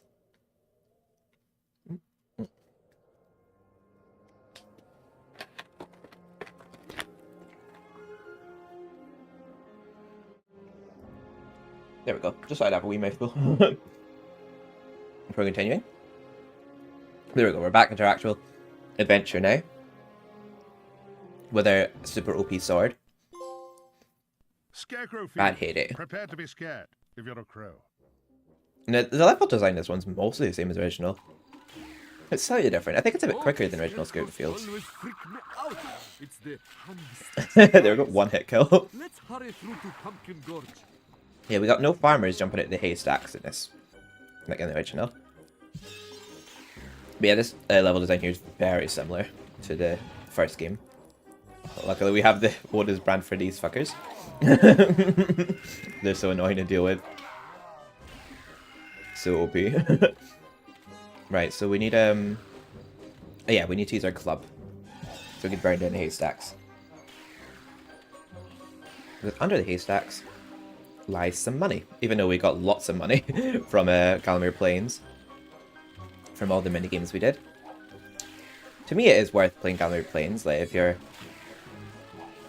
just wanting to like whiz through the rest of the game and just like kill everything in one hit. But yeah, there's a lot of times where I do play where I do just run through Galamir Plains and just get all the chalices and just deal with the weapons I get throughout the rest of the game. But it's just a fun little reward that you get yourself if you grind your way through it. I love this level's music. This is a new soundtrack, like at the time. It was a completely new soundtrack to the game. But the original soundtrack to Scarecrow Fields is remastered and goes to Inside the Asylum on this game. But I think this new soundtrack actually fits the level pretty well. I think the original fit it well too, but I think this one also fits it well. I think there in the original it's just a fireplace. I don't think there's even a room there in the original, but there's a gargoyle, or as you call them, Shy, a frogs here in this exact spot in the original. There's no pockets in the shroud, Tighty. Tighty. Yeah, I'll just buy health file from you. That's all I need from you, actually. I think a vial actually appears in the original, but this little bit of the side here is not here in the original. Yeah, we don't actually need a star rune to get in here because we actually defeat that Mecha Imp to get a rune to go in here and get a club and I think a rune for... Okay, yeah, it's a bit different this part here. Because you don't actually get anything from defeating the imps other than the gate just opens up to the next area. But they carry runes in the original, the Mecha Imps. And a bit of a longer path to get to the Mecha Imp to the original. Oh, I'm just thinking, why are they not killing in one hit? I was thinking, oh, no, I've not got the Woden's brand out. Like, why are they not dying in one hit? I was thinking it's glitched. Two-story metallic imp. I'm just going to defeat it with a spear. And just like the original, the second one we defeat, fire will breathe. It doesn't breathe fire. This one, I think this one just fires rockets out by the looks of things. This is the only level that the imps sort of reappear in again, other than the Hotel Mausoleum. I don't think there was that many of them in the Hotel Mausoleum in this version of the game. But yeah, in MediEvil 1, they were in the Crystal Caves and the Entrance Hall as well. Like, yeah, the original, they were in quite a few levels, but yeah, they're only in this one briefly, and in Hotel Mausoleum in Resurrection.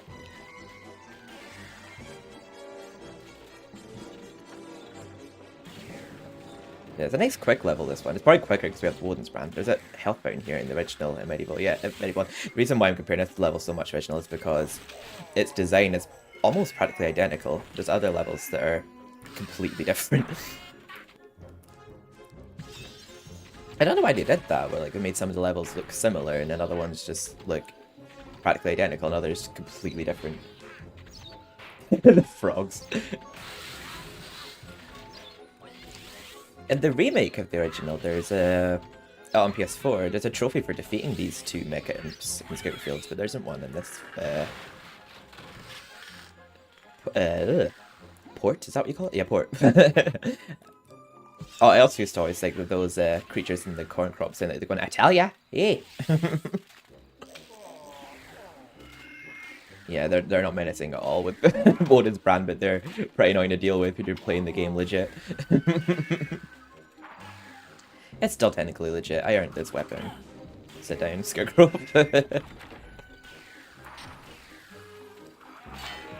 Right, we need to light up our club. It's just fun just defeating everything in one hit. You see the chalice there. Yeah, the chalice is in a different location this level. It's easier to get the Combine Harvester part in this than the original, because you don't have to go past a load of booby traps to obtain it. I feel like a lot of people, when they play the... Well, when they were kids, when they played Scout Fields, probably didn't bother getting the chalice, because it's very easy to miss the Combine Harvester, because it's so near the exit, and you don't really want to go back through... Especially if it's your first time playing, it'll probably be very daunting, the thought of going all the way back through the booby traps you just went through. You put a Combine Harvester piece into a machine and get a chalice. So, like, yeah, it's an easy chalice to forget to get, but it's a bit more forgiving on this version because you don't have to do all that. Basically, the Combine Harvester piece is just under a thing of hay here that you feed to a chicken that's down here. Yeah, there's no chickens here in the original, just in Haunted Ruins. But there's chickens here and Haunted Ruins. Well, and Galmer Plains. I guess you could count that. So one of them has a file under it, one of them has money, and another has a Combine Harvester piece.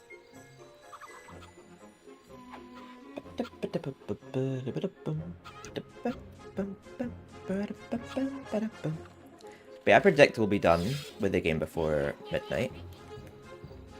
Or maybe just at midnight, or just a bit after. Oh. Which is an okay time to have your dinner, I think. I've been rather happy with how the stream's gone. It's been a rather fun and chill one. And it's been cool having, like, you see what the game's like, Shy, like, in its entirety, to see how you feel about actually platinuming it yourself. Like, I would obviously be there to cheer you on the whole way through it, if you were down to do that. But as you see, we got the Harvester piece there. We don't have to go through all those booby traps beforehand. So it's much easier. But it's actually not for the chalice in this one. It's for a rune, and I think a life fountain. But I think over there in the original, it's a life bottle, a gargoyle, or a frog, a gargoyle, a life bottle, and the chalice. But in this, it's a rune, a health fountain, and a gargoyle. And I think money? I'm not actually sure. We shall see. Oh, flop. I thought that hit it. Yeah, the Combine Harvester in this one looks a bit like a steam train. And in the original, I thought it looked a bit like a buggy with spider legs.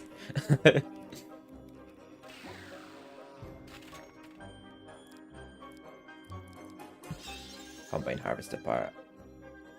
It looked like just the number 1. I remember it looked like a piece of stone shaped like a number 1 in the original, the Combine Harvester piece. But this actually looks like a piece of a machine.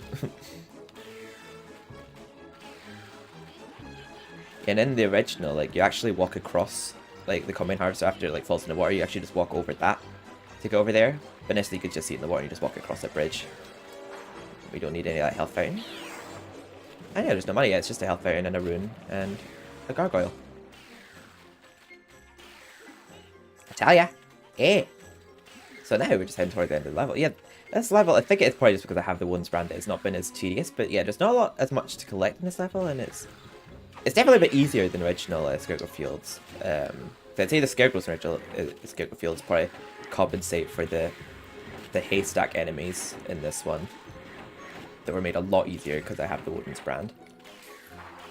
I think the main thing that made the original one harder, apart from the scarecrows themselves, was the fact that you have to go through these booby traps, get the combine harvester piece, and then go back through the booby traps to like put the piece in, and then get the chalice.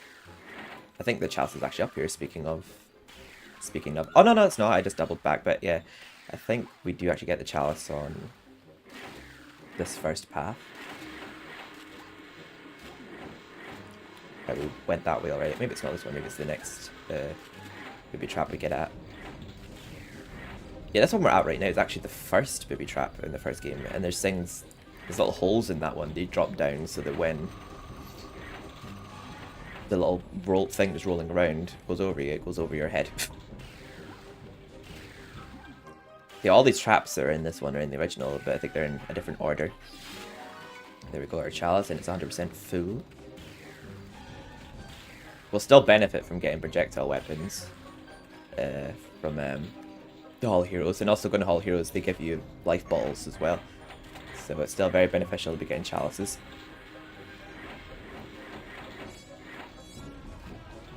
We'll put it this way now. Best with this one is just keep jumping and just keep into the edge of that one. If you don't keep jumping, little sprays of corn will just come out and push you down the hole into that little saw in the middle. I got impatient there. I just thought I'll just take that damage and just jump. And we have to actually activate this trap ourselves so that we can get across. I also like how it's very discreet, but those levers show like green and red indicating whether or not it's on or off. Right, we have a rune to get here first before we go through that gate. Yeah, there we go. Chaos rune. Yeah, the scarecrows weren't in Galmir Plains in any of those challenges like Pit of Death and all that. So there are some enemies that we haven't seen yet. Like the boiler guards, which I'm so glad we have the wooden brand for. Because they're tough. Yes, even on a school night.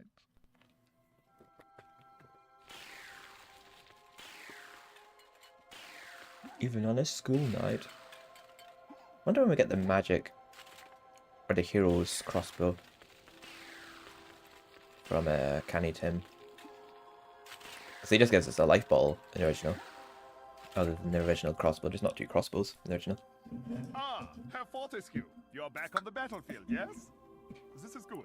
This is good. He's German in the original, but he actually pronounces more German words like ja and nein. This one's just like yes and no. But I say to them, no. Yeah, no. He's like nine in the original. Warfare is a question of science, and the foremost scientific instrument in the world is the shield. And then I pan them with it in the face. And I think maybe you should take my shield, yeah? Test it in the field. It is magic, Herr Fortescue. Some say that it is better to have a magic sword than a magic seal, but I say to you that this is rubbish. But I think the original, I actually prefer the original Starcraft. What did I say before? Oh, I actually don't know. Oh, do you mean when I was in the level? When I said to you? I was just saying, like, just thank you for being here the whole time, and just, hope you're enjoying what you're seeing. Pumpkin Gorge. Hope you gorge yourself. Pumpkin George hasn't been around these parts for years. Yeah, the main thing I remember about first playing this level in this version of the game. Also, this is actually the soundtrack that originally went to Pumpkin Gorge in the original game, just a remade version of it. So this soundtrack is gone to its assigned level. But yeah, this level is completely different to its original version. So if you played the first Medieval and thinking you're going to jump into this one knowing exactly what you're doing, you'd be wrong.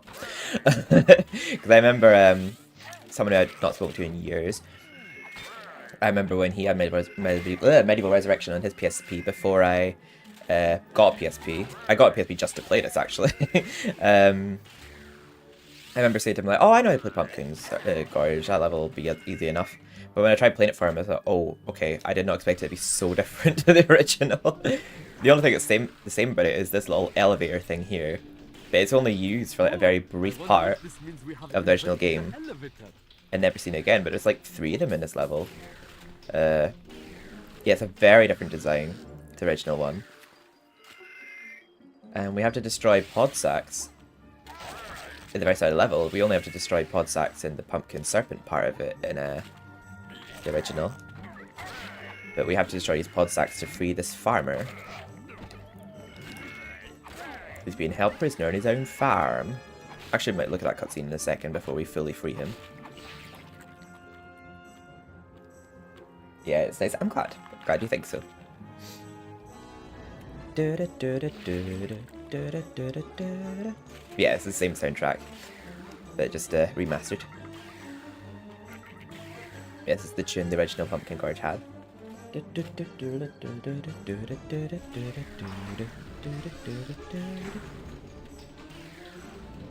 elevator seems a bit glitchy at times. It seems to like rubber band at times where it sort of starts. Yeah, like there. There we go. Yeah, it's a bit of a maze of a level, and if you played it like for the first time, but yeah, just sort of have it memorized like the way I like to play this one now. I obviously like playing it with the Woden's brand, where the pumpkins all die in one hit. That is ideal. Right, so we have to actually go all the way up here so we can get in through that house's roof. Kind of reminds me of Jak and Daxter from this level, the way this one says. I don't know why, it just reminds me of one specific level from Jak and Daxter. I need to play that on YouTube channel actually. I platinumed that. I need to platinum the other ones too. I platinumed the first one, Precursor Legacy. Wait. Oh wait, yeah, we have to go up here first. To get the time rune. And I believe there is a health ball down below. I think this is just open the front door. Yeah, it has. So we'll just go back inside. It's very stuttery, the elevator times. But yeah, this has like a very little purpose in the original. Like it literally just goes up so slowly, and then it's just to get a life vial and a rune, and that's the only one in level. But there's like 2 or 3 of them in this one. Of these elevators. Hello. This is the best place. I'm looking for a dead Dan. Crash Tefano, welcome. How are you doing? Long time no speak. I'm so glad to have you here. It's definitely the best place to go if you're looking for a dead Dan. We just grinded our way through Galmir Plains before and got ourselves the Woden's brand. We're working towards getting the platinum again on PS4. I platinumed it on PS5, which I have parts scheduled throughout the month. It should all be uploaded before October. A bit before the 30th, I mean. Oh dear. Hope I get to Merchant Gargoyle soon. Or a frog, as my friend's been calling them. Yeah, those tentacles can't be fought in this one. Those little tentacle things can actually be destroyed in the original, but in this they can't. If you try, they'll ask you. We're just going all the way up here to destroy a pod sack. Oh, come think of it, I was going to be talking to that farmer guy just to hear his dialogue before destroying them all, so I'll do that in a sec. It definitely makes it a lot easier though, having this sword. I'd played it, what? I am not dead. I'm glad to hear you're not dead. But, Brog fan club. Yes! Maybe I'll get another memory card so I can install the game again. I actually didn't know it was on Vita. They just recently got a port to PS4 and 5, and it has trophies as well. So I was really excited to hear that. But yeah, I got its platinum a little while ago in one day on PS5, but I'm going for it again on PS4. But yeah, we spent about 2 hours there just getting through the Galmir Plains level, but it was worth it though because we've got this really OP one-hit sword. Oh, would you help I, Bony Knight? Looks like a thumb. on my own farm by rampaging orange vegetable life. It'd be right peculiar. Oh no, tain't her doing. It's that pumpkin. Oh, so good to still see you around on my channel, Crash. It's been quite some time. And a basketball for a head. And that's why I'm trapped. I tried cutting, I tried chewing, but these roots are tougher than yesterday's pasty. Maybe you can find a weakness somewhere. Get I free, Zernite. Give you the key to old witchy girl's I don't know why it makes me hungry when he says like they're tougher than yesterday's pasty. And help her bring her unruly produce to heal. Yeah, so we don't even have that entire conversation in the original list. There's like no civilian or anyone in the level in the original Pumpkin Gorge. So I kind of like that, how there's actual citizens of Galmir and farmers in that you see in some of these levels. Like they're not so empty. But I think that's always a good sign though, like whenever like you can not speak to someone for a while and then like be happy when you do see each other. There it goes. Did we get that? Oh yeah, we did get a life ball before. I think we just got our third one in the game. I think there's a trophy for getting 4 of them. There's a trophy for getting all 8. Yeah, I'm currently I'm trying to do more like multi-streams. It depends on what I'm streaming. But yeah, since I've like already done a walkthrough of this and I'm just playing it for fun right now, I felt like I'm just gonna stream it to both YouTube and Twitch.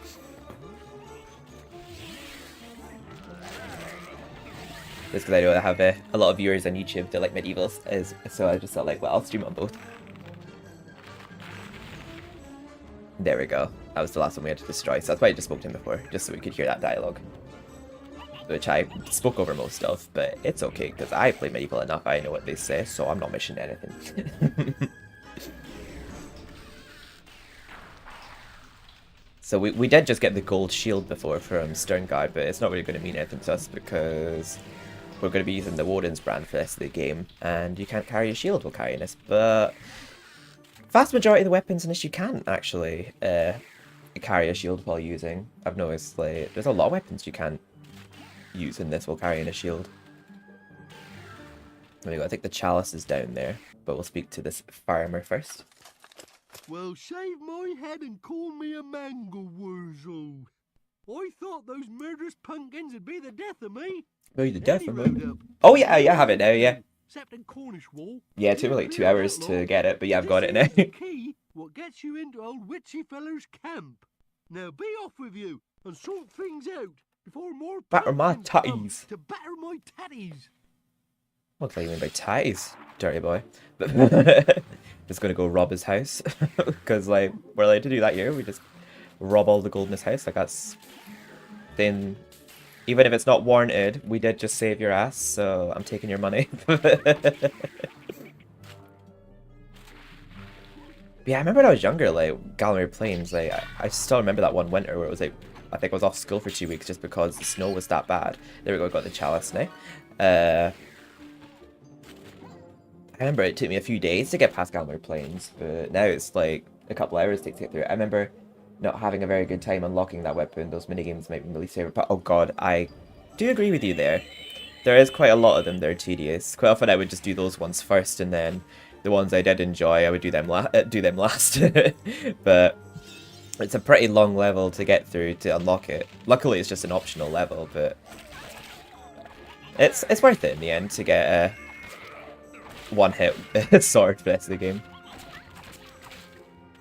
You actually get a different dialogue from the Pumpkin Witch here if you kill the pumpkin before speaking to her in the first place. But we'll speak to her first just to get 2 dialogues from her. What's your opinion of like the remake Crash, like the one that's like a the one on PS4, the grind up remake of the original one? I for the most part do love it. I just have some things I wasn't very happy with about it. I don't like how they censored the spear lady, like half her dialogue, and I don't like how they completely changed the atmosphere of Ant's Caves and Gal's Gauntlet.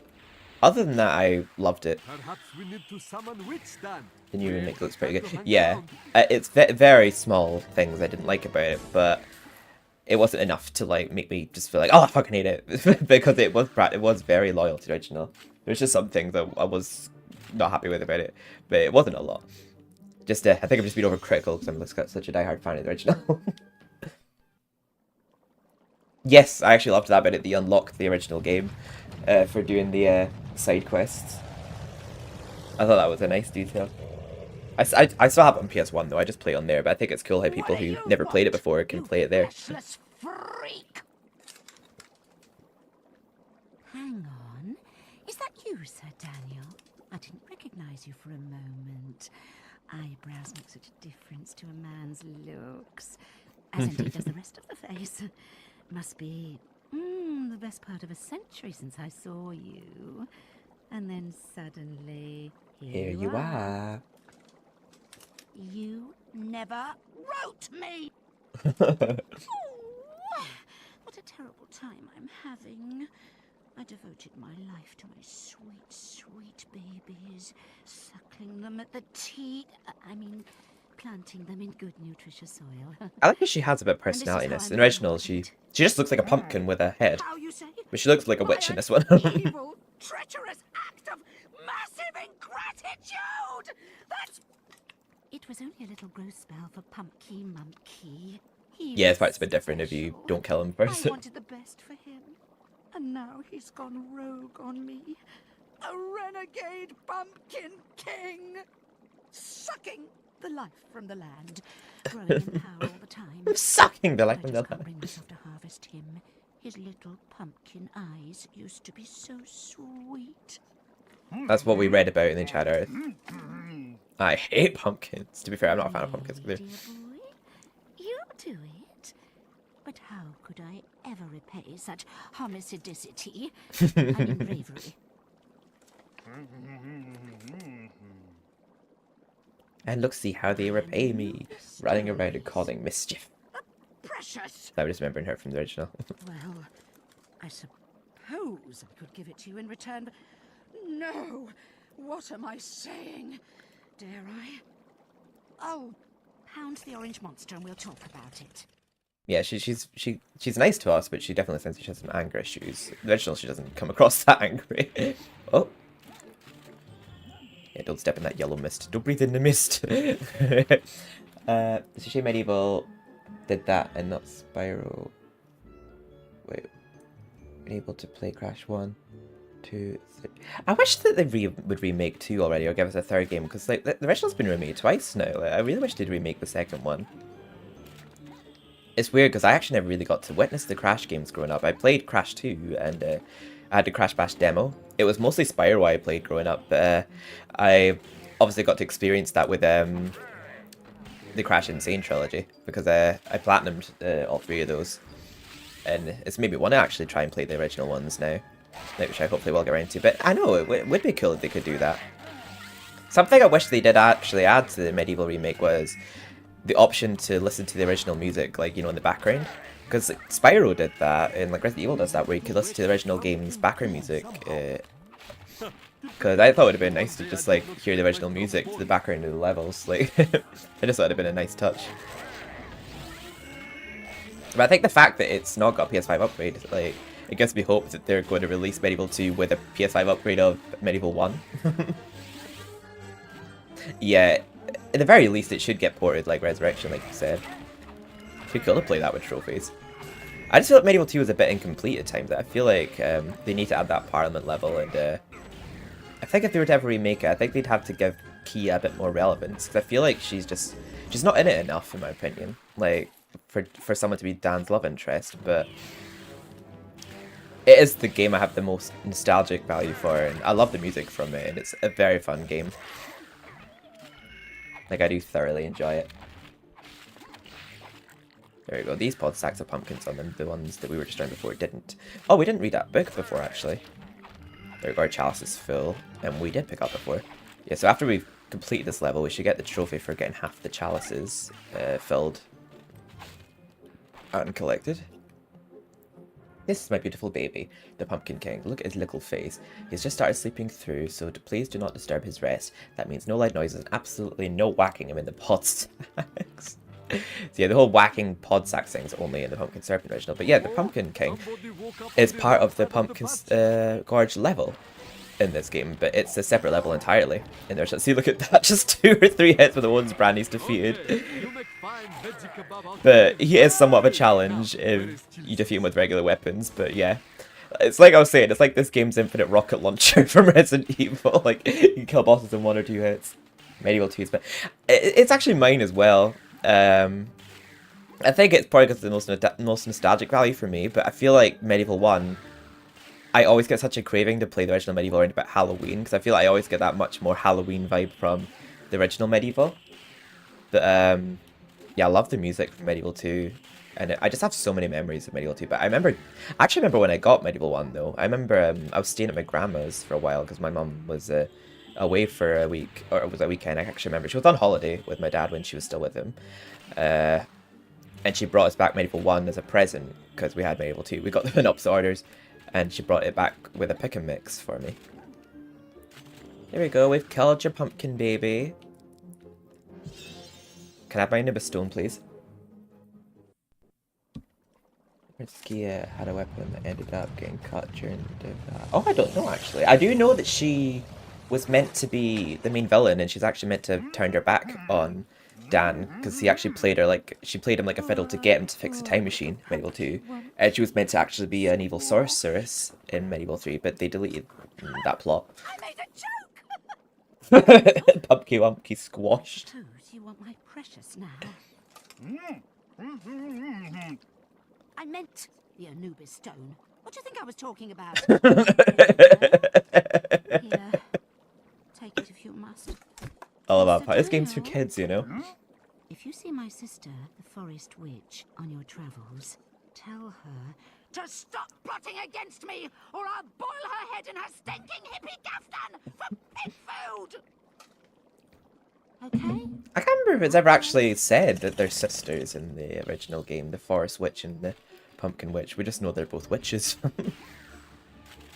I remember it's a trophy in the remake to find the witch's talisman and complete both of their quests, which I thought was a pretty cool one. I thought it was pretty cool that it was a trophy for attempting a cheat code from the original PS1 game. Like, it won't actually work, it won't enable the cheats, but the trophy will just pop for attempting a cheat code. So you'd have to look that one up to know if you didn't know them. I think everyone in Galamir loves pumpkins. Danny has a journal hidden in his crypt, exactly in this remake, and he remembers enjoying his pumpkin. Oh! I actually only read his journal for the first time, well, for that trophy a few days ago, and I read it after we completed Hilltop Mausoleum before, but that's actually weird there, because he was saying how he hated pumpkins, but he also loves pumpkin pie. Well, we'll have to go back to, well, we're about to get a trophy here, I think. Yep, Charles's Souls. But we're about to, we'll be going back later to get the chicken drumsticks. So I'll read what's been updated in it then.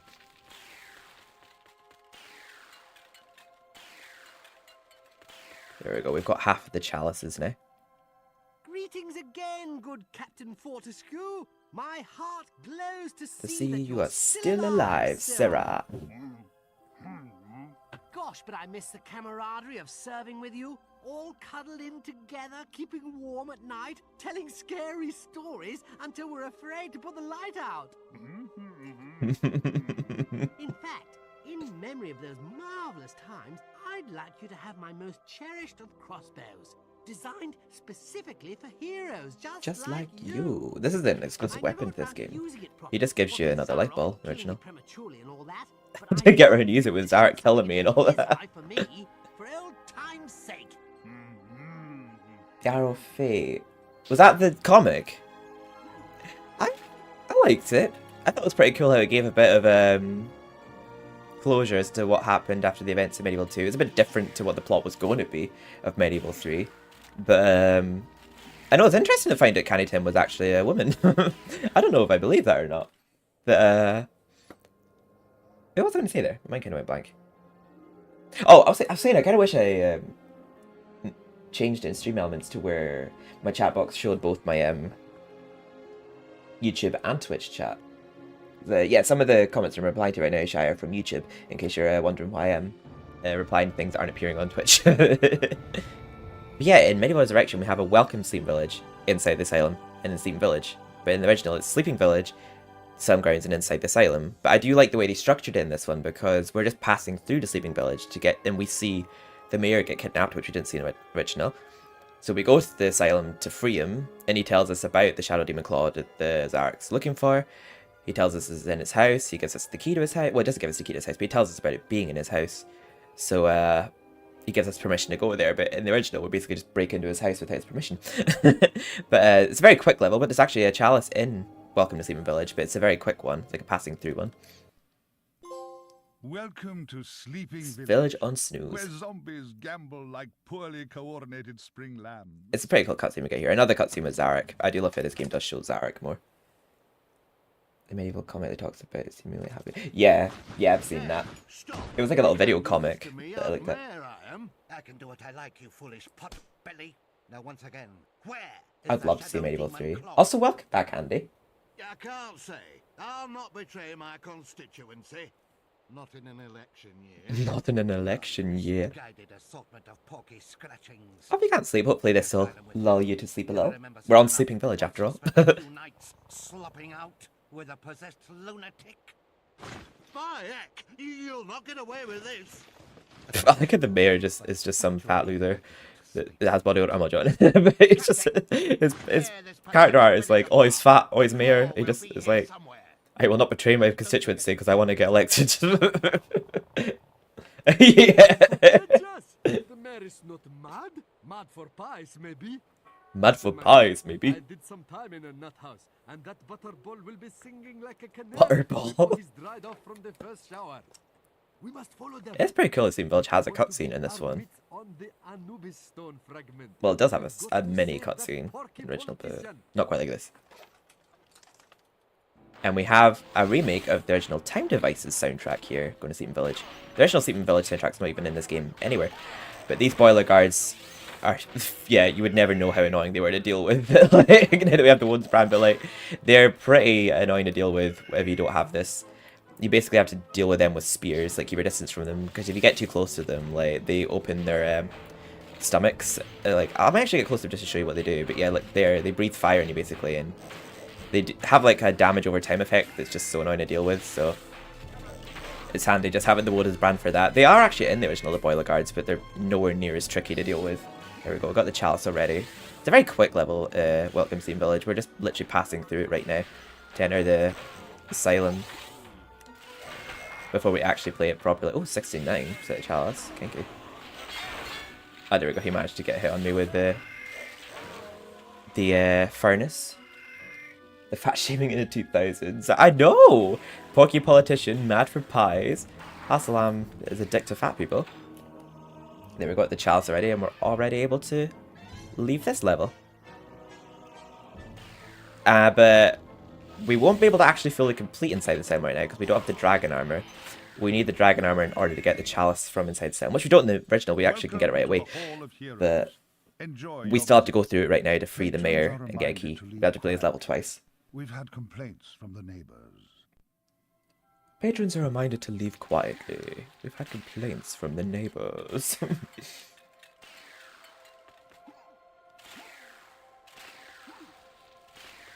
don't remember what weapon we get in it. I think I do actually like the hero's crossbow with I use it like who's it I use it for?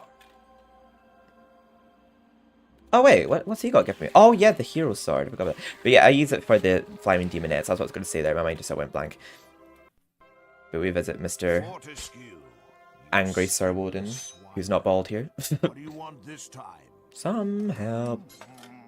Well, yes, I should think you do need help. Sadly, I'm not a psychiatrist or a cosmetic sawbones. Shaw Brainheart. Shoddy rapscallion like you in one way. Here, take this magnificent hero sword before I change my mind. It will be, because I like how you can carry a shield with it.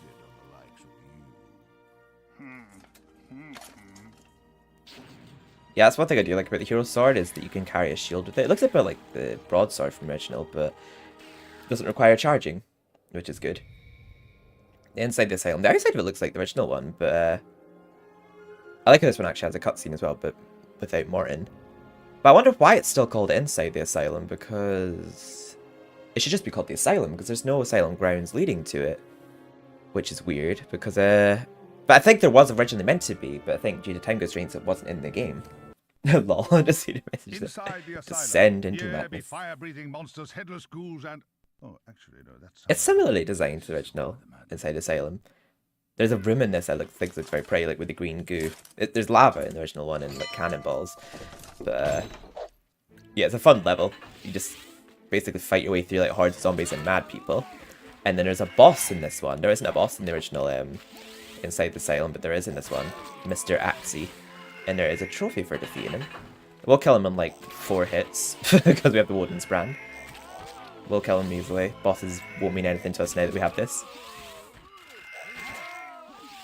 Even the boiler guards here, they would have been a lot more annoying to deal with if we didn't have this. I think the only way you can really deal with them without getting damaged is using a spear, I think. Oh, whoa. The strongest sword in the game are yeah, because like I'm getting all the chalices just for 100% completion, and also because you get life bottles as 2 of your rewards. But actually, I can't remember how many you get from all heroes. I know you definitely get 2 from these Hall heroes. But yeah, that's the only thing. I've noticed it's not just the Woden's brand. There's a lot of weapons in this that require not carrying a shield. Like the magic sword, you can't even carry a shield with. The longsword, you can't carry a shield. The hammer, you can't carry a shield. In the original, I think I don't think there was actually any weapon in the original Medieval that you couldn't carry with a shield. But in Medieval 2, you couldn't. In Medieval 2, you can carry a shield with the Gatling gun or the blunderbuss, and that was it.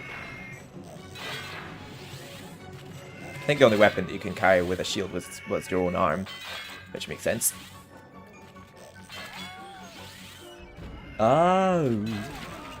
Yeah, I love the look of this room. On my TV, it looks a lot more bright green. For some reason on the recording, it doesn't look as bright, but this room looks so bright on my screen and it looks beautiful.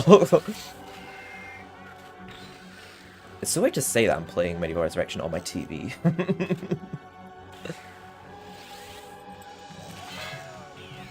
Considering it was a PSP game I played for so long. A lot of which I played on an emulator. So it was a slightly bigger screen playing on a PC. Yes, I actually meant to say this, but yeah, I love this remix of Scarecrow Fields. They used this in the Medieval remake. I kind of wish they did just remake the soundtracks and just do them for themselves. Because I feel like the soundtrack for this game is this game's soundtrack. It defines this game, but like, I feel like, I don't know, almost feels kind of lazy. They just recycled some of the soundtracks from this in the Medieval remake. But I feel like this one kind of does go well with it.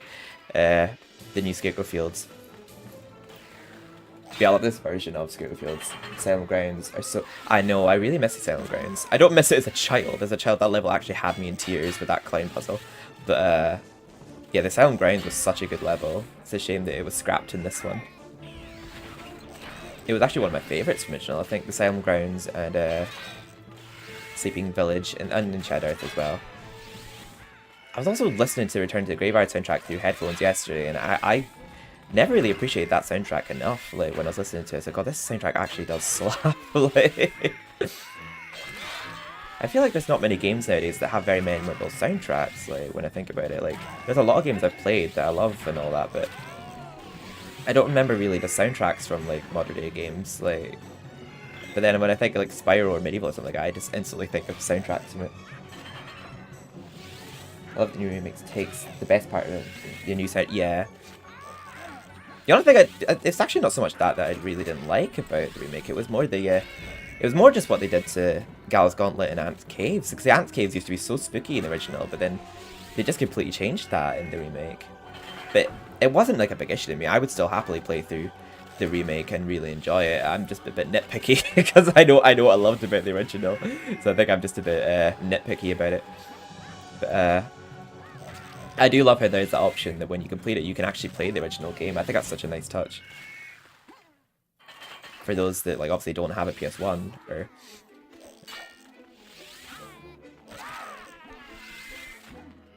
Yeah, I think I've seen I saw something recently. It was like a beta that someone... I don't know how they got access to it, but it's a playable beta, and there's so many scrapped levels in Medieval 1. Like the Coffin Vaults, there's a Mudslide level as well. Circle of Darkness, I think it's called.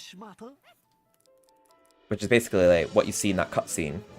What looks like Stonehenge before getting chased by the Jabberwocky. That Jabberwocky chase level had a name, but I can't remember what it's called. But then the level before it was called the Circle of Shadows. I actually can't remember what it's called. But it was very interesting. Let's see if I can actually somehow get a hold of that and play it on the channel. It was cool getting to play that old demo of Medieval 2, but I had to play it on a very crappy emulator for it to work. For some reason it wouldn't work on DuckStation. But it was very interesting getting to play the Parliament level. It wasn't completed, but it was cool seeing like the layout of it.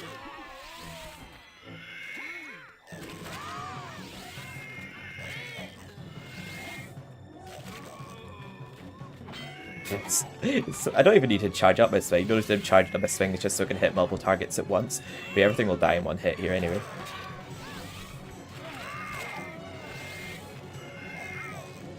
Yeah, the Inside Asylum is generally... I actually can't remember how hard this one is compared to the original. But I know in the original, Inside Asylum is pretty tricky. Definitely is in the remake anyhow. God, this level kicked my arse in my charity stream that I did or the original version, when I was doing my charity stream of MediEvil Remake while wearing the cursed helmet, which makes the enemies do twice as much damage. I died so much on this level of my charity stream when I was doing no chalices with the cursed helmet, just to make it extra difficult for myself. I was going to play like all the medievals on that stream, but I only had time for this one in MediEvil 2 because it took me so long to get through it without any chalices and wearing the cursed helmet. Here's Mr. Action. He's got to be easy with the Woden's brand. We just have to wait for him to get his axe stuck. Oh. There we go. See his health draining. There we go. We're inside the part where we have to make him headbutt these pillars. There we go. We'll get easy trophies for defeating the bosses this way. Ow! Stay still, bad skeleton. Go to naughty stare. He's very derp, Mr. Axe. Yeah, I think he's the only. I think he's the only boss in this game that's not in the original. Yeah, it's pretty cool that they did add a different boss to this that wasn't in the original game. We just have to lure him into those pillars. There we go. Maxed insanity. Do we have any info on the MediEvil Resurrection? I don't know if it turns out what happened episode in the map also show, which anyone would like. Same actually. I don't think I can't remember which one it is, if it's Jason Wilson or Chris Sorrell, but I know one of them had no involvement in this one. I know one of them only had slight involvement in MediEvil 2. Because I know that it was the pair of them worked in MediEvil 1. But I know one of them heavily worked in MediEvil 2, whereas the other one only worked a little bit in MediEvil 2. I know that one of them... Shut up! I know one of them did design Wolfram Hall. But I think the other developer of the original one wasn't a fan of what he did in this one. Well, nobody helped me. But he liked the PS4 remake. Right, we got the mayor key for freeing the mayor. He keeps talking. He's like distracting me. But yeah, we can't get that chalice yet because we don't have the dragon armor, so we can't go across that lava. But we'll farm 2 trophies here later, because once we get the dragon armor and the chick drumsticks, we'll eat some chicken, which will defeat one of those enemies, and we'll defeat one of them with the dragon armor. Okay, I'll save you now. God, you're so attention-seeking. You won't shut up. There we go. But Chris Sorrell, yeah, Jason Wilson. I think he was the one that. I think he was the only one that worked on this actually. I've seen some nutters in here, but never have I witnessed such a I don't think either of them worked in the remake. It was just very hardcore fans. Left in that terrible bugly eye. Keep away from me! Keep away from me. Sorry, pal. No offense, like. Can you help? I shouldn't be in here. I'm not mad. I'm the mayor. Why is he so angry? I miss my whole life. Opening fates, mayoral dinners, showering without a possessed psychopath offering to scrub me back. Please get me out of here. The Anubis stone. Now there's a thing. I know the whereabouts of a piece of that stone, but I tell you, it won't be easy to get at. Sounds like he's wearing high heels. It resides in a proper scary place. The Shadow Demon Prison. I do like how the mayor has a bit more of personality to him in this one. All those personalities just, oh, I'm fat on the mayor best bit. For safety reasons. Yeah. First, they'll need to get into the enchanted forest. Luckily, When he asks if he's got a sausage roll or scotch egg. second, you'll need the Shadow Demon Claw that'll get you into the prison itself. The claw's in the safe in my house. There's not the time to go into that now, but I've left clues in the village to help you get that safe open. Last, you'll I don't need to clues, don't find worry. out which I know exactly what I'm resides doing. in that dark forest. She knows where the entrance to the prison is. Got all that? Good. Now let's both be on our way before Zarek gets back. He deserves it, I love it. Yeah. He's a bit of a knob, the mayor, isn't he? Oh, they did kind of help us out with finding the Shadow Demon Claw, but he's like, I want to win this election. I'll do whatever's necessary. Also, have you got a path for me? There we go. We have to go back to Galmir Plains to enter the Enchanted Forest, but luckily we don't have to do any more mini-games, don't worry. We'll have to come back later for this chalice because we can't get it yet. Sleeping Village. Sleeping Village, where you can buy the mayor off for the pie. waking up the neighborhood. Oh, we need to bear in mind to not attack any villagers here. Ah, there we go, our first frog in a while shy. That's what I mean, the gargoyles are just not in this game as often as the original. That's ages since we saw a gargoyle. That's rather good, isn't it? I write all my own stuff, you know.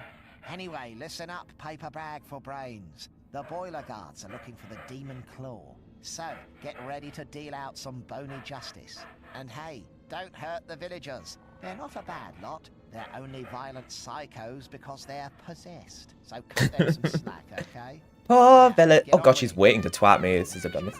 Unless I want my dinner. They're only like, poor villagers, the master possesses them. That's what I remember from the original. Right, I'm gonna have to make sure that if I need to hit anything that it's not near a villager, because I don't want to accidentally land a hit on them. Yeah, they're kind of annoying, the girls in this one, because in the original they're like,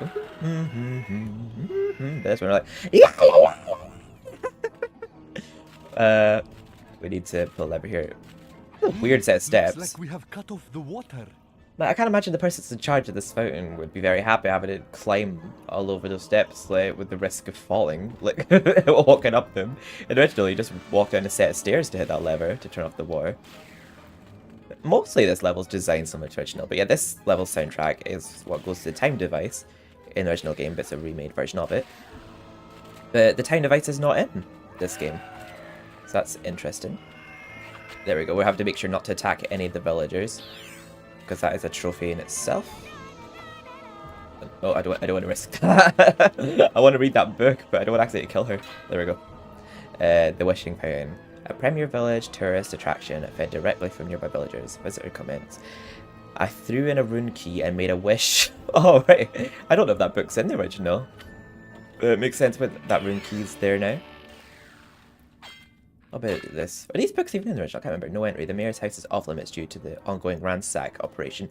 Apologies for the inconvenience. Now clear off by order of the chief boiler guard. Loyal servant. The boiler guards sound weird in this weird original. They sound really derp. In the original, they're just Russian. Just Russian. But in the original, in this one, they're like, "Any comrades tear this place apart?" Froggy, yeah, it's the first green one in a while. This game's just so listen, all the guard, and also I'm not reading all these books because I'm not mad. We just need molten metal. Yeah, we need molten metal. We need to get the bust of the sexy mayor. No, it's called the landlord's bust. I'm just gonna open this now. I'm not gonna leave yet. I just want to trigger Al-Salam into getting annoyed with me for trying to leave. He's going like, "What are you doing?" Oh, the lower room where I spent most of my time reading. Yeah, I actually have read the books, but I just am not reading them on camera. But yeah, it's actually pretty cool. You do find out about the backstories of all the heroes. I actually don't know if that's the same in Resurrection. It might be, but I know in the original it's a book about all the heroes. There we go. I only went this way to make you mad, Al-Salam, because you annoy me. Concentrate, concentrate. Right, I kind of have to maybe lure her over here because I don't want to accidentally hit her while hitting that lever. I don't think we could even hit her. I know it says not to. It just says not to harm, so I'm assuming that means even hit them. I know that like it'd be easier if it was just don't kill them, but I don't think we can even hit them. There we go. I don't think there's even anything there apart from the runes, so I'm not gonna trek around that. It's actually like it's a parody of the original. That's what I mean, like how it's just like they're both good in their own right. I just feel like Resurrection is a bit more heavy on the humor. The original, it's almost like it yeah, like you said, parodied the original game. Because the original game had a bit more of a serious, darker tone to it, whereas this one was a bit more higher in the comedy. The original had comedy in it, and it worked very well. But I didn't feel like it was every 2 seconds. You know what I mean? Like, oh. In the original, there's just a bunch of rats down here, but yeah, there are wolves in the sleeping village. It's pretty cool that the wolves appear more on one level, because they're only in a Return to Graveyard in the original, and there's not really that many of them. I'm too scared to read these books in case I hit a village member while reading it.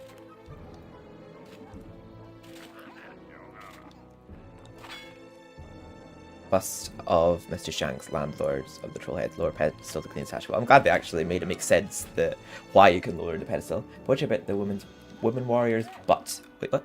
A journal report about the barbarians being destroyed by Oh, Megwin! That's her who gives you the lightning, isn't it? Also, who is it that gives you the spear? Is her name Imanzi? Am I pronouncing that right? Because every time I mention her, I always call her Imanzi, but I feel like I probably don't pronounce her name right. There we go. Very interesting way to get the Earth Rune. It's just behind some barrels that you break with a Mr. Mad in it in the original, but they give a bit of a puzzle to do there to get that one. I guess you'd call it a puzzle. I don't really know what else to call that. I was getting here and hit that quick before he gets too close. It's cool, like, this was a trophy in the remake as well to not harm any of the Mad family. Usually I have no trouble like not killing them. But yeah, in the original anyhow, you can't kill any more than 2 of them because if you kill more than 2 of them, you basically rob yourself out of being able to collect the chalice. So yeah, you lose chalice percentage the more of them you kill. But yeah, with the fact that it being trophies, that you have to not harm any of them, yeah, we're going a bit more out of our way. Very much prefer the original game's humor, less jokes, but way more fun. Yeah, that's how I feel. I feel like this game, it's almost like it kind of forces it down your throat, like all of the humor in it. But I feel like both games have things I like about them than the other. I do like how this game makes a lot more use of the characters. Like, you know, Zarek in that. There's this place apart. If we don't find the demon claw, Zarok will have us mucking out the lava trees for the next millennium. Zarok will have us mucking out the demons for the next millennium. Zarok will have us mucking out the lava trees. So they just make them sound more derp in this one. So I think it's like what you said, it's like a parody of the original game. Wait, oh, he didn't die? Oh, you're a bit of a flop at using your furnace then. And we have a bit of a Galamir Plains feeling minigame to do here in a moment. But we'll make our cross first. God, I remember when I was younger, how long it took to get past this part, because I was so impatient with the original game's bellows here, because I like literally would just tap circle, go up and down on that, I didn't give it a chance to go down. The Grim Reaper reminding the times we invented sanitation, and he suddenly got what? Yeah, Mystic hasn't been this brick since they invented sanitation. Yeah, I like that part. It's pretty cool how he is actually called Death in this one though. And originally he was just called the Boatman, and he was only in Pulse Ancient Dead and when he drops you off at the lake. But I think it's pretty cool how he had deleted audio that they used in the remake when he drops you off at the lake, because he doesn't say what he says at the start of the lake in the original MediEvil. I thought it was pretty cool that they left that in.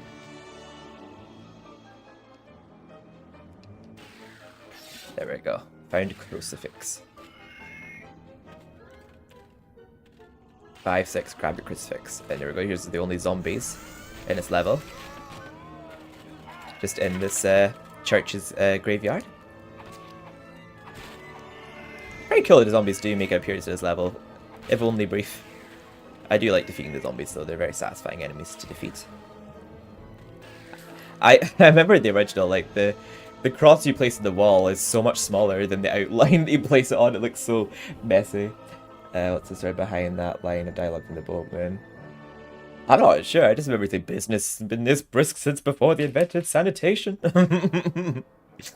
Crucifix once stood here, but then we removed it. Find a place but across here the church should really look. Oh, I remember you actually get a bit of lore about... Because this Sleeping Village is actually called Gallows Town. There's a book about that somewhere. Tells you about a man called Old Man Willie that enjoyed using his bellows. Before those coal-fired boot boys trash it completely. It's okay, they're practically all dead, Al-Salam, we're fine. Sorry, I've never heard that one, no G MediEvil, and yet it looks... Oh, yeah! It wasn't in the original MediEvil, he just drops you off at the lake, he doesn't say a word, but in the remake he has dialogue he says to you, but it's clearly the same voice as the original Boatman. But I know that they mentioned that there was content from the original MediEvil that got scrapped. Like, I thought that they were going to add it, but they didn't. But the way they were talking about it seemed like they were going to. But they did mention about how there was parts of boss fights that they didn't add to the games, like waves and that. And I did notice it because they did things to make the Pumpkin Serpent harder, for example, and the Guardians of the Graveyard harder. But the only cut content I seemed to notice that they added was the extra dialogue from the Boatman. But yeah, here we have like a rather Galamir Plains feeling challenge to do where we have to shoot some ducks to unlock a gate. Like, I will not let you into my house unless you know how to abuse 30 ducks. In the original, we just needed to find the safe key and the gate just miraculously opened up. And there was also a Mr. Mad chasing us in this area in the original too. And the area I'm aiming at right now had a life vial and money in it, but there's nothing of the sort to collect here. Dun, dun. And then after we complete this level, we're on to like the last sector of the game. It's like the game's like divided into 4 paths, with the Galmir Plains being the center part. But let's say we're on the final path after this one, before having to backtrack inside Selm to get its chalice once we got the dragon armor. Surprisingly forgiving, the hitbox on these ducks, because I feel like I'm not even hitting half of them. There we go. Just to speed up the challenge now, I'll just get rid of all the rest of my crossbows, because we've still got 10 seconds left on it. There we go. Just thrashing my way through it. There we go. Shooting the ducks feels so much like a sad Crash tag team racing minigame though. And like Crash Team...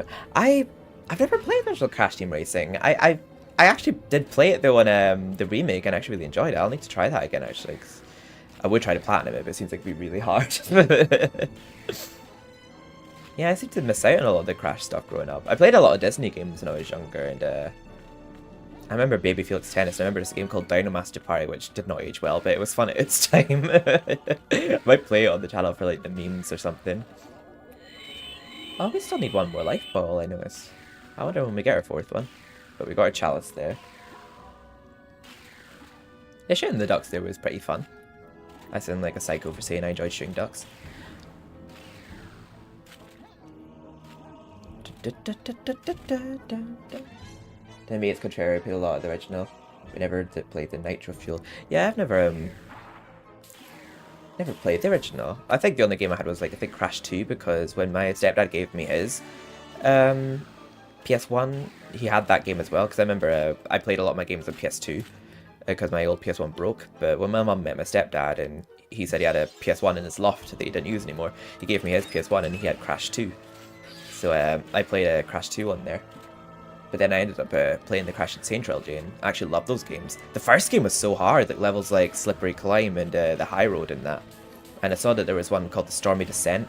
I still need to get the trophies from that on the Insane trilogy. There we go, got the Shadow Demon Claw. I find it weird though, the Shadow Demon Claw is a key in this, but in the original it actually is a claw, but it's called the Shadow Artifact. I don't know why I find it funny how like their names kind of like contradict what they are from appearance. We should get the trophy here for not harming the Mad Family. Yes, Dan the Merciful. Yeah, because I'm pretty sure we didn't hit any of them. Bring the kids. Love to try. Yeah, I feel like I might stream me play it. It seems like a game that'd be fun to stream, like rather than walk through. It's not like I really have any memories of it to like share anyhow. So like, it would be a game I would just play to just stream and chat people. Here we go, we've got a lovely gold trophy there for not harming any of the villagers. Daniel, I think the claw has been remodeled to look like a key. Yeah, it does look more like a key. You woman not feeding you properly? Yeah, woman not. Oh! She's going to give me a trophy here, thank you. She'll give me my 4th life ball. Back to full health. Take this potion. Thank you, love. Me, it'll boost your performance in many different areas. Boost my performance. This game's not for kids. I'll be waiting here for you when the big battle's over. Save a little potion for me, honey. Yeah. I like this game. I typically would think it was more suitable for kids, but then when you look at Imanzi, she's still pretty provocative in this one. But there we go. We got half of the health bottles now. There we are. Now we just have to go into Galmir Plains just to unlock the entrance to Galamir Plains, the Enchanted Forest. Flat and home to a circus. What are you waiting for? I do love the music to this level, but the level itself is a bit of a drag after a while because it takes so long to unlock the Woden's brand. The Enchanted Forest, it weirdly actually does go well. Wait, I think I read that. It's actually pretty weird when you open the Enchanted Forest gate here because it's literally just a wall with trees drawn on it. Looks like that's clearly not a forest. It's just like one tree with a background of a picture of trees. But the Enchanted Forest, it's weird because it has the music that goes to the original Haunted Ruins. It surprisingly goes well with the Enchanted Forest. But I feel like the original Enchanted Earth went very well with the completely different soundtrack I had in that's not even in this game. But I like how this Enchanted Forest looks. It's pretty cool how the Witch's Quest takes place in the Enchanted Forest. There's no ants caves. And a loamy soil to produce an enchanted forest. You need a very... I actually didn't really said, but yeah, basically you need a lot of shit for a Enchanted Forest. You need a loamy soil. Oh, Toad! Die. Look for old hippie chick. That is very stereotypical Al-Salam. How dare you? But yeah, there are no ants in this game. Just in the Enchanted Forest. We do get a quest from the witch, but it's not to explore the ant caves. Again, for amber, for chicken drumsticks. And we're not actually freeing the fairies this time. We're actually stealing fungus from the fairies instead of amber. We're stealing fungus from the fairies. The fairies are not quite as nice as they are in the original. They're not poor little damsels in distress we're having to save. But yeah, they're in the Enchanted Earth itself. They're not actually in an ant cave in this one. I wonder if they were ever going to add the ant caves, but then just didn't.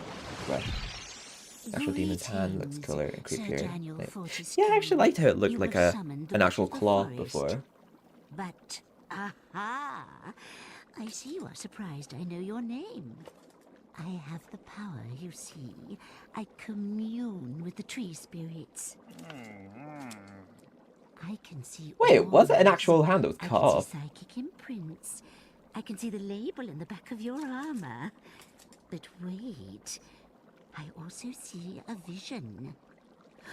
You seek a mysterious lady to advise you on color therapy for the monovisual and teach you the meaning of leathery love.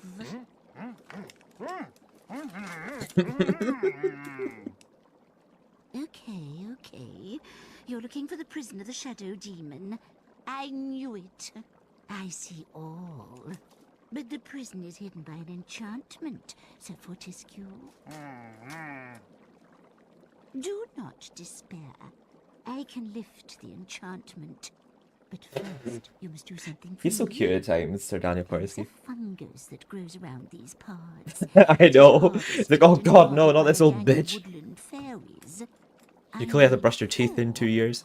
4, I say.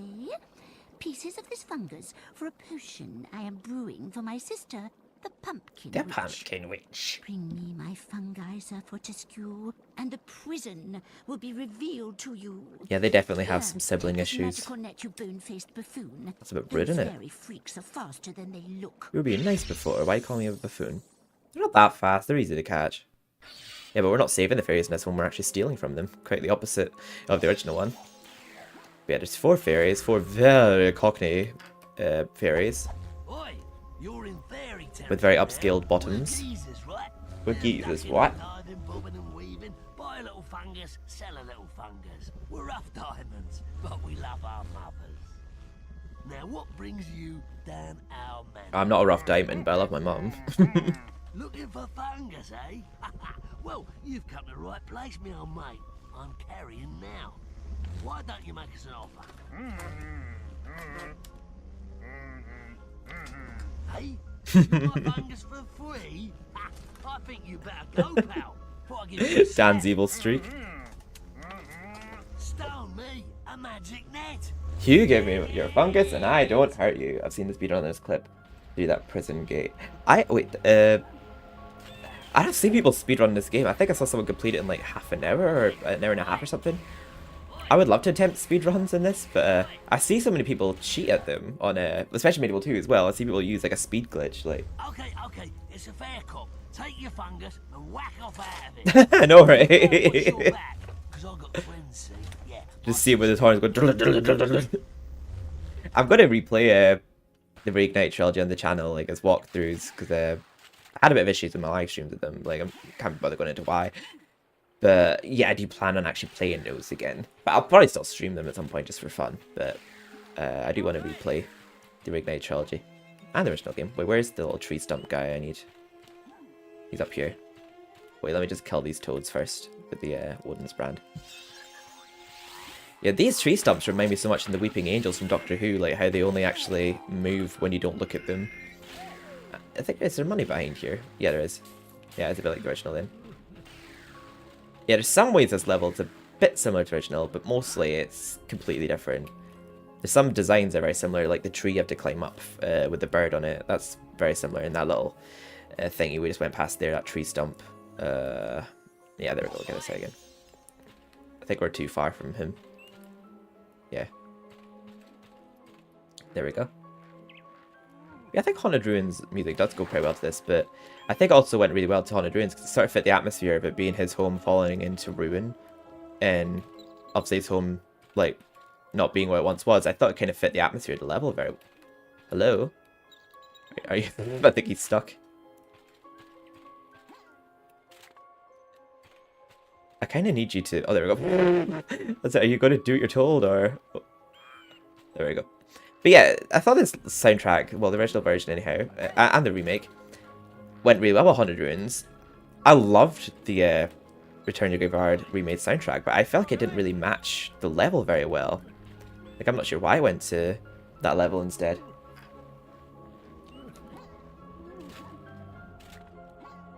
Yeah, I know, because they take a while to approach you. Unless they're, like, right up your arse, and they just pounce at you. And they remind me of the Weeping Angels from Doctor Who, for some reason. And they just only move when you don't look at them. I'm just a blur. Go on, have it. Yeah, I like the concept as well. Do us a feel weird. Do me a favour. Important. Fat Charts Tortoise said, get your own.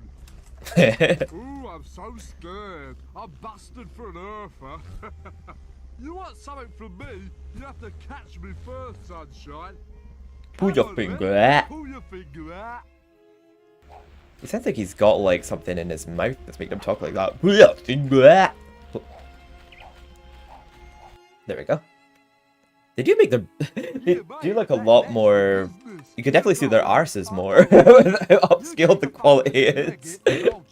Let's just put it that way. Obviously not in the cutscenes, but yeah, their arses look a lot more round and peachy in this remake.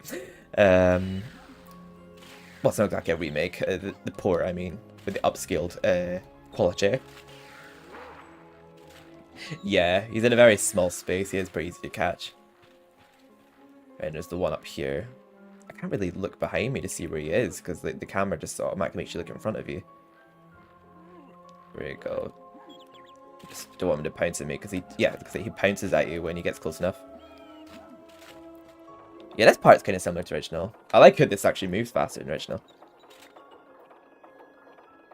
Yeah, it's kind of split up into two parts here because as soon as you go up that original, you're immediately at that tree that's ahead of us. But you don't have these little bridges that split off to two areas. But well, there's like a rune, and I think the chalice is up there. I think it's in the same place it is in original here. But there's this little side path that leads to a fairy in this one. I don't need anything from him right now, I don't think. Wait, actually, how am I doing for spears? Maybe I will actually top up spears for the flying demonettes, actually. I quite want to see if I could quickly grab them before the cutscene starts. I'm the fastest fairy ever. You're having a laugh, ain't ya? Here, did Kev put you up to this? Wow, a magic net! That last one has a really high bit like that. I don't have any laugh. Damn it. I love when you catch them instantly. You can catch them literally as soon as the cutscene ends, which is so funny because it's like, oh, flop. Oi, oi. Oi, oi. They're so British. Wow, not the face, not the face. Take the fungus, alright, it's yours. And tell Kev, next time I see him, I'll punch his pixie lights out. I'm pretty sure I've heard his voice at some other point in the game. I can't think when, but he sounds like he voiced a different character. Just sounds very similar to another character. I can't figure which one though. Oh, can you not summon him by hitting him with a net? Well, I trust you find yourself in a cash-rich situation. I'm not going to buy any health from him. I've got quite a lot of health. I'll top up the hero's crossbow. I feel like I'll never use the hero's crossbow on the flying demonettes, so I don't know why I wasted that there. Because I think I only use it when I run out of spears. Oh wait, I'll still need the net out because I've got to. I'll say free a fairy. I'm in the mindset of playing out caves, but I've still got to steal a piece of fungus from the last fairy. But it's part down below instead of up in the trees. This part kind of reminds me I can't remember what level it's called, but it reminds me in a part from Pac-Man World 2. God, that game reminds me a lot of my childhood, but there was a level in that I think it's called Treetops. I can't remember what it's called. Oh god, copying Spyro, Treetops. There we go, that's our chalice. One of them has a rune in it. I think the other one has a shield. It may have money in it, maybe different original. Yeah, it's a lot easier to dodge, but it's actually pretty cool you see the full bird. I think in the remake and the original you just see his legs. There we go. I think it was just a shield we got there. Well, okay, that didn't damage us. I think you could take a big fall in this, and maybe one. MediEvil 2, you couldn't take much of a fall at all without taking damage. I think the only way you would take fall damage is if you just fall to your death in MediEvil 1 and this one, but MediEvil 2, you actually take damage if you fall from a certain height. I've noticed that here you can just grab the earth rune, beat the boss, and then reach... Yeah, you can actually beat the boss now. Instead of like it being the end of the level after you open the Shadow Demon tomb. I might just beat them last, just for a proper feel of the end of the level. Even though we could defeat them now. I guess I'm just playing a bit like how the original will play. Yeah, I'll leave the Demonettes till last. I'll just do the witch quest first. Oh, you're moving fast now, aren't you? There we go. This one should be relatively easy to catch. Oh, what a word with you. He seems like... It makes more sense to, like, steal from him last, because he's talking like I've been stealing from a bunch of other fairies beforehand.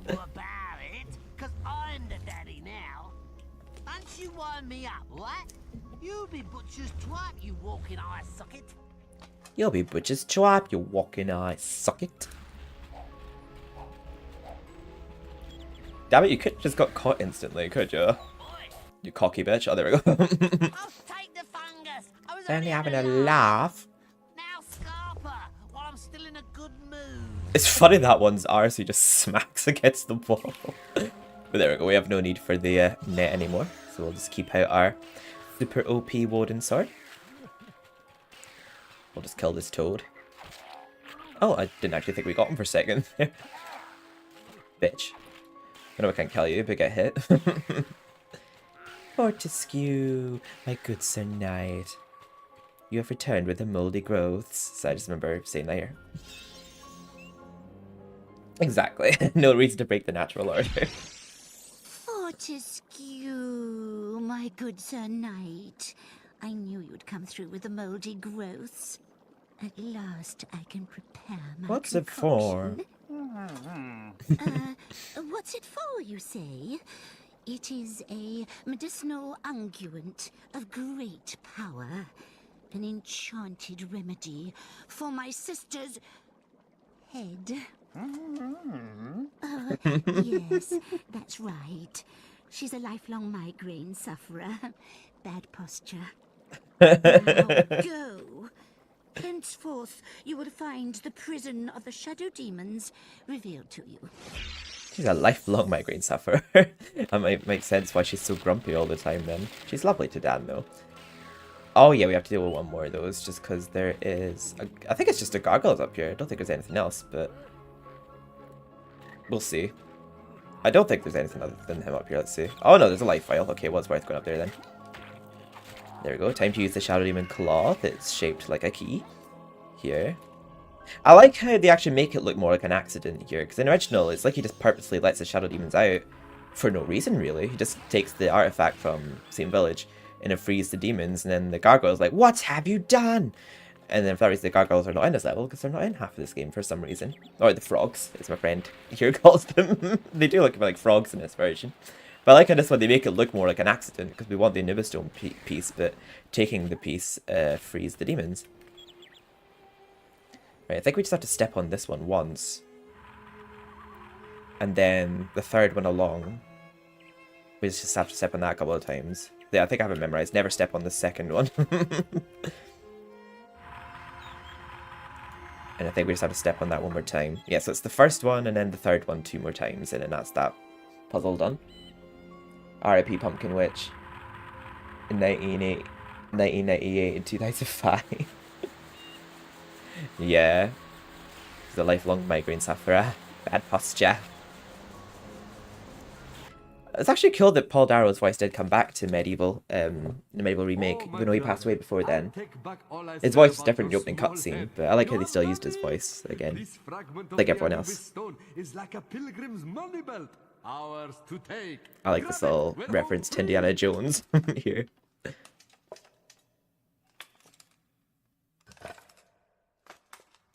Oh, don't worry about it, Shy. Welcome back. Hope everything's okay. Oh, I wonder why we just replaced it with a random pumpkin. Also, Crash, what do you think of how the demons look in this game? I don't know what to make of them. They just look a bit odd to me. Like their legs and their little udders. They look like demon cows of some kind.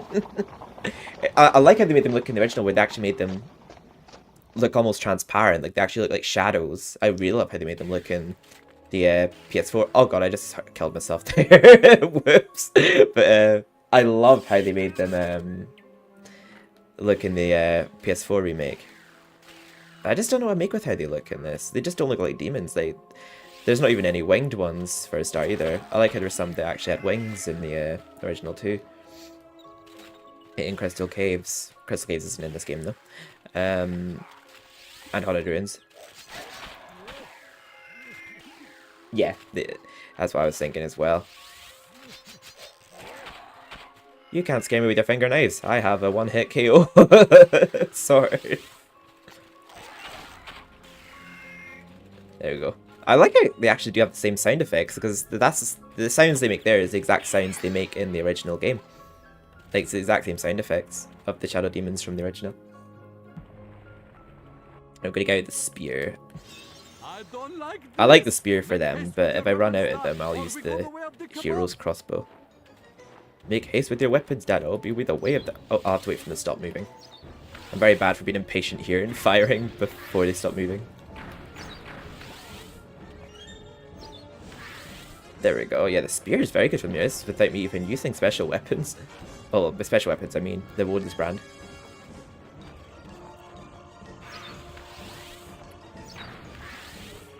Yeah, the spear was the best weapon for them in the original as well.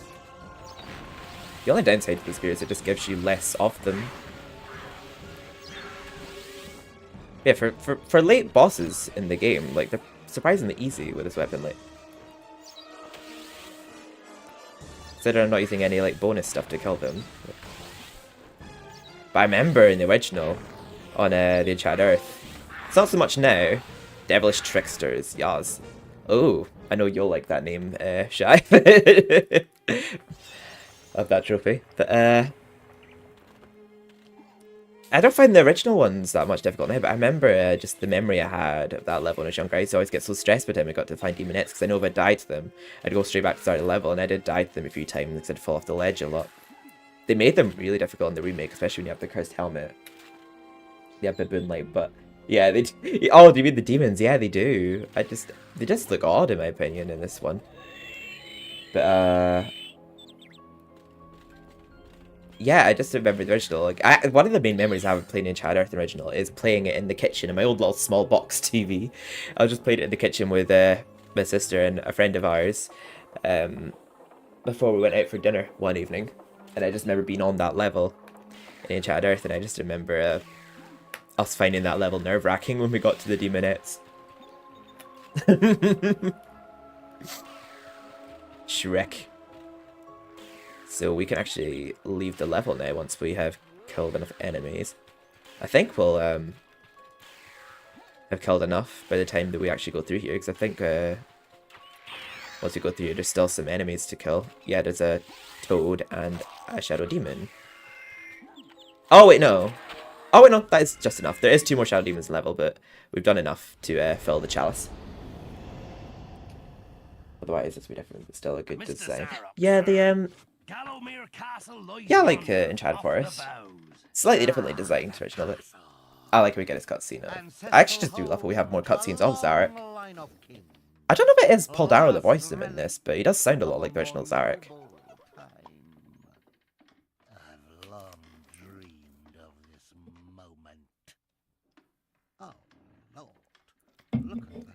Provincial decor. Aye, 'tis a pretty fortress, yours for the taking. Actually, I thought I'd start with a few modifications. Open fire, Captain! Pound the walls to rubble, and smash the rubble to dust. But sir, the castle rests on a long dormant volcano. Might that not be a tad? Risky? Yeah, I'm actually wondering who says it, because it's clearly not Paul Darrow. It's not Paul Darrow because it was from an FMV cutscenes. It's not like they could really extract him saying that from the game. But yeah, it's clearly not him saying it. Because he passed away, Paul Darrow, who played the original Zarek. Silence! Arr.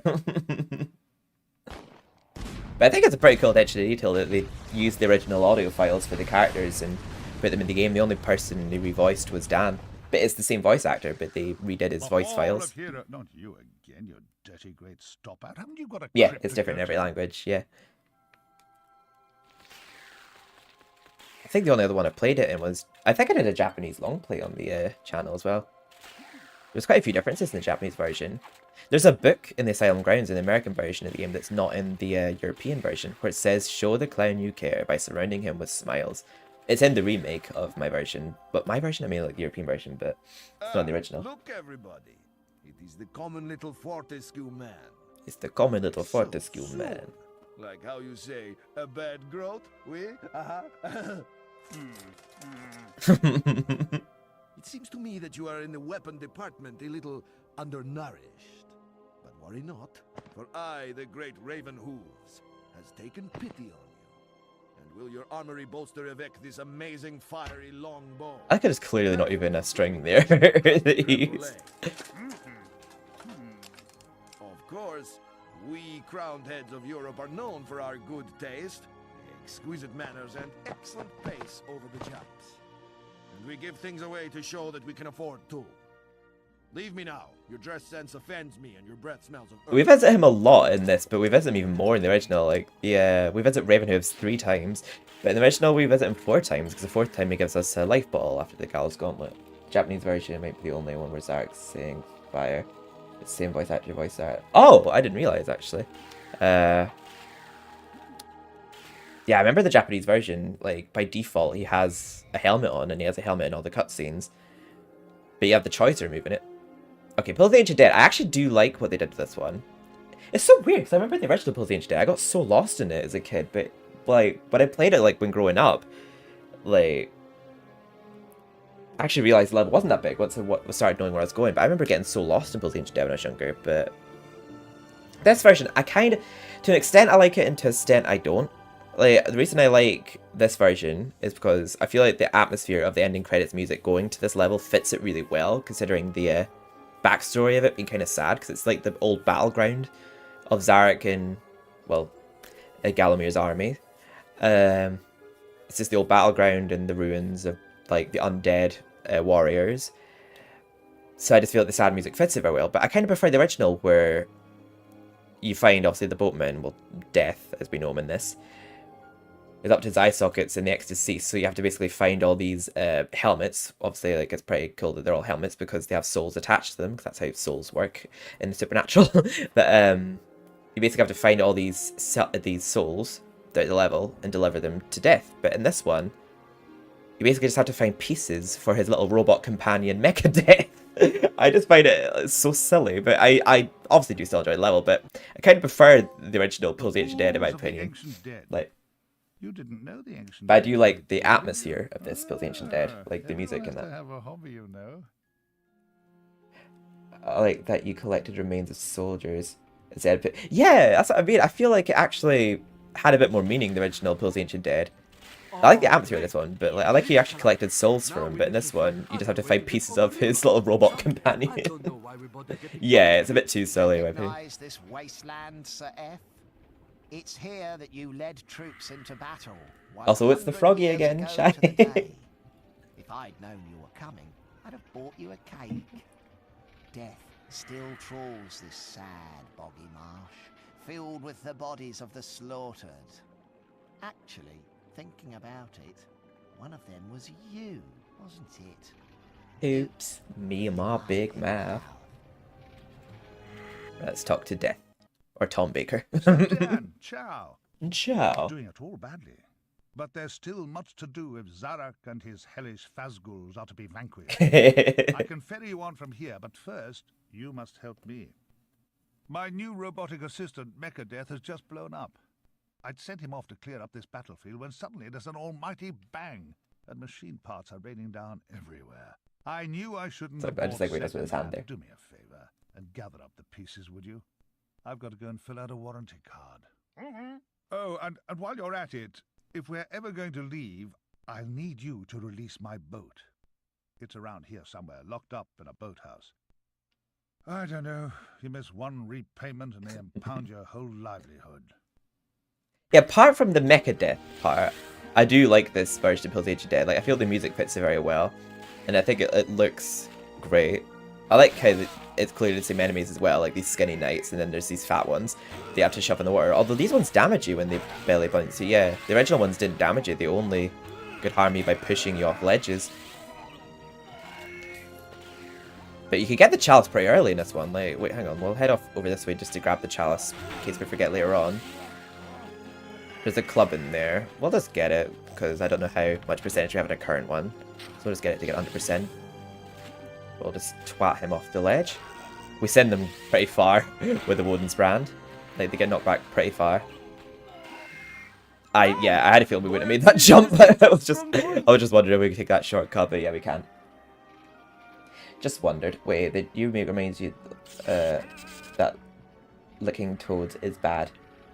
But they just overdid it with the humor in Resurrection, I prefer. Yeah, I completely agree with you with that. Yeah, in Resurrection it's very heavy on the humor at times. Like, I think it's like you said, it's more of a parody of the original game. Because the original game did have comedy in it, but this game like really goes ham with it. God, they go flying there. Yeah, I like how the enemies are very similar in this level. Although it's weird, the flying ghouls are a bit different in this one. Because they appear once you collect all of the helmets in the original game. And they like fire like fire at you. And you get chalice percentage for them, but they're actually part of a mini game in this one instead. But there we go, we got the chalice already. You can get very early in this level. It's pretty near the start of the level in the original as well, but you can't collect it, because in the original you can't collect the chalices until they're full. But in this you can collect it before it's full, you just have to make sure it's full before you leave the level.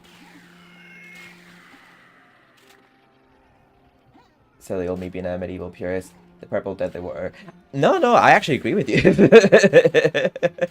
I was hoping it's not just me. It's a bit I hope it wasn't just me being like super biased or anything, but there are things about Resurrection I think they did really well compared to the original. Like, I don't like being like super biased. And it is still a game that I very much enjoy and value from the franchise to this day. But yeah, no, all the points you're making I actually do agree with. God, I love how the Woden's brand even is good against the fat guys. Like, it just sends them flying back. Oh, we did drown him. I think the ending credits music does go really well with this level, just because of the atmosphere and the backstory to the level. Like, it fits the very melancholy vibe of it. But I liked how spooky the original one was, where it had the Gal's Gauntlet soundtrack going to it. Like, the original Pills Ancient Death had a much more spookier vibe to it. Like, with the very dramatic da da da da da do music. There we are. Got some more skeletons in this level. We didn't have skeletons in the original Pills Ancient Dead. But we did have some very skinny warriors. Which, these things that we're coming right now, the ones that are going, ah! I thought they looked very similar to these three knights you see outside the Haunted Ruins when I was younger, but then when I played this and saw that those enemies reappeared in Haunted Ruins and Resurrection, it confirmed the fact that I was right about that. Yeah, but these ghouls we have to fight here in order to, well, get out after we get the Chaos Rune, because we get shut in with them. Yeah, kill the ghouls to escape. Yeah, I like that sound effect. That's the same as collecting keys and chalices from MediEvil 2 specifically. But yeah, basically, I think these are meant to be those enemies that appear halfway through the level in the original that fire at you after you collect all the helmets. But they give you chalice percentage, but they're just part of a mini game in this game instead.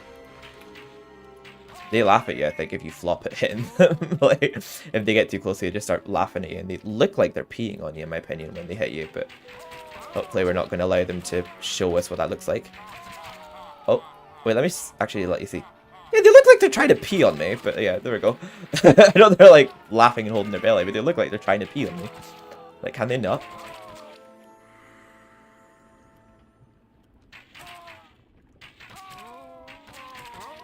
Yeah, I like how in the original, like, the water looks like infected, because there's even like tentacles that are coming out of the water attacking you as well in the original. In like the marshy purple water. I do think this game does capture the more Nightmare Before Christmas vibe a bit more, though, than I think the original was going for. Okay, that was pretty quick. Just spamming arrows, it gives you plenty of them. Yeah, we don't need anything from him. Or do we? Yeah, no, I don't think we do. Using Chaos Rune.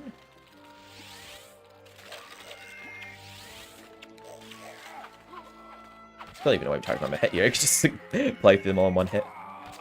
Oh, he took 2 hits, though. Interesting. They might try and pee you, but I like they make us big. Yeah, they do like ah.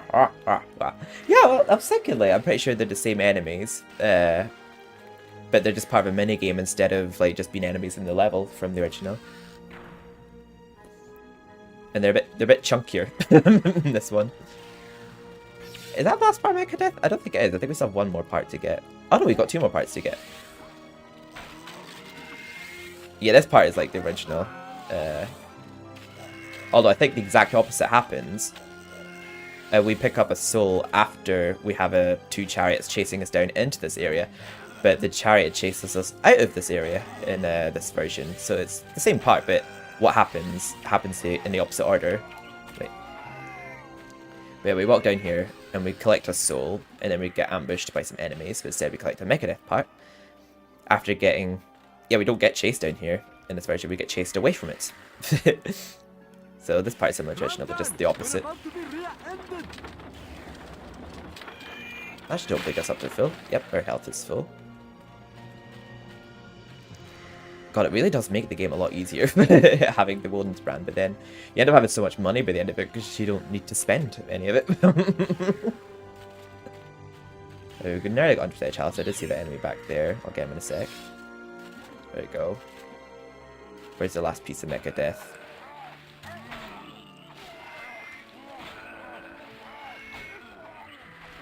I don't think where the last piece of Mecha Death is, actually. Did I miss a piece? Wait, where did he just go? Oh. He looks like he just vanished that one. Never mind, we got 100% chalice anyway. There we are.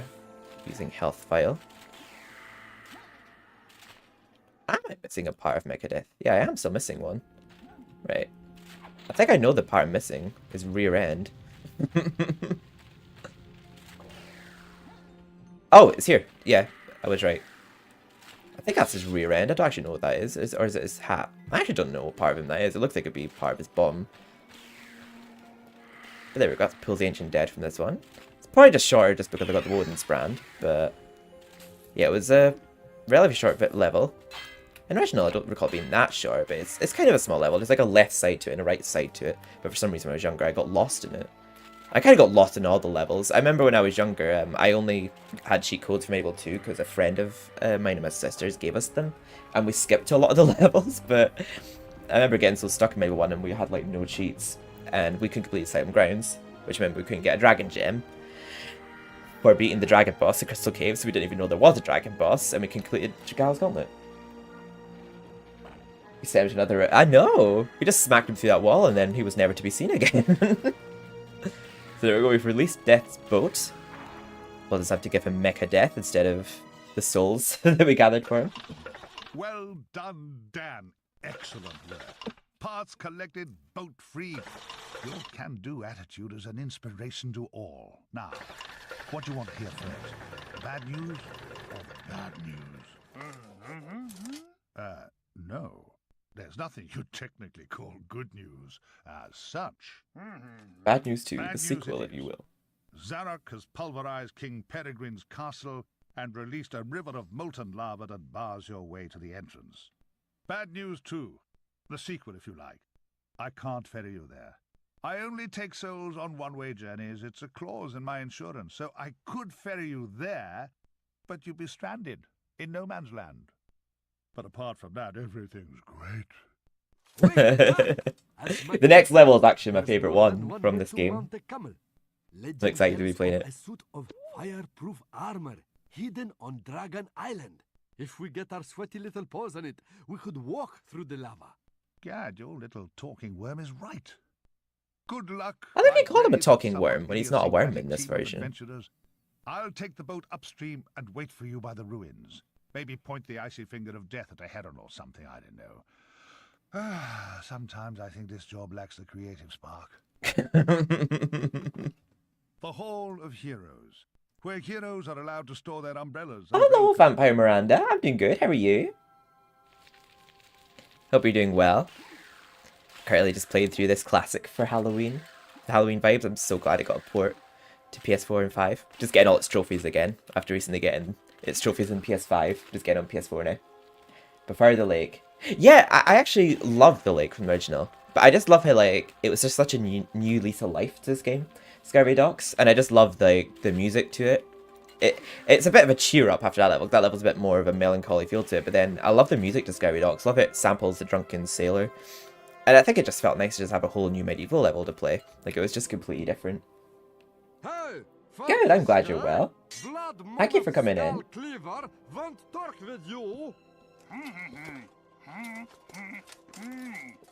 Fortescue. Foolish Western fool. Racist. I am playing MediEvil Resurrection, one of my favourite games. Originally on PSP, but it recently got ported to PS4 and 5. But it's a very good game for Halloween, so I'm just playing it for October.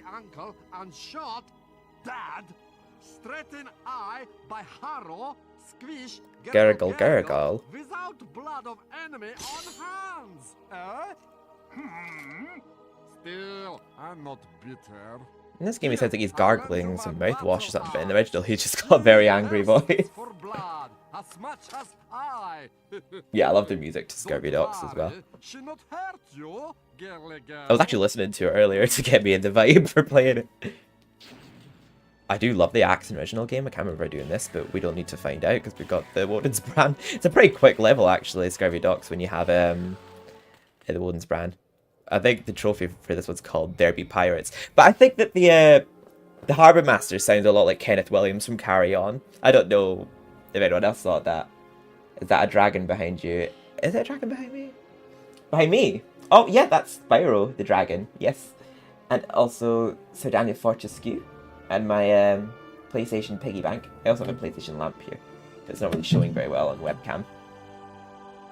But yeah, in the original game, after, Scurvy Docks is in this one, but it would be the lake in the original. After it, we played this Crystal Caves, which is a level in its own, where you actually have to defeat imps and Rhinotaurs. Kind of like how there's a bit of history behind the Rhinotaurs. And then we defeat a very Scottish dragon for a dragon potion. But in this one, we just get a boat from Scurvy Docks to Dragon Island, which is a similar concept. It's got crystals on it, but it's not really a level as such. It's just a boss level, where we just defeat a very camp, flamboyant dragon. But I kind of prefer they did it in MediEvil 1. It just feels a bit empty, this one. I think I might play PS4. I'm actually going to play the MediEvil 1 on my YouTube channel. Hopefully this month. I'll probably record all the parts in one day and schedule it towards like the second half of the month. Because I've already got parts of this scheduled to go up throughout the month. But I think I was going to live stream me playing the original MediEvil 1 on maybe the 28th, 29th. I was going to stream it near the end of the month. Because I was wanting to get a YTP done from my other channel before then. But I've got most of my content scheduled for this month, so I'm quite happy with how it's all going. Let's just jump into Scurvy Docks. This is probably my favourite level in this game, the remake. Scurvy Docks. There be pirates. Pirates and smugglers aplenty, but not much in the way of vitamin C. Smell the fresh sea air, Dan. Actually, it's not very fresh, is it? Oh well. At least the view is pretty. The view is, but it's a very nice looking level. Just oh yeah, there's another frog. A seaside playground for the dregs of Gallowmere society. I think it was just frozen in place. Smugglers, strumpets, knaves, rascals, blasphemers, finks, loafers, and scallywags of every kind. It's worse when the weekend crowd turns up. Oh yeah, and the ghost ship docks here too, loaded up with Zarok's Dan is doing boiler great. guards. Oh, hello, Fly Gamer. How are you? I'd come back in the off-season. Guys, I'm so bad at remembering names, but I know that I know Annie knows your name. I just remember. But, sorry. But welcome back. How are you doing? He is particular. He even notices you don't have a skull and crossbones. Oh, I actually often forget to get these money bags up behind here. I'm doing really well. Just played a bit of one of my childhood favourites today, MediEvil Resurrection, for Halloween and also for a bit of trophy hunting. I hope you're doing well. Charlie, that's it. Sorry, I'm so bad at remembering names, I tell you. But obviously I do remember who you are. I'm just so bad at remembering people's names. We stand the frog, we sure do. Yeah, it's Inverness you're from, isn't it? But I trust you find yourself in a thank you. Yeah, it's nothing personal. I'm so bad at remembering names at the best of times. Even if I like know the person, I just can't put a name to it. Oh, that part of the tune there. It's like, hooray, and up she rises, hooray, and up she rises, hooray, and up she rises early in the morning. Yeah, I love how that samples that nursery rhyme. The soundtrack. It's just such a nice soundtrack. I love this level. I just remember when I first played it, it was just so exciting because it was just an entirely new level for the franchise. Oh, well, I actually maybe get some value out of this box. I guess we'll see. But I feel like that's probably like the worst place. Yeah, that's probably like the worst placed explosive box in the game. Like I don't even know why I would bother with that one. Oh, he just abruptly disappeared. I just don't know what enemy would ever get caught in that one. Oh dear, I got stuck. Is not your strong point. Can you play Resident Evil 4? I've actually already played it. I've played it on my YouTube channel, and I've played separate ways as well. Yeah, I played the both. I streamed Resident Evil 4 and recorded the separate ways DLC. But now we're about to talk to the Harbour Master. There's actually not many boiler guards in this level. They're just at the very start. I think we just have to stumble across them because... Well, actually, it's because I think they're part of the ghost ship. I think that they're just lurking here because they were on the ghost ship. Along with Zarok, because there's Zarok's guards, so it makes sense why they'd just be lurking here and be a few of them. But yeah, they're only at the start of this level. The rest of the level is just pirates that we defeat. We need to find but Kenneth Williams 2.0 is the Harbour Master. Attention. I'm in the nest. Yes. Right, what have we here then? You're not one of my I mean, Andy will just have to let you know the next time we go to Inverness. We killed me up sometime.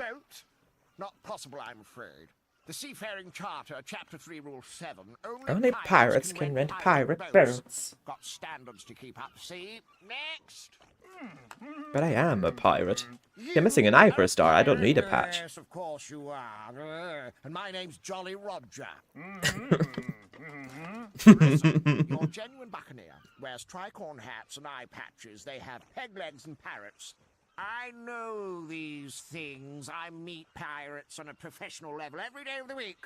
Now keep out of my way. Blocking my counter is a serious breach of health and safety, and I've got a ship returning as we speak.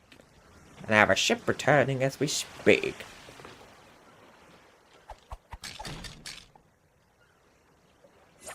Yeah, so not only is very picky about what we wear, he also doesn't want us standing near him because it's a serious breach of health and safety.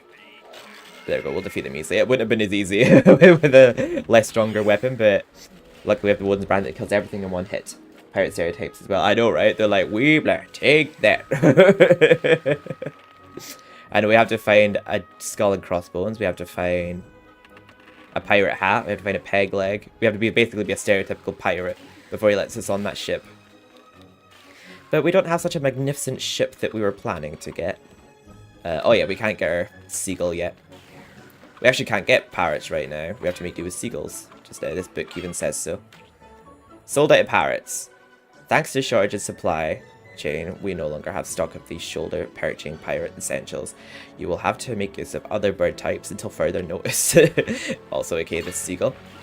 Couldn't be me in real life. I fucking hate seagulls. I would not be going out of my way to get a seagull on my shoulder. There we go. We also get our 5th life bottle in this level. It's very well hidden chalice in this one too. It's like hidden underground. Next to the peg leg that's buried. Why don't I have a mouth? Oh, Sir Daniel Fortescue is an undead warrior from years ago, brought back from the dead from an evil sorcerer called Zarek, and yeah, well, he lost his eye in battle. Not so much sure about him losing his jaw, but he must have lost his jaw over the years of being dead. But yeah, it's a well-known mark of him missing a jaw. Oh yeah, I need to light that. Oh shit, light this club.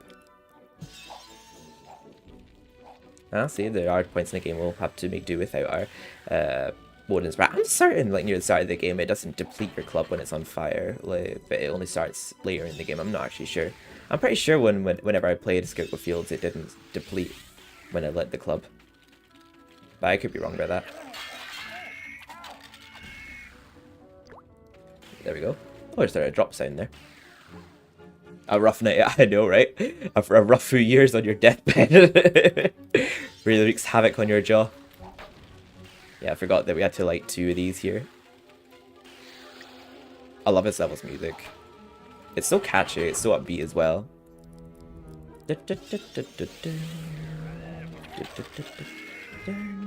Oh, and there's just a spade. In case you haven't picked one up before now. I don't know why the game actually gives you a spade there, because you'd still have the one from Return to Graveyard, because you can't complete it without it. Like, you have to pick up the Anubis Stone from there. Well, I guess you could actually have gotten this far without picking it up, possibly. You just wouldn't be able to complete the game without all the pieces of Anubis Stone. Okay, I guess it does make sense to give you one, just in case you didn't pick one up before now. Drunken sailor, something about the drunken sailor early in the morning. God, I can't even remember the lyrics to that nursery rhyme. But I love that line. Do I have pets? I don't actually know. I used to, but I don't anymore. No.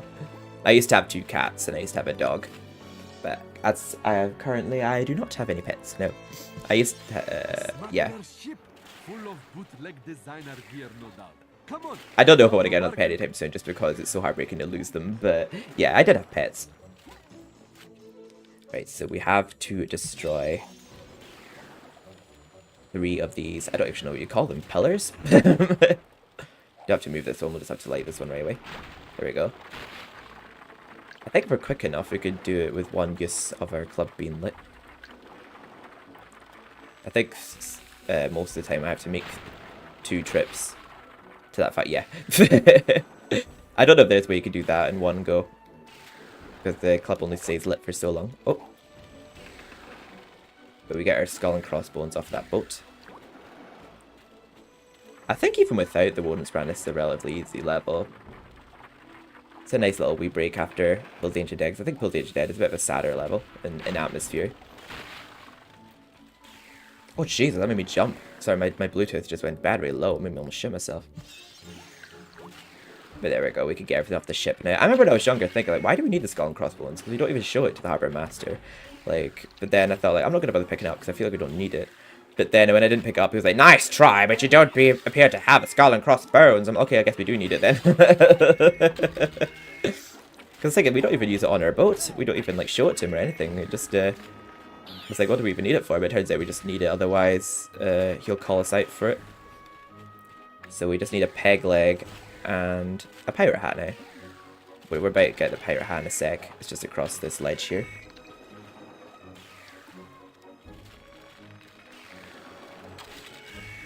So got 80% of the chalice. Must be Captain's hideaway. That or someone like decorating with nautical themes. And we got the chaos rune there before, so we can go through here now and get the peg leg and the chalice actually. Oh, I was gonna say, I think we have to kill every enemy in the level for 100% chalice in this one. Yeah, because this is the last enemy here. There we go. Yeah, we have to defeat every enemy for 100% of the chalice in this one. Here lies many of the most legendary pirates ever to splice the main brace, including Red Beard, Tidy Beard, Fake Beard, a pirate queen, oh gosh, quite a contrast, Peg like Pedro, who teetered and wobbled across 7 seas and feared nothing but woodworm. He walked across the sea? What is he, Jesus? I'm not joking. There we go, so we have to get our peg leg from him, and under the other one is our chalice. He doesn't even use the skull and crossbones. I know, right? Here lies many. They were very warm. I know, right? And none of these gravestones have any names on them. I remember in Whitechapel on Medieval 2, all the gravestones meant to say, "Here lies the body of," and then grass covers up the writing after that. Because they're like, we don't want you knowing whose body it is that's here. We got another life bottle here. So we've got 3 more life bottles to get. There's one in the ghost ship. I know there's one we definitely get from the Hall of Heroes. And can't remember the other one we get. I think it might be another one from the Hall of Heroes. There we go. Oh wait, no, we don't. We don't dig with a peg leg. What the? Yeah, we get the chalice from under here. Oh, that might be Dragon Island over there. That's a pretty cool detail, if so. And is that the ghost ship up there? It must be if it's floating. I like how much cleaner the water looks here to pulls the Ancient Dead. This is such a cool original level, this. So I love this one. It is a really cool game, but I know that, was it Chris Sorrell? I think he just said the original vision he had for the game, I think he was just disappointed by certain things about this one, and I don't think he liked the Hall of Heroes was taken out Medieval 2, and I don't think he liked Winston. I actually didn't mind Winston, I actually liked him as a help ghost. But I do understand what it's like when you have an idea in your head and someone tampers with it. Do you have anywhere you publish when you go live? Do you have anywhere you publish when you go live? I do, yeah, I have a Discord.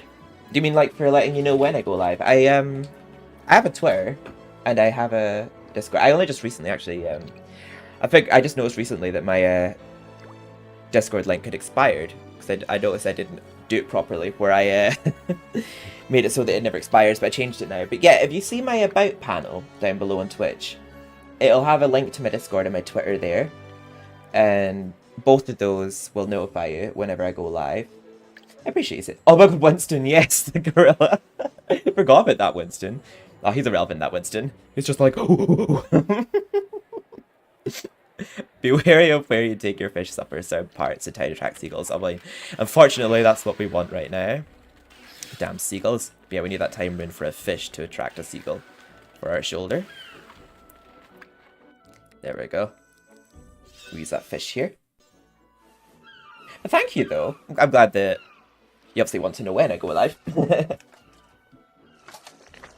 Yeah, on Discord and Twitter, I've got a bot that notifies whenever I go live.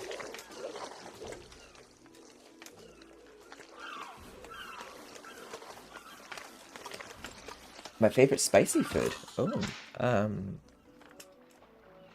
I couldn't tell you, actually. I do like curries. Can't think of a specific one, though. I do quite like a madras. I think that's probably the spiciest food I've enjoyed. And I do like nachos as well. I guess you could consider them spicy. In general, though, I'm not much of a spicier. And a bird just shat on our shoulder. Oh dear.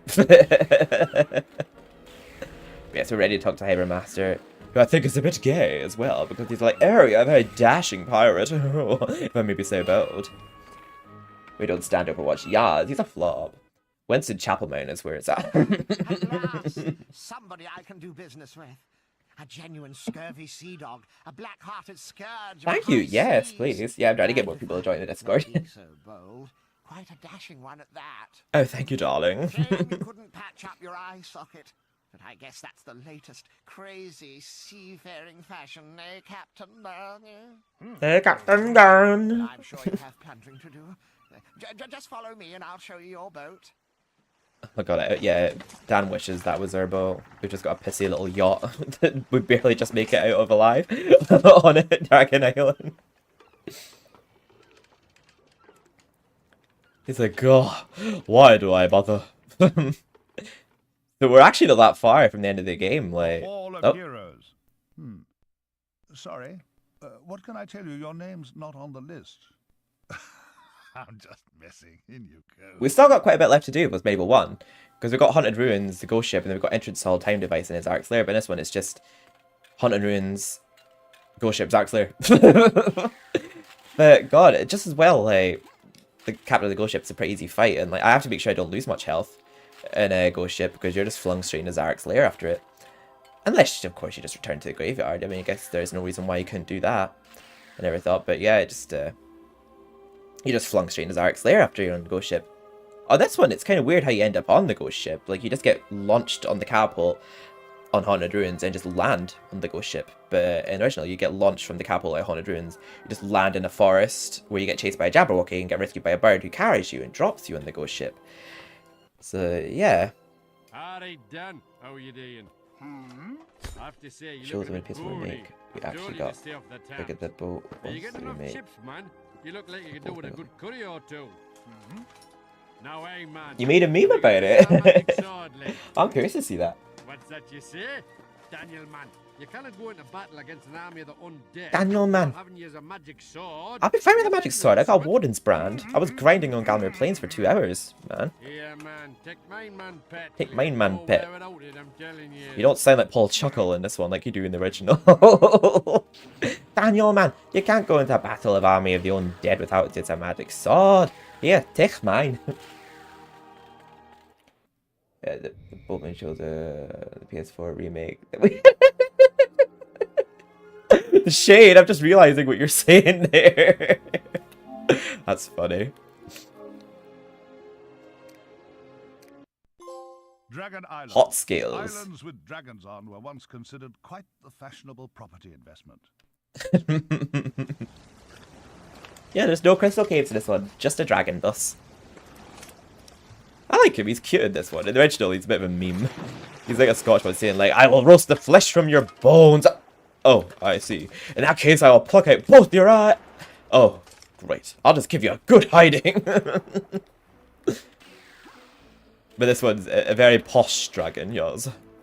This island is home to the King of Dragons. Despite their generally fearsome reputation, many dragons are in fact sensitive, erudite, I don't know what it means, creatures who enjoy nothing more than a good book and a chalice of chamomile too. Beware though, even the most sophisticated serpent can get a little tetchy if disturbed. That's no match for our Warden's brand. Who do you think we are, game? I won't be intimidated. I've got a Warden's brand. You may be the size of a house, but I've got a Warden sword, so bring it, bitch. Wait, this part is actually kind of like the original Crystal Caves, because this is what the entrance to fighting the dragon actually looks like. That's about the only part of this level that kind of resembles Crystal Caves. Oh Lord, what do you want? Please don't tell I know! He's not gonna get some subtitles here, but it's literally subtitles. It really is. What do you want? Oh god, he sounded passionate about that. I come for the dragon plate armor! That diction brings tears to one's eyes. Enunciate. Gun plate armor. Ah, my dragon plate armor. Yes, it's certainly a bold piece. Look at the line, the detail. We'll actually be doing a bit of backtracking after this level. Then we got the dragon armor. The breastplate came from my mother, you know. That woman was a saint. Oh, dear boy, no. No. I really do. I mean to say, that outfit you're sporting is so last century. But you're asking for a piece of my mother. Do I come round your house demanding a slice of boiled pig's knuckle or whatever vile creature you were spawned from? Oh, for heaven's sake, how... It's very cool that they're actually having a conversation here, because the original, like, there's no conversation going, it's just the dragon threatening Dan with, like, empty threats. What does one do with them after one's cooked them? I can't abide. No worries, Crash. Thank you so much for sticking out for so long. It's been great, like, hearing from you and having our medieval-related chats. It's actually been great hearing from you again in general. It's been a while. Yeah, so I hope you have a good night. Yeah, it's nearly midnight here too. I think I remember the order of which ones I have to hit here. I just have to wait for his head to pop out of the holes. There we go. They stay permanently blocked. I just have to do that 4 times until all those are blocked, and he'll come out fully to attack us. I think I took too long there, yeah. Wait, holes are gonna come out here. There we go. Oh, I got lucky there. Yeah, because steering dashing onto them seems to also work. Oh, apparently not all the time. Oh, I forgot they open up after a while. Okay, well, but once we blocked all these off, you'll be an easy boss fight with the Woden's brand. I actually love the music to this level, Dragon Island. I think this is his boss fight music in the MediEvil remake as well, actually. I think they gave him this theme.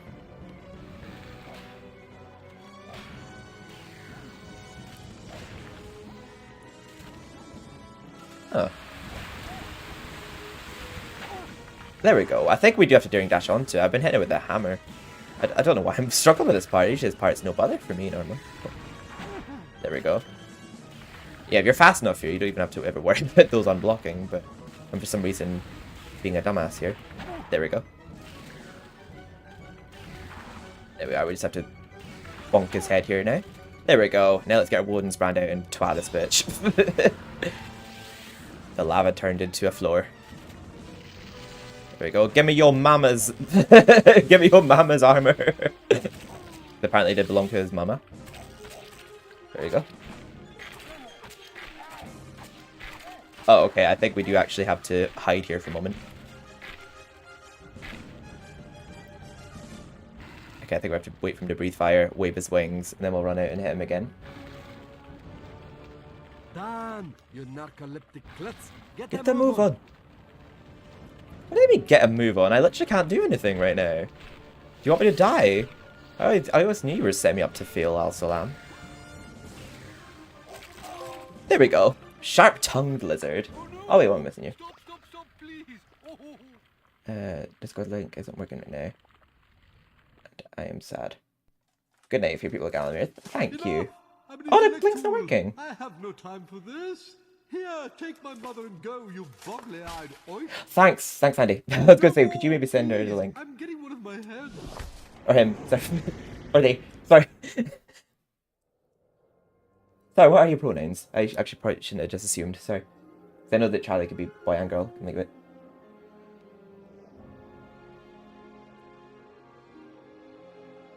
Please, I'm getting one of my heads. But now that we've got the dragon armor, we can backtrack to Dan's crypt to get the chicken drumsticks. Him. Got it. So when we get the chicken drumsticks, we can also go back to inside the asylum to get its chalice. And we'll get a trophy for killing an enemy with the dragon armor and then eating some roast chicken. Because we'll have to turn... Oh, okay, I see. Sorry, I remember you telling me something like that. I didn't mean to mess that up, sorry. Thank you for sending them the link though, Andy. I don't know why it's not working. I thought I sorted it yesterday, but yeah, I'll have to look into that again after the stream. I must have done something wrong. But thank you for bringing it to my attention. So I'll get that sorted. Fairly macabre. There it goes. So now we've got the dragon armor, we can go through fire and walk through lava. So now that we've got chicken drumsticks. I think we can only breathe fire after being in lava for a certain amount of time. In the original, you could just breathe fire constantly, but I think you can only breathe fire once you've been walking through lava. So I think it like charges it. So now we can go back to inside the asylum. And then we're properly on our path towards the end of the game. Be fire-breathing monsters, headless ghouls, and... Oh, actually, no, that's somewhere else. This is the one with the mad people in. So basically, we're just doing again what we did here already, but this time we're actually completing it. But we actually had no choice but to play earlier because we had to pass through it in order to, well, progress with the game because we needed to get the key off of the mayor to get into his house. Well, no, we had to get the forest key off. No, wait, no. Yeah, we had to get the forest key off the mayor in order to get through the enchanted forest, and obviously permission to go in his house to take the shadow demon claw. That's just a bit of backtracking. Gotta love when a game makes you backtrack. I think this is the only medieval game that requires backtracking, think of it. Medieval 1 and 2, I think it's like... I don't think you have to Medieval 1. I think if you're like really low in health, quite often I go back to the graveyard to like refill all my health balls for like later levels. But Medieval 2, there are areas you can explore in earlier levels that you can explore on your second visit, which is good, because life fountains you use up in previous levels don't come back when you revisit the level, and if you're really low in health for later on in the game, it's pretty handy having those new areas open up with like health fountains and money to like re-explore those areas when you unlock the Dan Hand ability. So it's like not essential, like backtracking Medieval 2, but it's handy for if you're running low in health and you need more. And if you need more money for weapons. Ew. I actually know how earwax taste. I would say don't ask me how I know, but it's kind of obvious how I know. But it's not very good taste. But I can actually imagine it tasting like that.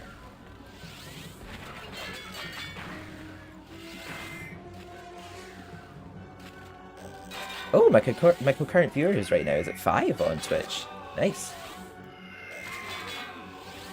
I should have games nights like this more on Twitch, where I just play a game I enjoy, just casually, on stream, and just hang out with you while doing so.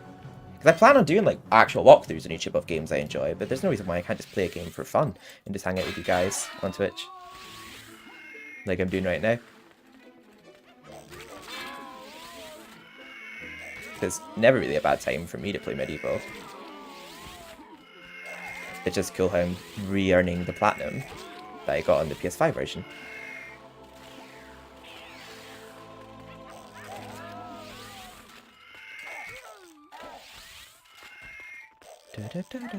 How did that miss? I got right. You annoyed me, you headless buffoon. Oh. How did I miss you? I like how their legs look like elf stockings. Quite a fun, indeed, yes. Absolutely.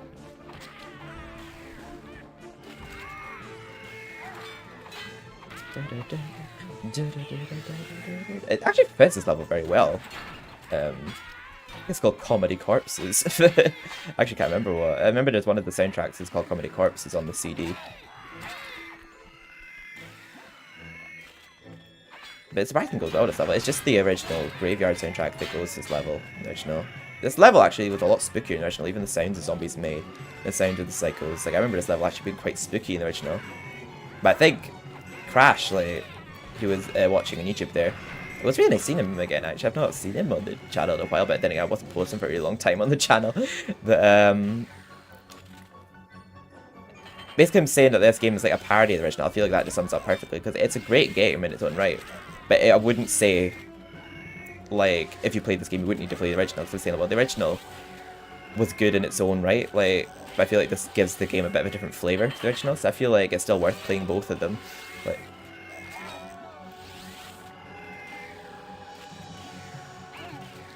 I think this one's just a bit more in the light-hearted side than the original one.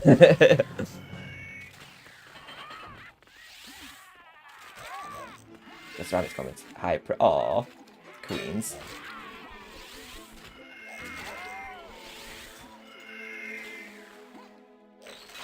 Oh, I think I remember the next room has a lot more enemies in them. Is there a health in here? Is it the next area that has one? I can't remember. Let's see. We're just going to quickly grab 2 trophies in this level before we forget. But we'll have to actually get to the end of it first. Ah. They sound kind of similar to the original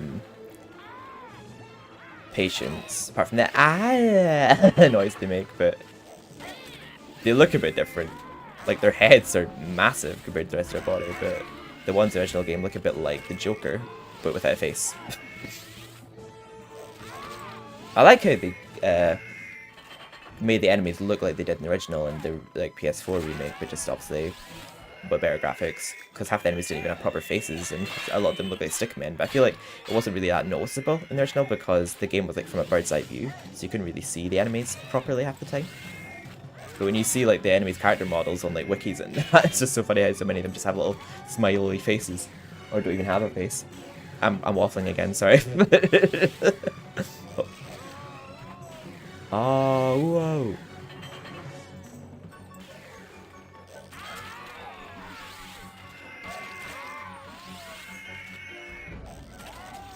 I think there's a life fountain down below. I might have to take out my earphone because I keep hearing battery low coming from it, and I'm not really doing anything with that earphone right now, so I don't need to be wearing it. There we go. I'm not going to buy health from the gargoyle. I've not lost that much. Oh, there we go. And there's a life file right here anyway. Alright, we can just skip this because we saw this cutscene earlier. Oh, I for some reason thought that this boss theme didn't play for the rest of the game apart from the Helltime Mausoleum. But yeah, I was thinking like, when I was doing my previous walkthrough, I was thinking like, I'm certain it does play at one other point in the game. But yeah, it plays here. But every boss has its own theme in this one, but in the original they all have the same theme apart from Zarek himself. And in MediEvil 2, the bosses all have a different theme, apart from the Ripper and the Pterodactyl. They both have the same one. There's not much use for this ability, like the backflip and the side spin, but it looks funny and cool. But there's not really any point in the game where it's needed. You have to defeat Mr. Axui again. But yeah, he's made very easy with the wooden sword. So he does take a few more hits before that phase where you have to make him headbutt the pillars. Right, I think I'll just free the mayor first so that he shuts up, because he just does not shut up unless you free him first, so... Oh. Oh. Oh, there's a health fountain down here. For pity's sake. Someone bring me a dinner. Dinner. Right, will you shut up, fat boy? Wait. That is not what I'm gonna give him. Mayor key. Buy, heck. Yeah, buy indeed. Okay. There we go. We've got the dragon armor equipped, and we have our chicken drumsticks. So once we get across, we'll just kill one by breathing fire on it, which will be a trophy in itself. I'll let them spread out a little because I don't want to kill multiple of them with fire. Just one.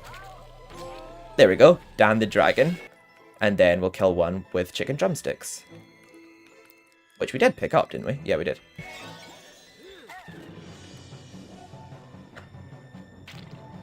Yeah, they work a bit differently in this one. It was more of a proximity thing in the original with the chicken drumsticks, but you have to throw them directly in this one. There we go. Damn the famished. Just farmed 2 trophies really quick there. So now we don't have to worry about those later. And now we've got the chalice. So backtracking completed. Now we can progress with the last 2 levels before Zarek's lair. Priorities. I'm just like, oh, shut up, Mayor.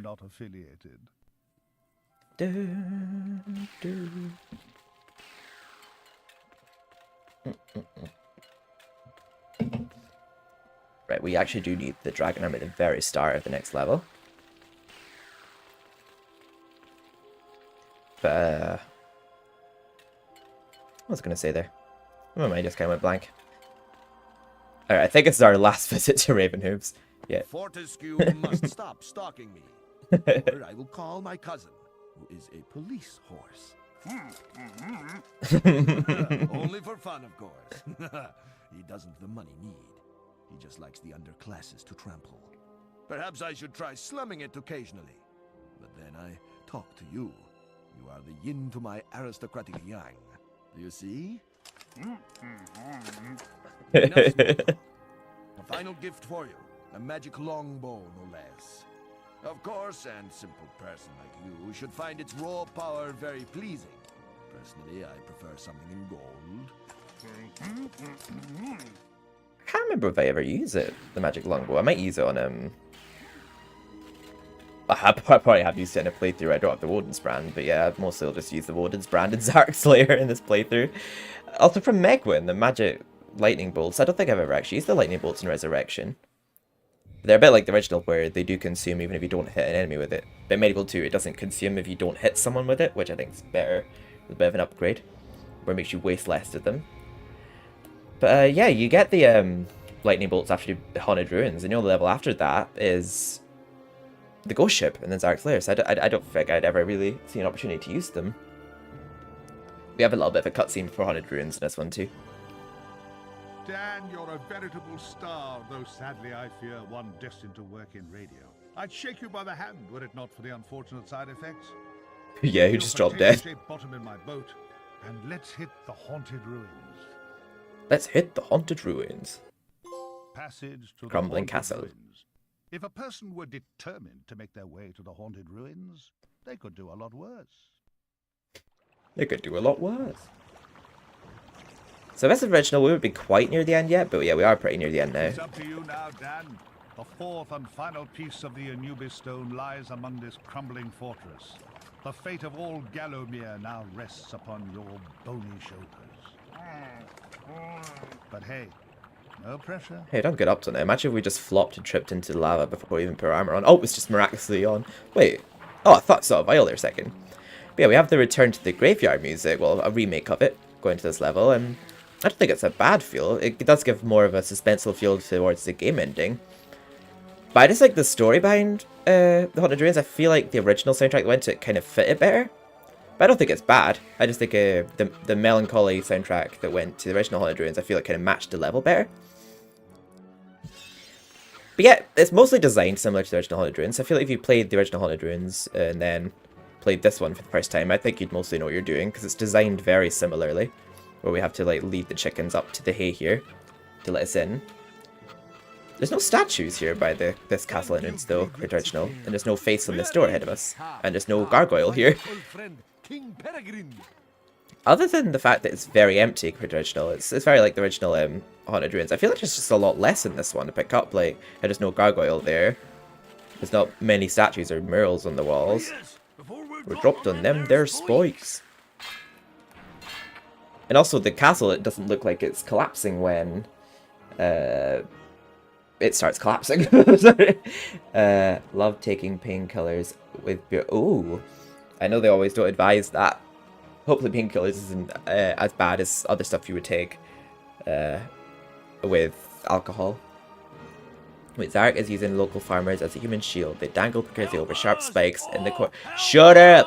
In the courtyard below. At the first sight, I'm supposed to be saying it, I would tell them to shut up. The first sight of trouble, shadow demons will attempt to sacrifice the captives. I don't know if it would deny you the chalice in this one though, but yeah. They're dropped onto fire in the original, but unless they're dropped onto spikes. I don't think so. Shadow demon. Dan can actually kill them in the original by accident if he hits them, but I don't think they have a hitbox in this one, so I don't think Dan can actually kill them. But there we go, we can free them now. I don't know if it would deny us the chalice if or not they died here, but yeah, in the original you can't get the chalice if they die. That's true. Oh, hopefully it's not as bad with just... What kind of painkillers is it? Is it strong ones you're using?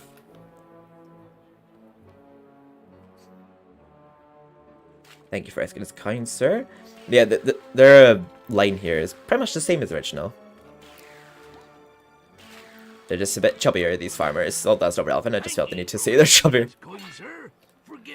We have no pig to reward you. We'd be right honoured, except the shiny gold-coloured stones. Yeah, in the original, the money just appears in front of them. There's not actually this little side door. It's pretty cool how it shows where they had it stashed away. The comments need justice again. Why did... Oh, paracetamol, I think you should be fine with just that. Oh, dear. Oh god, they drained my health there. Yeah, I do prefer the Shadow Demons look in the original and the remake. Like how they have wings and look more like demons. They just look like weird demonic cows in this one. They have like weird little udders and, well, like Crash was saying earlier, baboon backsides. And it's those enemies from the Ancient Dead appear in this level. A couple more of them. There's only 3 of them in the original. Just guarding this entrance. Oh Jesus, he was absolutely dragging me there. I do like the rather molten look in the sky box in this level. But this part's designed a little bit differently. So I think the original, this path against here, but it goes off in this direction here. So it's expanded a little bit. And there's actually 2 gargoyles in this level in the original, but there's none in this one. It just feels somewhat empty compared to the original Haunted Ruins. I don't know. Like, I do know they were up against time constraints for this game, which I think, all things considered, they did really well. Like, it's still a very enjoyable game, and it does feel like it ends, like, the way it was meant to. It doesn't feel like it was rushed or anything. Apart from the fact that you're aware of the levels they cut. If you ever played the original. But it drains my foam barrier. I know! For some reason it does just absolutely plow through foam barrier. Just my foot not being great set. Oh, I'm sorry. Oh god. I seem to have been very lucky with avoiding, like, you know, various sprains and bruises and bones breaking growing up. I think that's probably why I'm such a scaredy cat now if anything wrong happening to me, because I've never been stung by a bee, but... I'm sorry about that. Oh, this originally came out in 2005 on PSP. And it's the same game, it's just been, it's not been remastered, it's just been put on to PlayStation 4 and 5. It's been upscaled a little, but that's about all that's been changed about it. But yeah, it's the same game. It's just been upscaled in quality a little. Unless you mean the original one. The original one before this remake came out in 1998. But it's like my friend was saying earlier, It's more of a parody of the original game more than a remake, because an actual remake of the game came out 4 years ago? 5 years ago? God, I can't believe it's been that long at this rate. The ghost of King Peregrine, last king of Gallowmere, has occasionally been seen wandering these very halls. The story goes that he mourns the passing of Gallowmere's golden age, his long-departed friends, and most of all his lost crown. It is said that if his crown was ever returned, that King Peregrine would find rest at last. Not before have a nice sweet chat with Sir Daniel Fortescue again. I don't know what to make with how he looks in this one. He just looks odd. In the original, he looks like a normal king. He looks like a normal person, but he looks strange in this one. I don't know what it's about him. It's also weird, like, the Chalice of Souls in the original and the remake, and MediEvil 2 as well, the Chalice of Souls actually has souls inside of it, but in this one, it's just like a little red squiggle, if you look closely. Like, it doesn't actually look like it's filled with souls. Yeah, this part is really different to the original. I do like how they made this part a bit more challenging with these little lava chutes that come up. These little obstacles you have to jump across. It's just a very linear path you have to go along the original here. So it's pretty cool they made that part a bit more challenging. Just quickly grab his crown there. Oh god, I don't know how I didn't get caught on fire there.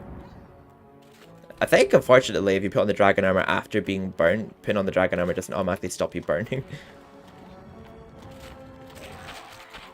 There we go, we got our chalice full now, so we don't need to defeat that last one. Because they will get taken with the forest crumbling anyway, I'll choose to believe that that's what will happen. I mean, I think that's what happens. But, yeah, we don't need to kill them anymore because we've got the chalice filled. There we go. Oh, that actually doesn't close behind us. It does in the original one. There we go. We actually get teleported to the roof in the original, but it's actually pretty cool how we see how we get to the roof in this one. How it's behind his chair. Sir Daniel Fortescue, noblest of my courtiers, bravest of my captains, clumsiest of my croquet team. He sounds like Boris That Johnson. we should meet at such a dark hour, with the fate of this realm lying once again in your hands. Good Lord Fortescue, what happened to your jaw? Bad luck, old man. I don't know. Dashed awkward for the meat course, what? Can I get you a soup or something? Oh, of course. My Anubis stone is yours, old man. Can't think of a better chap to look after it.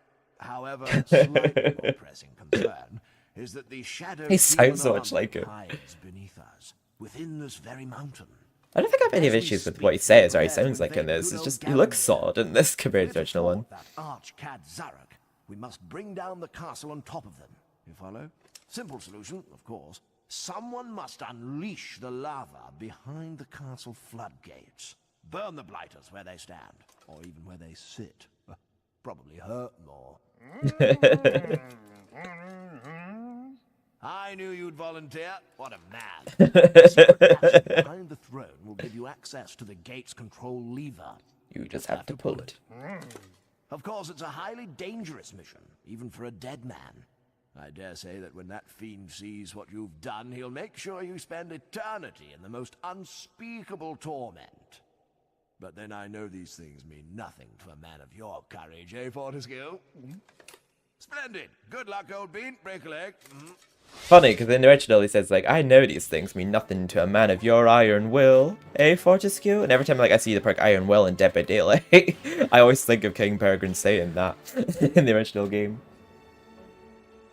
My work be like, I knew you'd volunteer, what a man. Oh wait, what did your work be like? What was it he said? Oh shit. Yeah, it's weird. Yeah, we have to quickly kill these stone golems. But it's weird, like, apparently the castle's collapsing, but it doesn't look like it.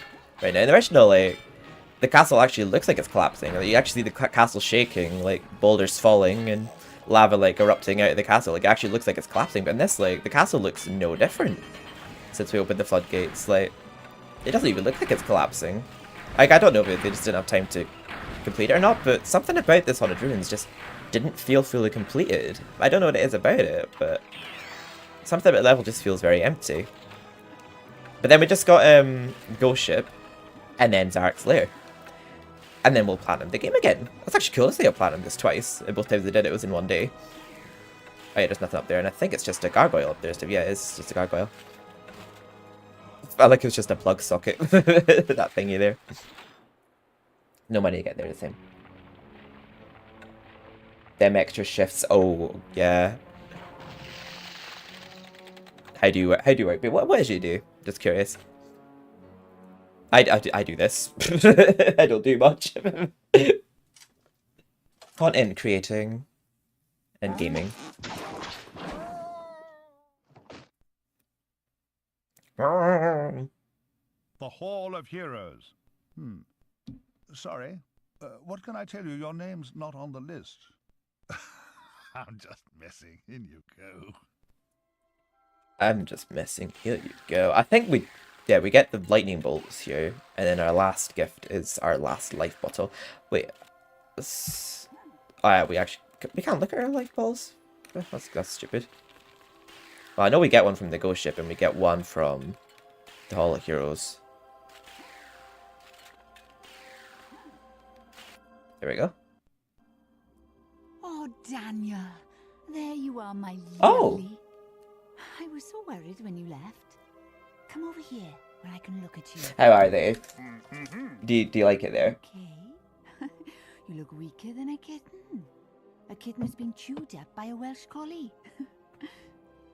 I know you have the heart of a hero, Daniel. Yeah, she's like the only Anyone else? hero that actually has faith in Dan. Thousands who mock you. Then there's a Manzi who just thirsts for him. They don't know you the way I do, Daniel. And I'm going to help you prove them wrong.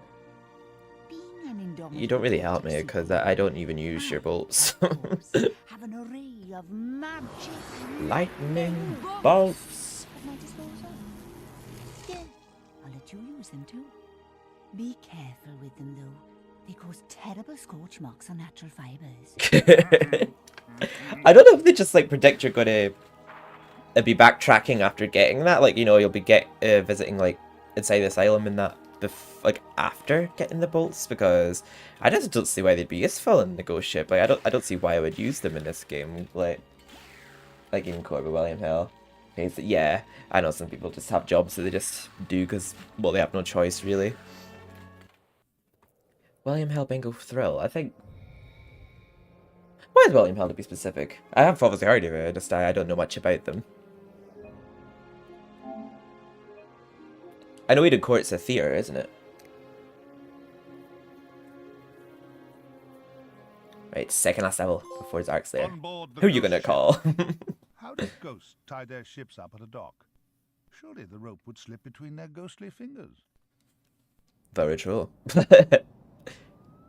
I do like the way that this ghost ship's been designed.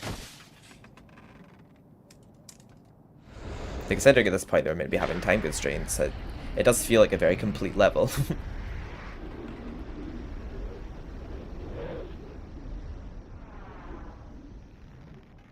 Captain, I think you ought to know we have a stowaway on board. We have a stowaway on board. Oh, no, actually, I think you ought to know. Excellent! And once you has catched him, scour the decks with him. Use his nostrils as a dust buster, and his armpit hair as a mop. Oh shit, flop. Is that absolutely necessary? Couldn't we just give him a good tongue lashing and Drop him off at the next port. There'll be no tongue lashing on my ship, Mr. That was a really strong catapult on the Haunted Ruins. It just launches us onto the ship. In the original, it's quite a trek to get on the ship. Yeah, in the original, I thought that the captain was saying by his balls, but he pronounces it more clearly. access this section of the ship? I've had the men barricade us in. Ah, why do you always barricade us in together, weirdo? Catch that scurvy bilge rat. Why do you always barricade us in together, weirdo? We need to get control of this ship. It is our only way to get to Zarok. Oh, these enemies are so annoying to deal with without the bonus brand. I'm so glad we have it here. But just like the original, that guy I just killed it was going, like, yeah, his voice actor didn't seem like he was arsed. But yeah, we don't kill him, those guys would keep respawning that we just killed before. Much like the original, or the zombies from Kensington and MediEvil 2. Graffiti of the Ancient Mariner. Most of the crew seem to be under the influence of under the control of a few officers, without them to be like headless chickens, though their feet would be ugly. They don't say that part in the original, but the rest of that line is the same. But, yeah, basically, if we don't kill the officers that are controlling them, they will respawn and keep coming back, so we have to kill the officers that are controlling them, unless there's not an officer in the area with them, like here. Then they just stay dead. So it's similarly designed to the original Ghost ship, but it's a bit different, because, we have an objective that we didn't have the original, where we have to actually get, because we're actually not barricaded out in the original. As soon as we get to the front, we just immediately fight the captain. But they've barricaded themselves in this version. So we have to get gunpowder for this cannon to launch us to the front. This is cannon, not cap gun. I know, I'm not trying to light it yet, calm down. Graffiti of the ancient mariner. This cannon is so big and powerful that it may be capable of propelling a skinny man the length of the ship. Sadly, there's not enough gunpowder available in this part of the ship to test my theory. Another great scientific discovery foiled by my lack of resources. I should be in the Twitch chat, because I could talk to Charlie, but unfortunately my comments do need... I don't know why it does that. I'm a safe test to stream. The Ghost ship looks really good. It does. It's very similar to the original one. It's the same soundtrack as well, just remastered. But, yeah, if you're staying for the rest of the stream, we're actually pretty near the end of the game, because we're on Zarek's lair after this one. We're very close to having platinumed it. I've not seen this. Have you not? Have you not actually seen the whole game before? On Resurrection. I thought I'd played it with you before. Well, at least now you're getting to see. It's actually pretty cool. I love how you can still hang out like via live streams. Like even if I'm like, you know, busy playing a game, like technically working on stream, like we can still experience games together just through you watching. Yeah, there's no time device in Resurrection. There's no entrance hall either, you're just straight into Zarek's lair after this one. I really like those levels. I'm not sure if they planned to have time device or not. I'm pretty sure I have to drop down one of these. I can't think which one.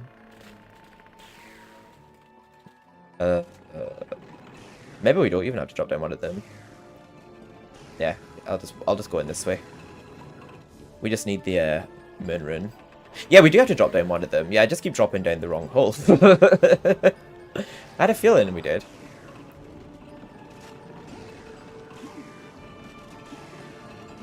Maybe this one. We have to go down. Okay, it's not that one. Alright, this one perhaps?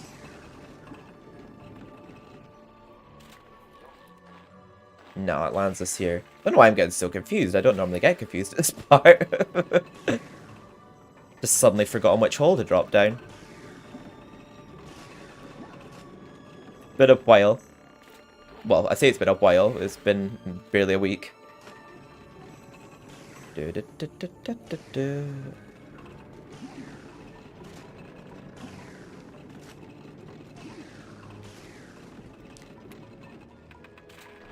we are, we got there in the end, the very last hole that we went down.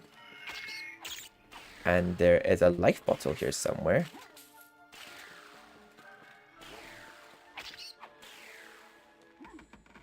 What life bottle are we missing? Well, unless there's only 7 in the game. But wait, 1, 2, 3, 4, 5. Yeah, there's one there. I'm certain I'm not missing a life ball. But maybe I am.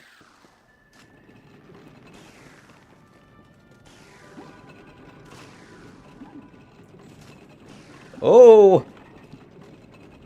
Well, bedwars you don't like, well, yeah, I know you don't like all of them.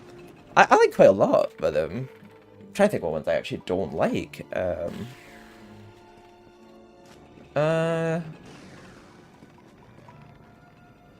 honestly couldn't tell you what I don't like, to be honest with you.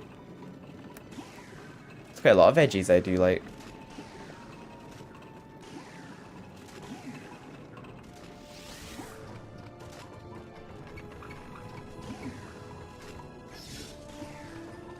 Yeah, off the top of my head, I honestly can't think.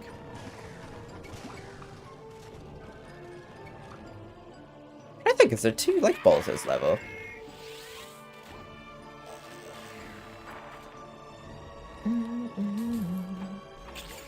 Yeah, because I got one from Scurvy Docks. There we go. It's life ball number 6.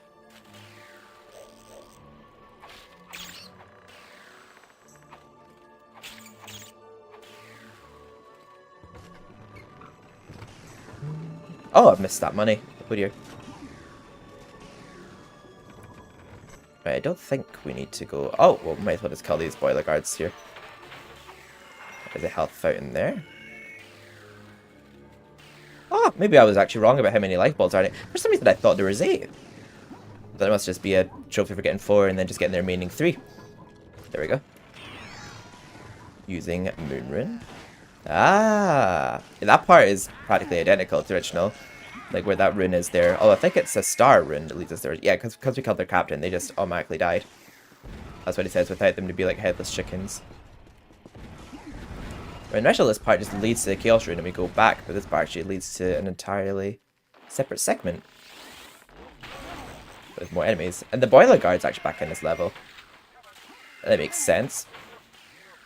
Because the ship goes back and forth to Zarek's lair, and there's Zarek's boiler guards. But they reappear in the time device in the original one, other than the sleeping village. I didn't actually need to do that now, but hey, well, I think we needed to come down here anyway for the rune that was down here. Why do you have to kill that? Oh, they're zombie rats, so don't worry. They were dead anyway. That's why their blood is green. I would never kill a rat in real life. Don't worry. I always miss that powder keg, so I'm glad I saw it was there this time. For some reason, every time I play this level, I always forget that powder keg. Oh, there's money there too. This part's easier to control than the original, which I like, because I find that the trampolines here sometimes a bit hard to maneuver across. Yeah, I find this part easier to control in general over the original one. I find it so easy to fall to my death here. You know, like any veggies. I would count veggies as no, I would count fries as veggies though, because they're made from potatoes. So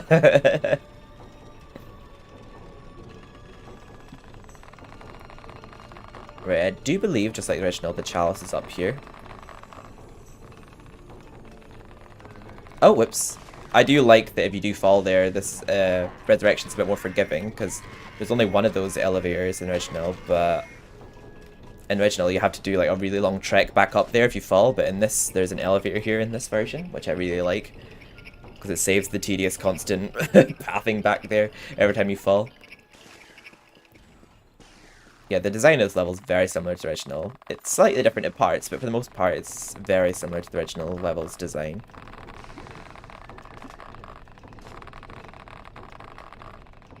Right, I somehow fell off before walking on that there. I'm pretty sure that sound effect of that going up there is actually from the original game. It might be MediEvil 2, I'm not actually sure. Just sounds very familiar. We've got the chalice there, and it's just a health fountain here. In the original game, there was actually enemies up here, but there doesn't seem to be any here in this one. We've nearly got enough gunpowder. How much have we got? Yeah, we just need one more, and I think it's right by where they're barricaded. Yeah, the only difference is it's not nighttime. It's very much daytime here. There we go, killing him will just automatically kill them, I think. Yep, and our chalice is full. And the last gunpowder keg is right by the boss fight. That is enough! Any more gunpowder, and that huge cannon will put us into orbit! Okay, apart from like the soldiers he sends out at us, this boss fight shouldn't be any more difficult or easy than it is normally, because we actually have to use the club to fight him, because we have to light a cannon to fire at him. But there's a bit of an oversight in this boss fight, that when he fires his cannons at you, he can never hit you with them unless you jump into them, because they always go over your head, which you'll see in a minute when he fires his cannons at you. The only thing that really damages you during the boss fight is the little enemies he sends out at you. Just noticed the MediEvil Resurrection didn't stay true to the theme of all levels being set. Yeah, come think of it. Like, Zarek even mentions at the start of the game that he's drained the sunlight from the skies. That's like part of his spell, but you clearly see that some of these levels are in daytime. So yeah, it's a bit of an oversight. I do see what you mean. Because he mentions at the start of the game that, like, he drained the sunlight from the skies, but, like, that doesn't appear to be the case with all levels. We have to use the emphasizing claw. Yeah. It's time to test this cannon out. I'll light the fuse, then we climb in quick. Got that? We climb in quick. Oh, don't be such a baby. I will be fine. I will be safe. Don't worry, I'll be fine. As for you, well, just try to land on your toughest point. I do like how, like, the arrowhead's still in his eye, and he's just made a little hammock out of it. Yeah, he's a relatively easy boss fight. Mostly because when he sends out enemies, we'll kill them in one hit with the Warden's Brand, but he's an easy boss fight in general. I didn't need that club, but even if this club runs out, it automatically respawns there, so it don't matter. Oh, I timed that a bit too early. He has a typical pirate, he goes, ahoy! I don't think he even makes a sound in the original, like, I don't think he says anything here. But that's when he goes, yahoy! Yeah, those cannonballs do not hit you. Like, I stupidly jumped there though, but they missed. But like, I think that's a bit of an oversight. Like, when he shoots at you there, like, there's actually no way he could damage you. Oh wait, I thought he was sending out enemies there. Wait, I didn't realize he was just shooting me. There we go. But he's a relatively easy boss fight. Like, even when he fires his cannons at you, he won't hit you unless you just jump into them. Which, why would you do? I'll have to wait to see if enemies appear here. But yeah, there we go. Before I get the Warden's Brand out. I was like waiting for enemies to appear before, and I thought, wait, why has he not brought out enemies? And I thought like, oh wait, no, he just stopped to shoot. There we go. That's the only time we'll actually notice this boss fight being easier, just because we have the Warden's Brand for killing those enemies. Bum bum. Bum bum. Bum bum. He's quite difficult in the original, isn't he? Yeah, I mean, especially the first time I played it, I found him tricky. But he is definitely trickier than he is in this. They definitely made him harder in the remake. Especially when you have the cursed helmet. Yeah, I've got plenty of Let's Plays of that on the channel. I might even redo it at some point. Love those games.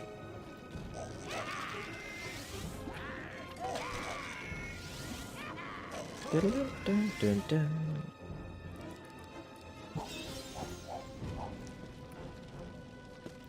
There we go.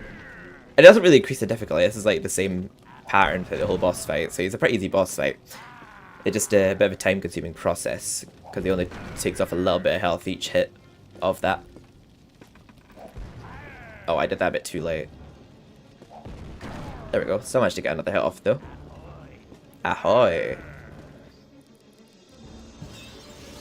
I'm kind of glad he's not too hard of a boss fight though, considering the next level, Zarek's Lair. Zarek's Lair actually is pretty hard in this game. I do remember, because I have played... I think anytime I've not done a recording or stream of this, I usually don't play Gallowmere Plains. I just play normally. But, yeah, Zarek is actually a pretty hard boss fight without the Warden's Brand. Like, they did make him a lot more challenging in this. Oh. If I run out of club, another one just appears. It just appears here if I run it. He's a flop. He has a flop. Yeah, Zarek's Lair was definitely a lot more doable. They did make him really tricky in the remake, but mostly because I had like no health by that point. And you like watched me on my charity stream, didn't you, when I was wearing the cursed helmet, where the game was like twice as hard. But the game shouldn't be like difficult without the cursed helmet, but they did definitely amp the difficulty up in the remake compared to the original, which was pretty good because the original was pretty easy at times. We could do for a little while if you want. Right. Ahoy!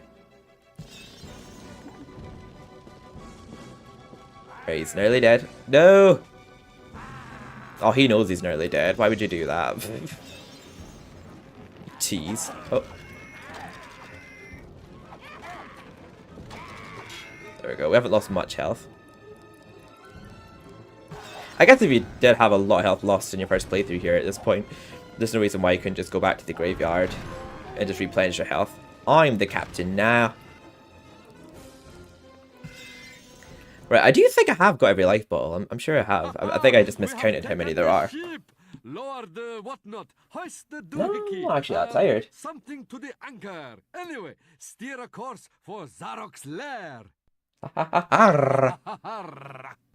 I'll need to have something for dinner anyhow, so I could have my dinner well. Yes, got all the chalices. You dirty great stop out. Haven't you got a crypt to go to?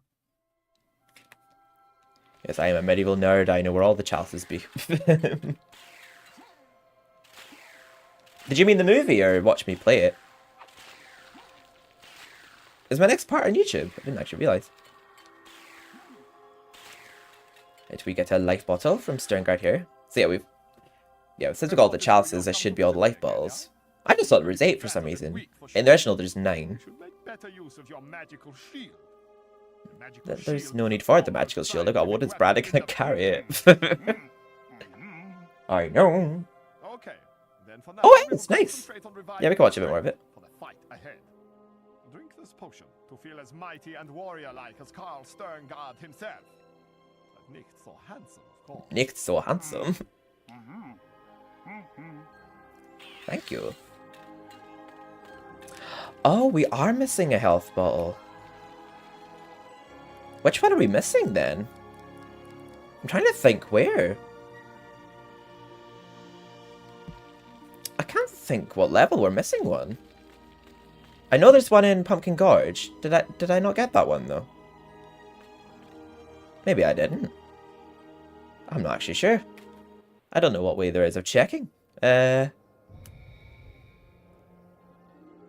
you what, we'll do Zarok's lair first, and then we'll do a bit of exploring to see what one we're missing. I know where they all are. I must have just forgot to pick one up. And I can't think which one. It's you. Actually, we never thought you'd get this far. I don't really have anything written down. Hang on. Okay, here goes. Your final encounter! Damn. Sorry. Pressure. Your final Oh yeah, she means my YouTube video. Yeah. With Zarok. Awaits beyond this point. He has surrounded himself with his unnatural bodyguards. Your final encounter. But you may yet even the odds by calling upon the powerful magic of the Anubis Stone. Good luck. I like how the cutscenes, they're a different shade of green. Oh, look, that'll have to do. Now go on and die quietly. Some of us are trying to read. Die quietly. We're not in this game as often as the first, but we're trying to read. Ah, this is it.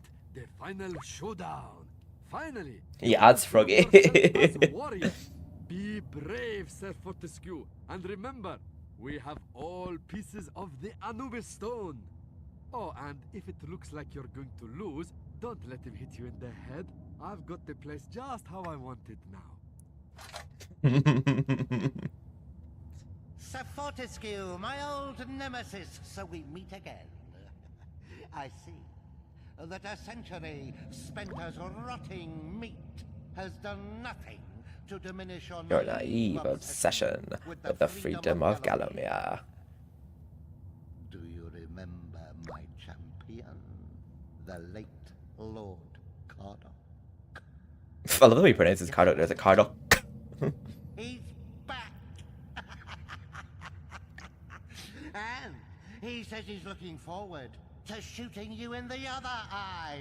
You know, for old times. Get on top of them, yeah. And while Lord K prepares for your rematch, Lord K. some of his soldiers, so you don't get. Oh yeah, this is an extra phase to this boss fight. In original, it's just fight.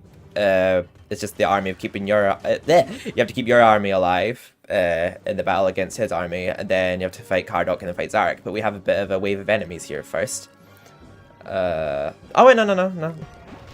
I'll just use my Warden's brand to defeat those. We got some Phasgals afterwards as well, after we defeat these boiler guards. Oh damn, we killed all 3 of those with one swing. They're definitely not that easy when you don't have the Warden's brand. They're such annoying enemies to deal with.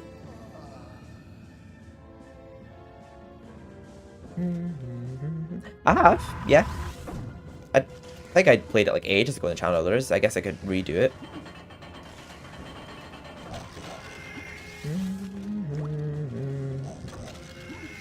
No reason why I couldn't redo it. God, imagine if you got your Danny Invincible trophy from this level, you'd be an absolute legend. Oh, he just killed himself. Stupid Fazgo, look how much money we have left over. We've just not needed to spend any. With their infinite rocket launcher sword. I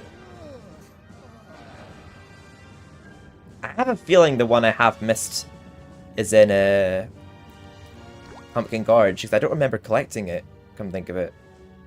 It might have not been there. It might have been the one in Haunted Ruins.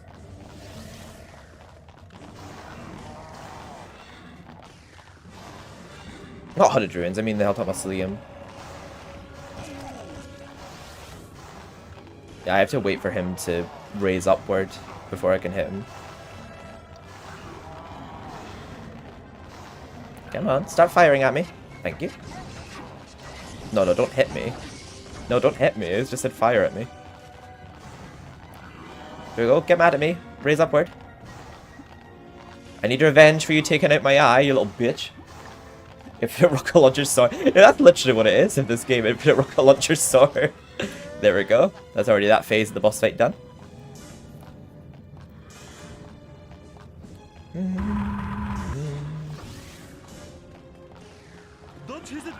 And he will lose his cool. I think we get a health vial just for defeating him. Don't think of it.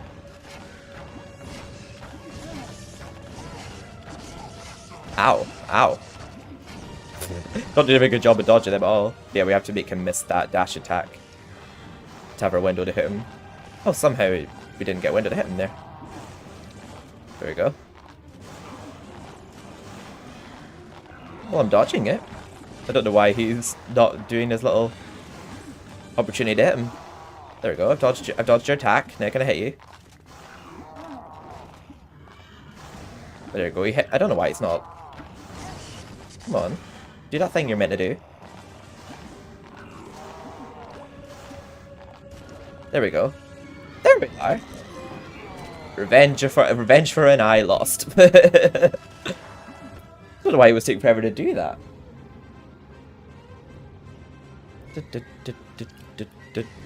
And now, to keep our army alive, I forgot to collect those vials. Oh, never mind, I got them just in time. You get a very short window to pick your health vials back up in this, though, after keeping your army alive. In original, you get a lot of time to collect them, and they're still there when you have to start fighting Cardok. You have to pick them up really quick here.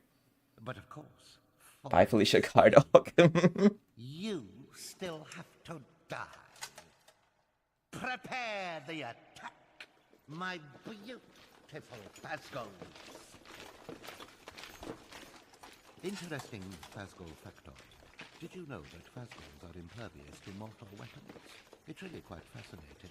So unless you're hiding a ghostly penknife or a spectral billiard ball... Wait, oh, come think of it. After I got the trophy for doing this boss fight, I'm going to rewind till just before we did this fight, because I don't think I can actually, It's going to be very short and uninspiring. Wait, one sec. Rewind. No. Okay. I'm going to rewind to before we actually did this level, because I think... Wait, what the fuck? Oh, there we go. I might rewind to before we did this level, because... Oh, it doesn't look like I can. Okay, then. I hope I haven't locked myself out of a trophy here, then. Okay, time to fuse the Anubis stone. Time to fuse the Anubis stone. What's that? The Anubis stone. Oh, this is going to be good. Fortescue, what's a gangling dullard like you hope to do with the sacred stone? Some of the most learned sorcerers in history have been driven mad trying to understand its elusive mysteries. It's okay, Death told us about it. My lord, captain of the King's Croquet team. Yeah, we've completed it now, the Anubis stone.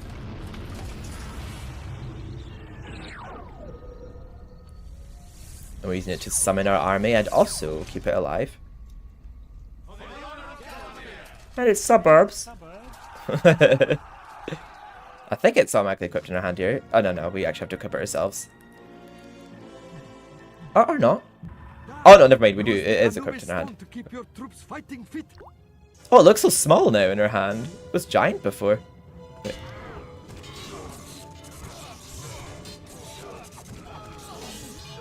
Yeah, I do like how the Anubis Stone is actually part of the story. It's better than just, you know, just a random piece of good lightning that you find.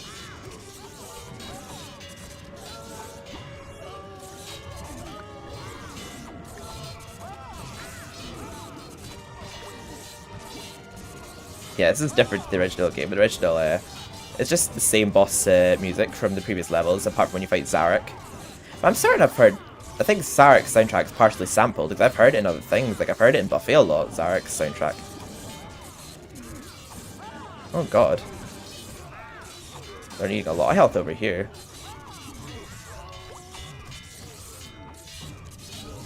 They need a Warden's Brand like I have. Oh dear. Well, they're not attacking me. Why can't I just give them my Warden's Brand? Like,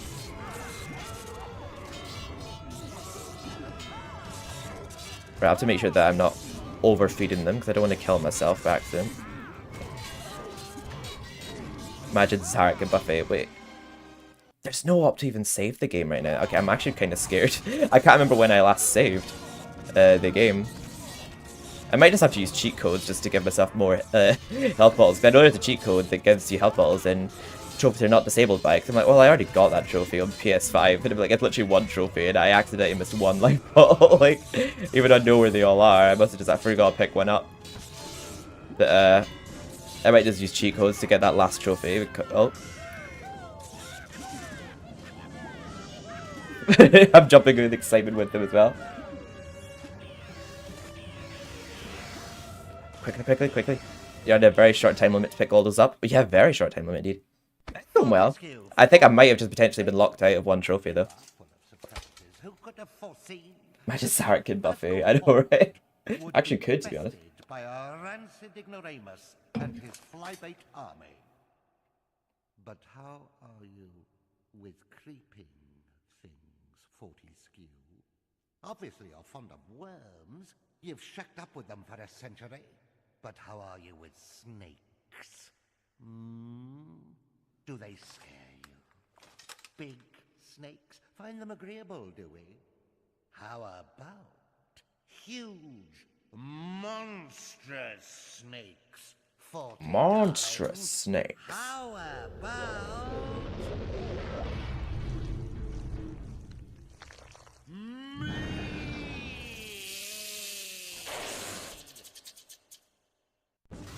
Mouth. He don't like that, I think. Okay, we just have to avoid his attacks until he decides to lower his mouth so that it's in hitting range.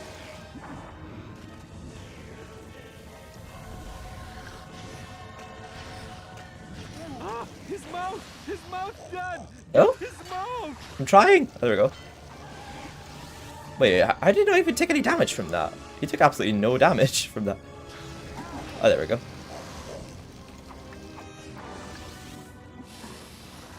Come on, Zarok.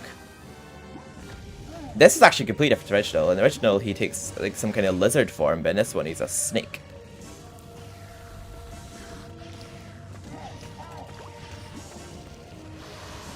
There we are. Right, we'll have to hit his tail because for some reason hitting his mouth isn't damaging him. We're using a magic sword. I was thinking it's not doing much damage to him at all. Yeah, Warden's Brand it is. Don't know why I've got the magic sword, but I was thinking that's definitely not Warden's Brand power if I've ever seen it. Oh. Very sensitive. Yeah, much more effective with the Warden's Brand. Yeah, he looks so different here, doesn't he? He looks very intimidating as a snake, actually, in my opinion. Grudge match of the century. That's us defeated Zarek. Made a lot easier with the Warden sword.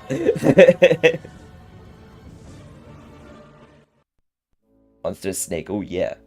OMG.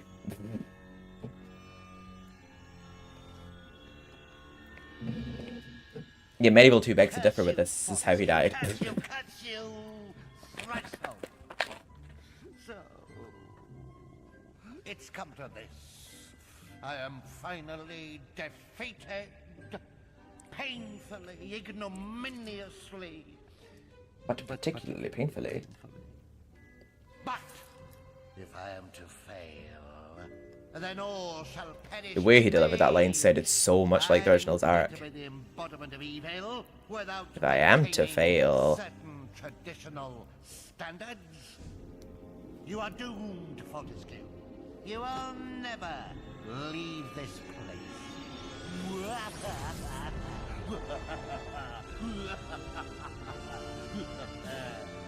Oh, yes. Now that was an evil laugh.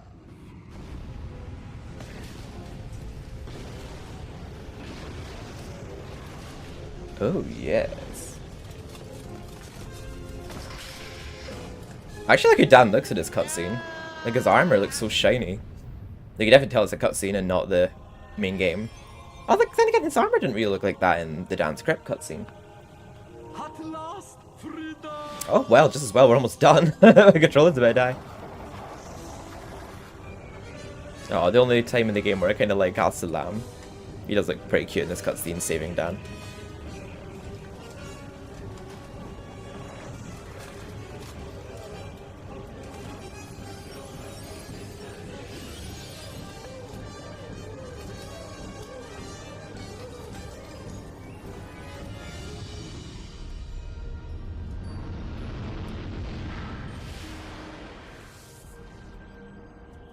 Yeah, they made it so that it's Al-Salam that's carrying him away here from Zarek's lair, but it's actually that eagle that saves us here in the original.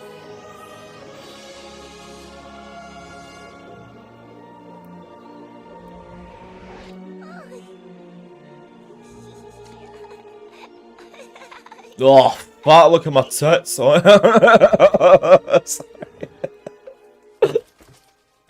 I just kind of a laugh when Mrs. Bad shows up there like, oh, jiggle, jiggle. But I do always get sad at the end of a MediEvil adventure. We have failed the master. We give our lives.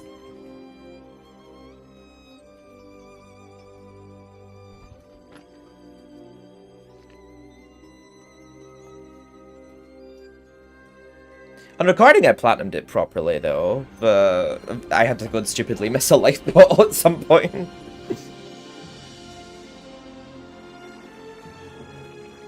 I know, there is.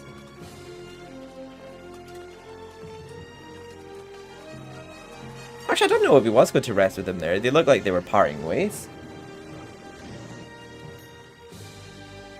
And now he's earned his place in the Hall of Heroes. I actually can't remember if this is actually part of the ending regardless, or if it's just the bonus ending for getting all the chalices. Because I know in the original game, you only get that ending with the Hall of Heroes if you get all the chalices, but I can't remember if you actually get it regardless in this one. It's great when it's all both hosts get together, isn't it? I know what you were getting out with that. Fortescue finally earned his place in the Hall of Heroes. Down on the right, past the one who looks like a pantomime horse with a dodgy accent. Gallowmere, fair Gallowmere was freed from the yoke of evil. The sun beamed down from the heavens once more. Small children skipped and ducks could paddle the ponds in safety. Zarok, the most vicious, most malignant, most foul of creatures, was utterly vanquished. This time, never to return. Well, assuming there isn't a sequel. Just because I stupidly did miss a life bottle there, I am just going to look... Wait. Because I know that apparently cheat codes work on trophies, but I did want to get them legit though, that's the thing. But technically I did once. I got them, I got all my trophies legit on PS5. It's only this one that I'm just using a cheat to get.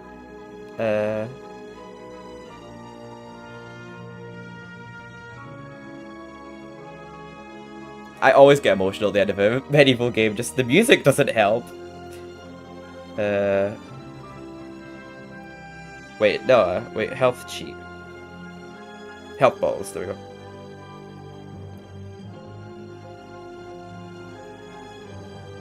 No, MediEvil Resurrection. cheat for it? I could have sworn there was. MediEvil Resurrection cheats.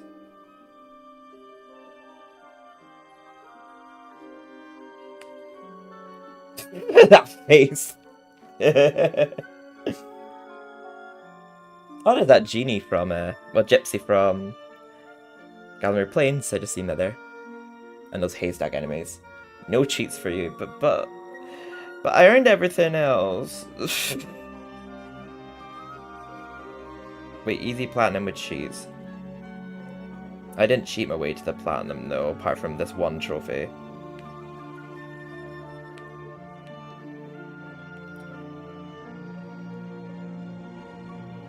Wait. Does this video even show the cheat codes? Oh, yeah, it does. Yeah, I'm just gonna skip the ending credits because they always make me sad. The end of an adventure. Yeah, they do say, like, the trophies in this are missable if you go into Zarek's lair before getting everything. Unfortunately. When did I last save? Because I might actually see if I can just do it normally. I don't mind playing it a bit longer if I did save pretty recently. Oh! The ghost ship. Oh, no cheats for me. Maybe I won't have to cheat after. I just can't remember what level I missed a life bottle in. I got the one from Scurvy Docks. I'm certain of that. I'll check the Top Mausoleum. I might not got one from there. We'll get through it pretty quick, because we got the, Oh, I'm actually kind of glad I did save the ghost ship, because I really didn't want to have to cheat. Alright, we'll skip this. Oh. Beware, imps are sticky-fingered thieves. Trust me, we can spot our own. Oh! I still have to complete the ghost ship, though. I didn't realize I saved before actually playing the ghost ship, so we'll have to hurry through it again.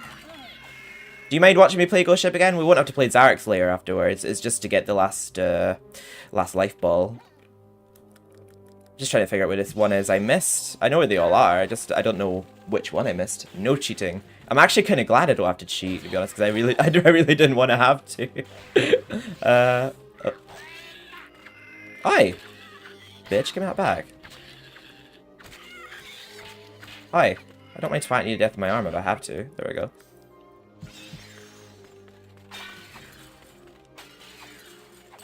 And we'll be able to just whiz our way through the levels that we may potentially missed one in. Anyhow. Right, I know there's one in Pumpkin Gorge. I know there's one in Dance Crypt. There's one in this level. There's one in the Ghost Ship. That's 4. There's one in Scurvy Docks. That's 5. And I think you get... I think you get 3 of them from the Hall of Heroes? No, you get 2 from the Hall of Heroes. I'm trying to remember the last... There's not one inside the asylum. Maybe there's one in... I actually can't remember. I'm trying to think where the one I've missed is. Oh. But we'll see here, because this is where it is in this level if I did miss this one. Yeah, we did get this one. Okie doke. Load game.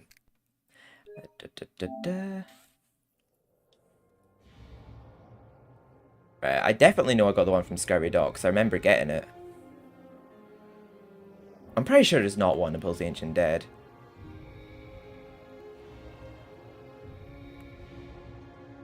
I think we got the one from Pumpkin Gorge. I'm not sure. Let's see. Pumpkin Gorge, not George, Gorge. Pumpkin Gorge. Oh, I'm sorry. So sorry for the ads, Andy. I do apologize. We need to find Pumpkin Witch.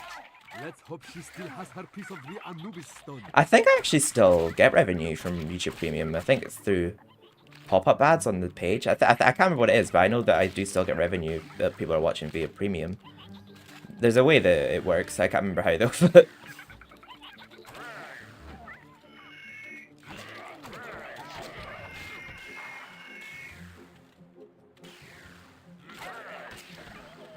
I can find out what level I'm missing it in. We'll just have to replay the ghost ship again.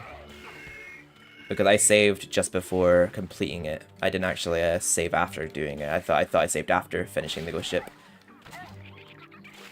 Soviets don't mind watching me do the ghost ship again. I'm fine with that. They don't. They really don't.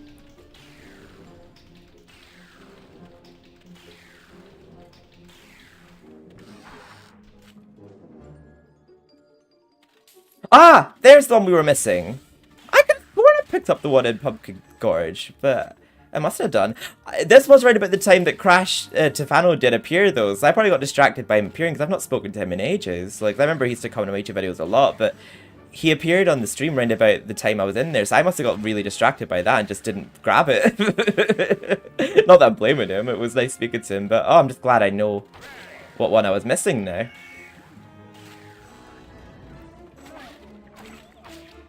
There we go. Ow.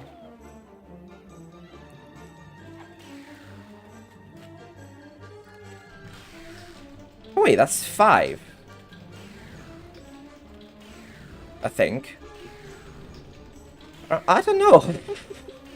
I'm confusing myself at this point. But then it's... Wait, Sark's... 2, 3... I guess we'll just see. I'm just gonna remind myself. I'm just gonna look at where they all are again. I won't have to look at the game. I'm just reminding myself where all the life bottles are. MediEvil Resurrection, MediEvil Resurrection, all health bottle. Yeah, all health bottle locations. That's not helpful. Why does it show me? Oh yeah, life bottle. See, Holy Heroes, Dance Crypt. No, this is the original game. I want to know where they all are in Resurrection. Right. Yeah. There's the Scurvy Dogs one. Oh! I don't think I got the one from Sleeping Village. Yeah, I'm certain I didn't get the one from Sleeping Village. Yeah, because I noticed the number... Wait, hang on. Let me quit there then. Yeah, because I said when I picked up that life ball, it didn't go up in number. That was weird. Why did it let me pick that one up again? Wait, what, are you going to spam when I get the platinum?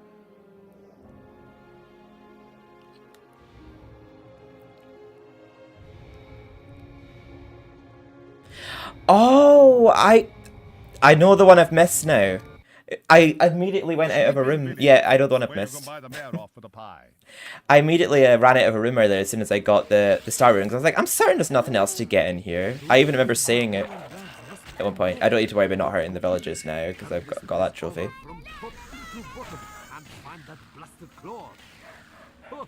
But I was wrong. I said earlier, it's like, yeah, because when I got this rune. There we go, I don't need to worry about not harming them now.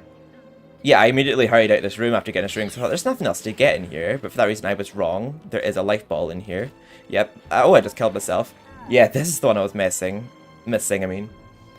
I completely forgot about the one here. I don't know why. I had no problem getting it recently when I got a PS5 version. I think I just brain farted and completely forgot about it. Yeah, there we go. Yeah, as soon as I saw the video it said there was one in Sleeping Village, I'm like, oh, there is. I forgot. Like, I didn't even have to look at where. Like, I literally just saw it said Sleeping Village, and then that was it. Like, they didn't even show a screenshot of where. I knew instantly where I'd missed it. There we go, just whiz through this level.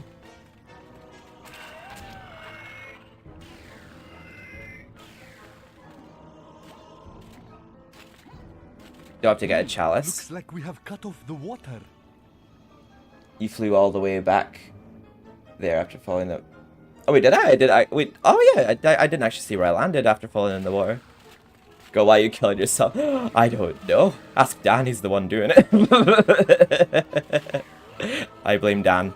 Wait. There we go. Yeah, luckily we don't have any chalices to get again. We're just gonna have to hurry through the levels. Oh, I feel like an idiot now. I feel like I'm going to punch myself in the face after watching stream back. Having missed that life ball from this level. It's not like me to make a mistake when playing MediEvil. No problemo.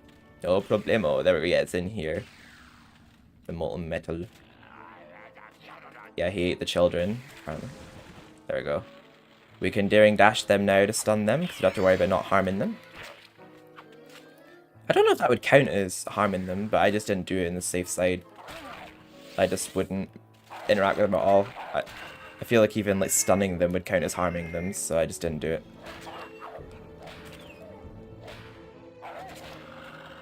I blame you would, you troll. Both you and Shy would blame me. Stupid Dan, this is why we stand the frogs. Yeah. Hey, he's definitely come a long way since dying at the first charge, like he did back in the day.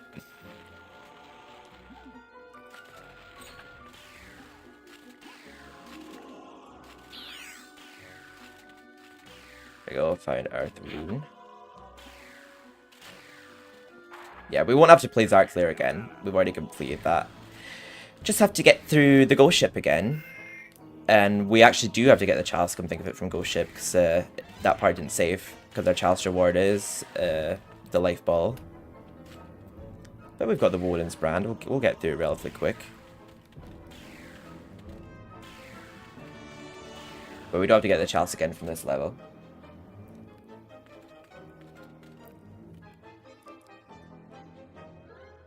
Yeah, definitely.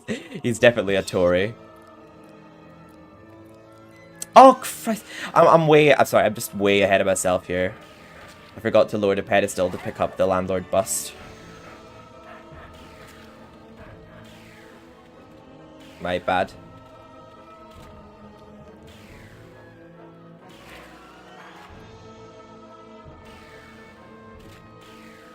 I'm just going to double check that is the only trophy I have left to get. I think it is. Yeah, acquire all the health balls. Yeah, just make sure I haven't missed any others. Oh, try to come out the select menu. There we go. There we are. Even though you said hot, H-O-R, I knew you meant ho for some reason. For some reason it didn't even dawn on me it was a typo.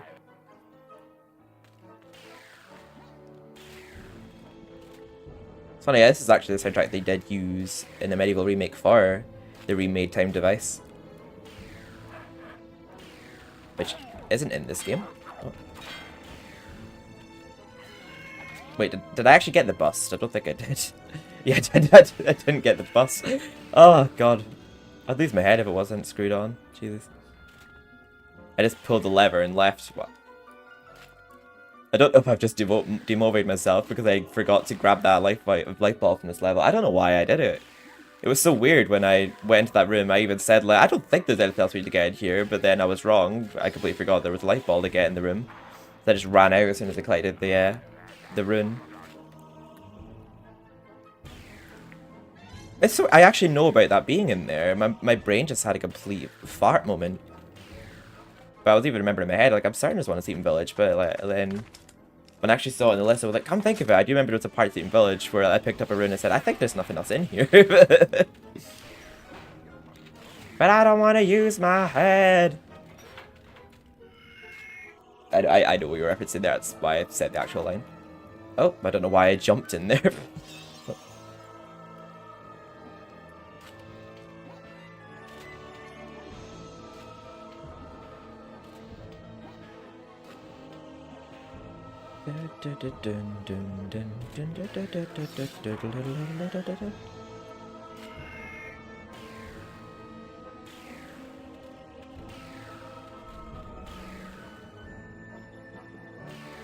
Here we are. I'm just going to highlight the entire stream because it's been a journey. It's one I want to log. I'll even leave in my break scene because this is why we can skip through parts. Oh? Why didn't you raise up with all your other friends?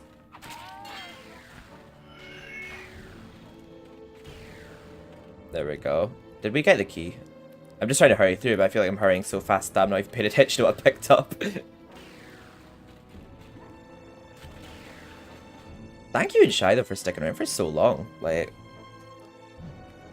thank you everyone who's obviously stuck by. I'm not like pitting anyone against each other. I appreciate everyone who stopped by and supported tonight. And any night.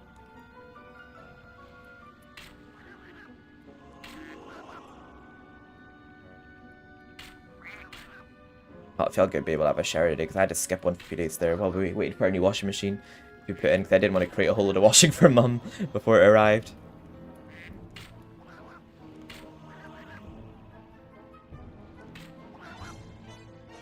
Oh god, I was right in his eye. Yeah, I have to do the shooting ducks challenge again. I love you both. You're absolute icons. I love all my supporters in here. I've got a great circle of viewers and friends. Or viewers and friends.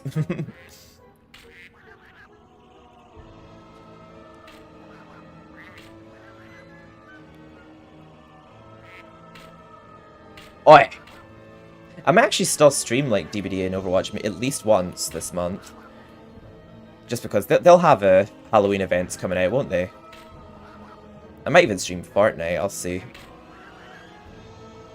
Some of my regulars for Halloween. Oh! God.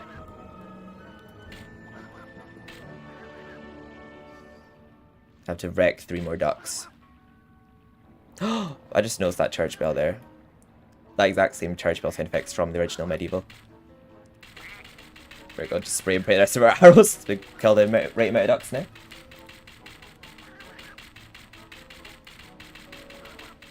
Wow! There we are. The same sound effect from Galmer Plains as well.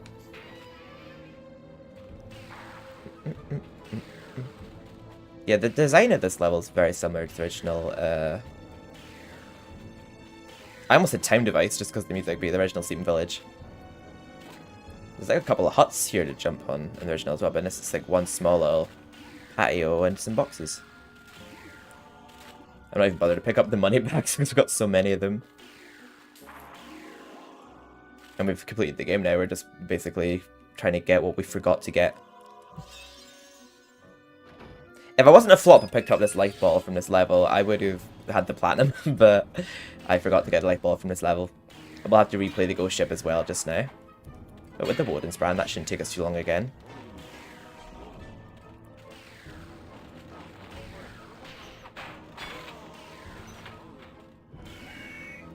It's pretty cool just kind of replay back through previous levels you've already done without having to collect a chalice to just kill enemies with like weapons you've unlocked. Yeah, I think when Overwatch like releases like Halloween content, like they go the extra mile. I think there's like campaigns and that you have to do as well. There's like little quests to do. I like how Overwatch actually does have story and lore behind their characters. Like, obviously I know that like DBD does too. But like you actually get to play some of it. If I weren't a flop. If I weren't a flop. Yeah, sorry. In that voice specifically. I'm just going to save on the off chance my game just crashes for no reason. There we go. On board the ghost ship. On board the ghost ship. How do ghosts tie their ships up at a dock? Surely the rope would. Alright, we'll be able to skip this opening cutscene. Just since you've seen it already. There we go. We need to get control of this ship. It is our only way to get to Zarok. Yeah, we'll have to make sure to kill all the enemies again, because we need the chalice. I was starting to notice right about this level, saying like, wait, we got 5 chalices now, so we get this, not 5 chalices, 5 light balls, so we get this next one, and the one after it, we'll have 7. I'm like, I'm certain there's 8 in total, though. Like, I knew there was something off when I was playing this level, like, I'm certain I won't have all the light balls. I'm like, oh, well, maybe there's just 7, but I'm pretty sure there's 8. DBD's lore is a flop, it is indeed. Stupid DBD. Nah, I do love DBD when I love DBD, but when I don't, I really don't. I have a very love-hate relationship with that game. I either love it when I do like it, or I absolutely hate it when I don't like it.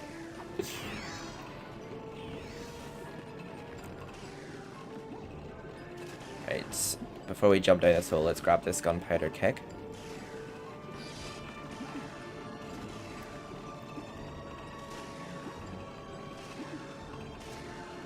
I feel like when I do my next TBD stream, I might just stream Survivor, because I don't know if I could be our streaming killer. I'll see how I feel on my next stream.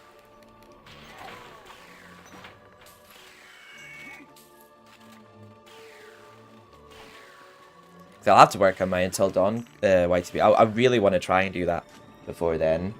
I'll have to just dedicated to just recording that and just spending all day working on my YTP. Because October seems to just be flying in. I guess it's on the 7th now. Super Meme God. Oh, Super Meme God, how are you? Welcome on in. We've completed the game actually just now, but we're trying to platinum it on the PS4. I platinumed it on PS5, which I posted walkthroughs of in the channel, which will be scheduled. But I missed a life bottle from Sleeping Village, which I was so annoyed at, because it means that my game last saved the ghost ship, so I'm having to replay all the ghost ship again. And I had to replay Sleeping Village to re-get a life bottle. But after that, I'll have platinumed it. But how are you, Supreme God? Hope you're doing well. Long time no speak. It's been a while since I streamed on YouTube last, but I've just decided to occasionally do multi-streams again, make use of my restream feature. Depends on what I'm streaming. There's some streams I'll keep for just Twitch. But I don't mind, because I feel like, obviously, if I'm streaming MediEvil, it would seem weird not to stream it to my MediEvil fan YouTube. I'm doing very well, actually. Especially now. It's a bit of a hectic few weeks back there, but we've recovered from them now. We're doing very well now. Other than that, I'm just very tired. I'm very tired very frequently recently. But I'm good. And I'm glad you're doing good too. We're just whizzing through this level as quick as we can. Yeah, we need 4 more gunpowder kegs. Is one of them down here? I can't actually remember. There's one here and one by the exit.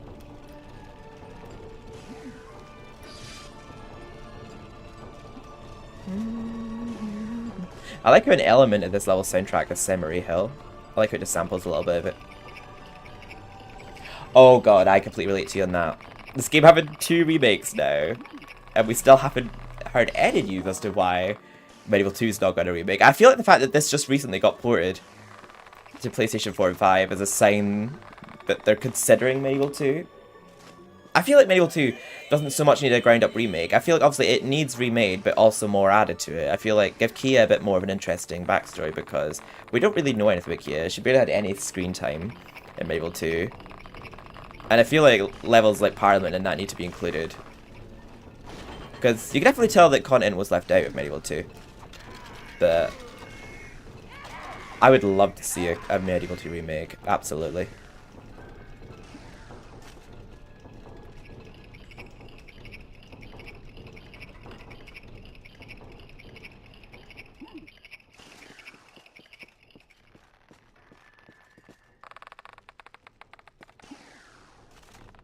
Oh, actually, yeah, I do know the gunpowder keg I'm missing.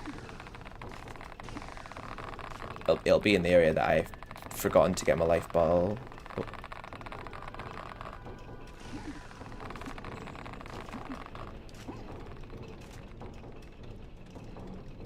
Let's just get rid of these last set of enemies first.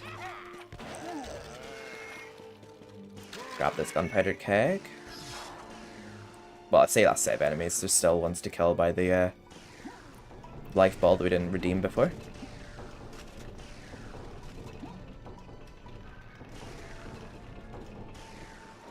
Oh, I didn't notice I missed that boiler guard.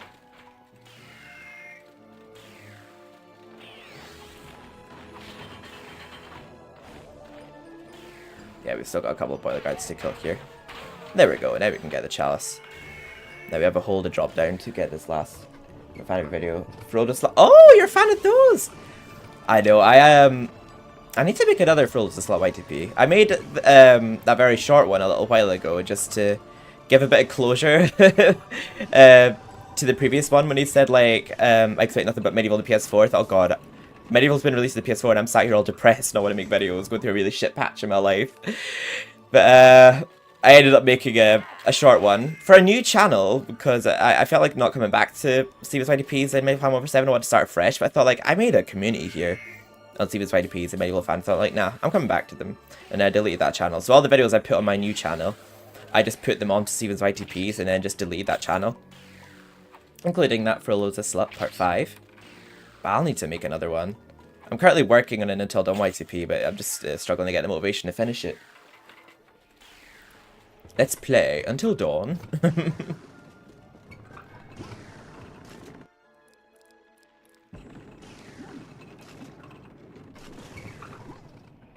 Wait. Oh, there's a gunpowder keg there. I missed. My bad. Any more gunpowder, and that huge cannon will put us into orbit. Who are you calling a whore? There we go. I feel like we got through it a lot quicker that time. There we go. No, good end of Frollo's slot. Make Dan come back. Okay, my friend. I feel like the series can still continue. I just had to give that plot a bit of closure because I did not expect MediEvil to actually get announced a remake after making that joke in my YTP. I thought, oh my god, not me predicting the future like that. I will be fine. I will be safe inside your head. As for you, well, just try to land on your toughest point. Hang on, I've not thought this through. Yeah, there's a lot of YTPs my channel want to redo.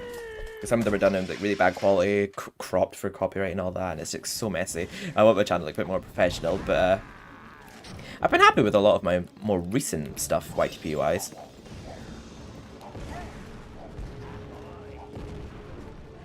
And I stand up on my hand, bitch. There's your motivation. Thank you. Actually, that is the perfect motivation for making it Until Dawn YTP. That's a very convenient one. It was coming along well. It just, it's more the recording, the footage is what I'm struggling to have the motivation for. I've got lots of ideas for the actual jokes and the edits I was going to make. But I guess I could always like hang out with you or share play it with you while I'm recording the footage. That could be like a way of getting me to play it.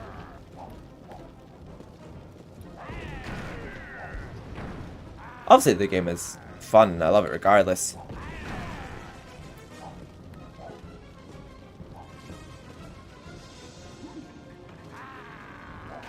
But I might want to just do it all in one setting if I'm like with someone watching or something. Oi! Don't take advantage of me when I'm talking to chat. Sit down. There we go.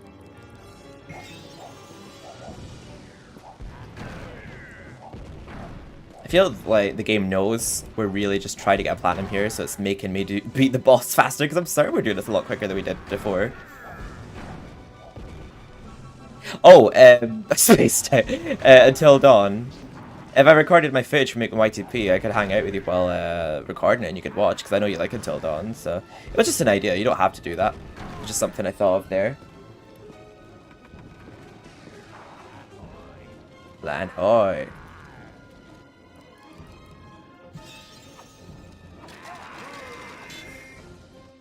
There we go. I'm so glad that I didn't fuck up that severely though, because I really didn't want to have to reduce to cheating. You can do that for sure. Let me know when you're down to it. Thank you. We might. Oh wait, tomorrow we were going to play Little Hope, weren't we? I'm still down to do that if you want to do that. Well, we might make that Sunday then. Oh, I thought it was still lit. No.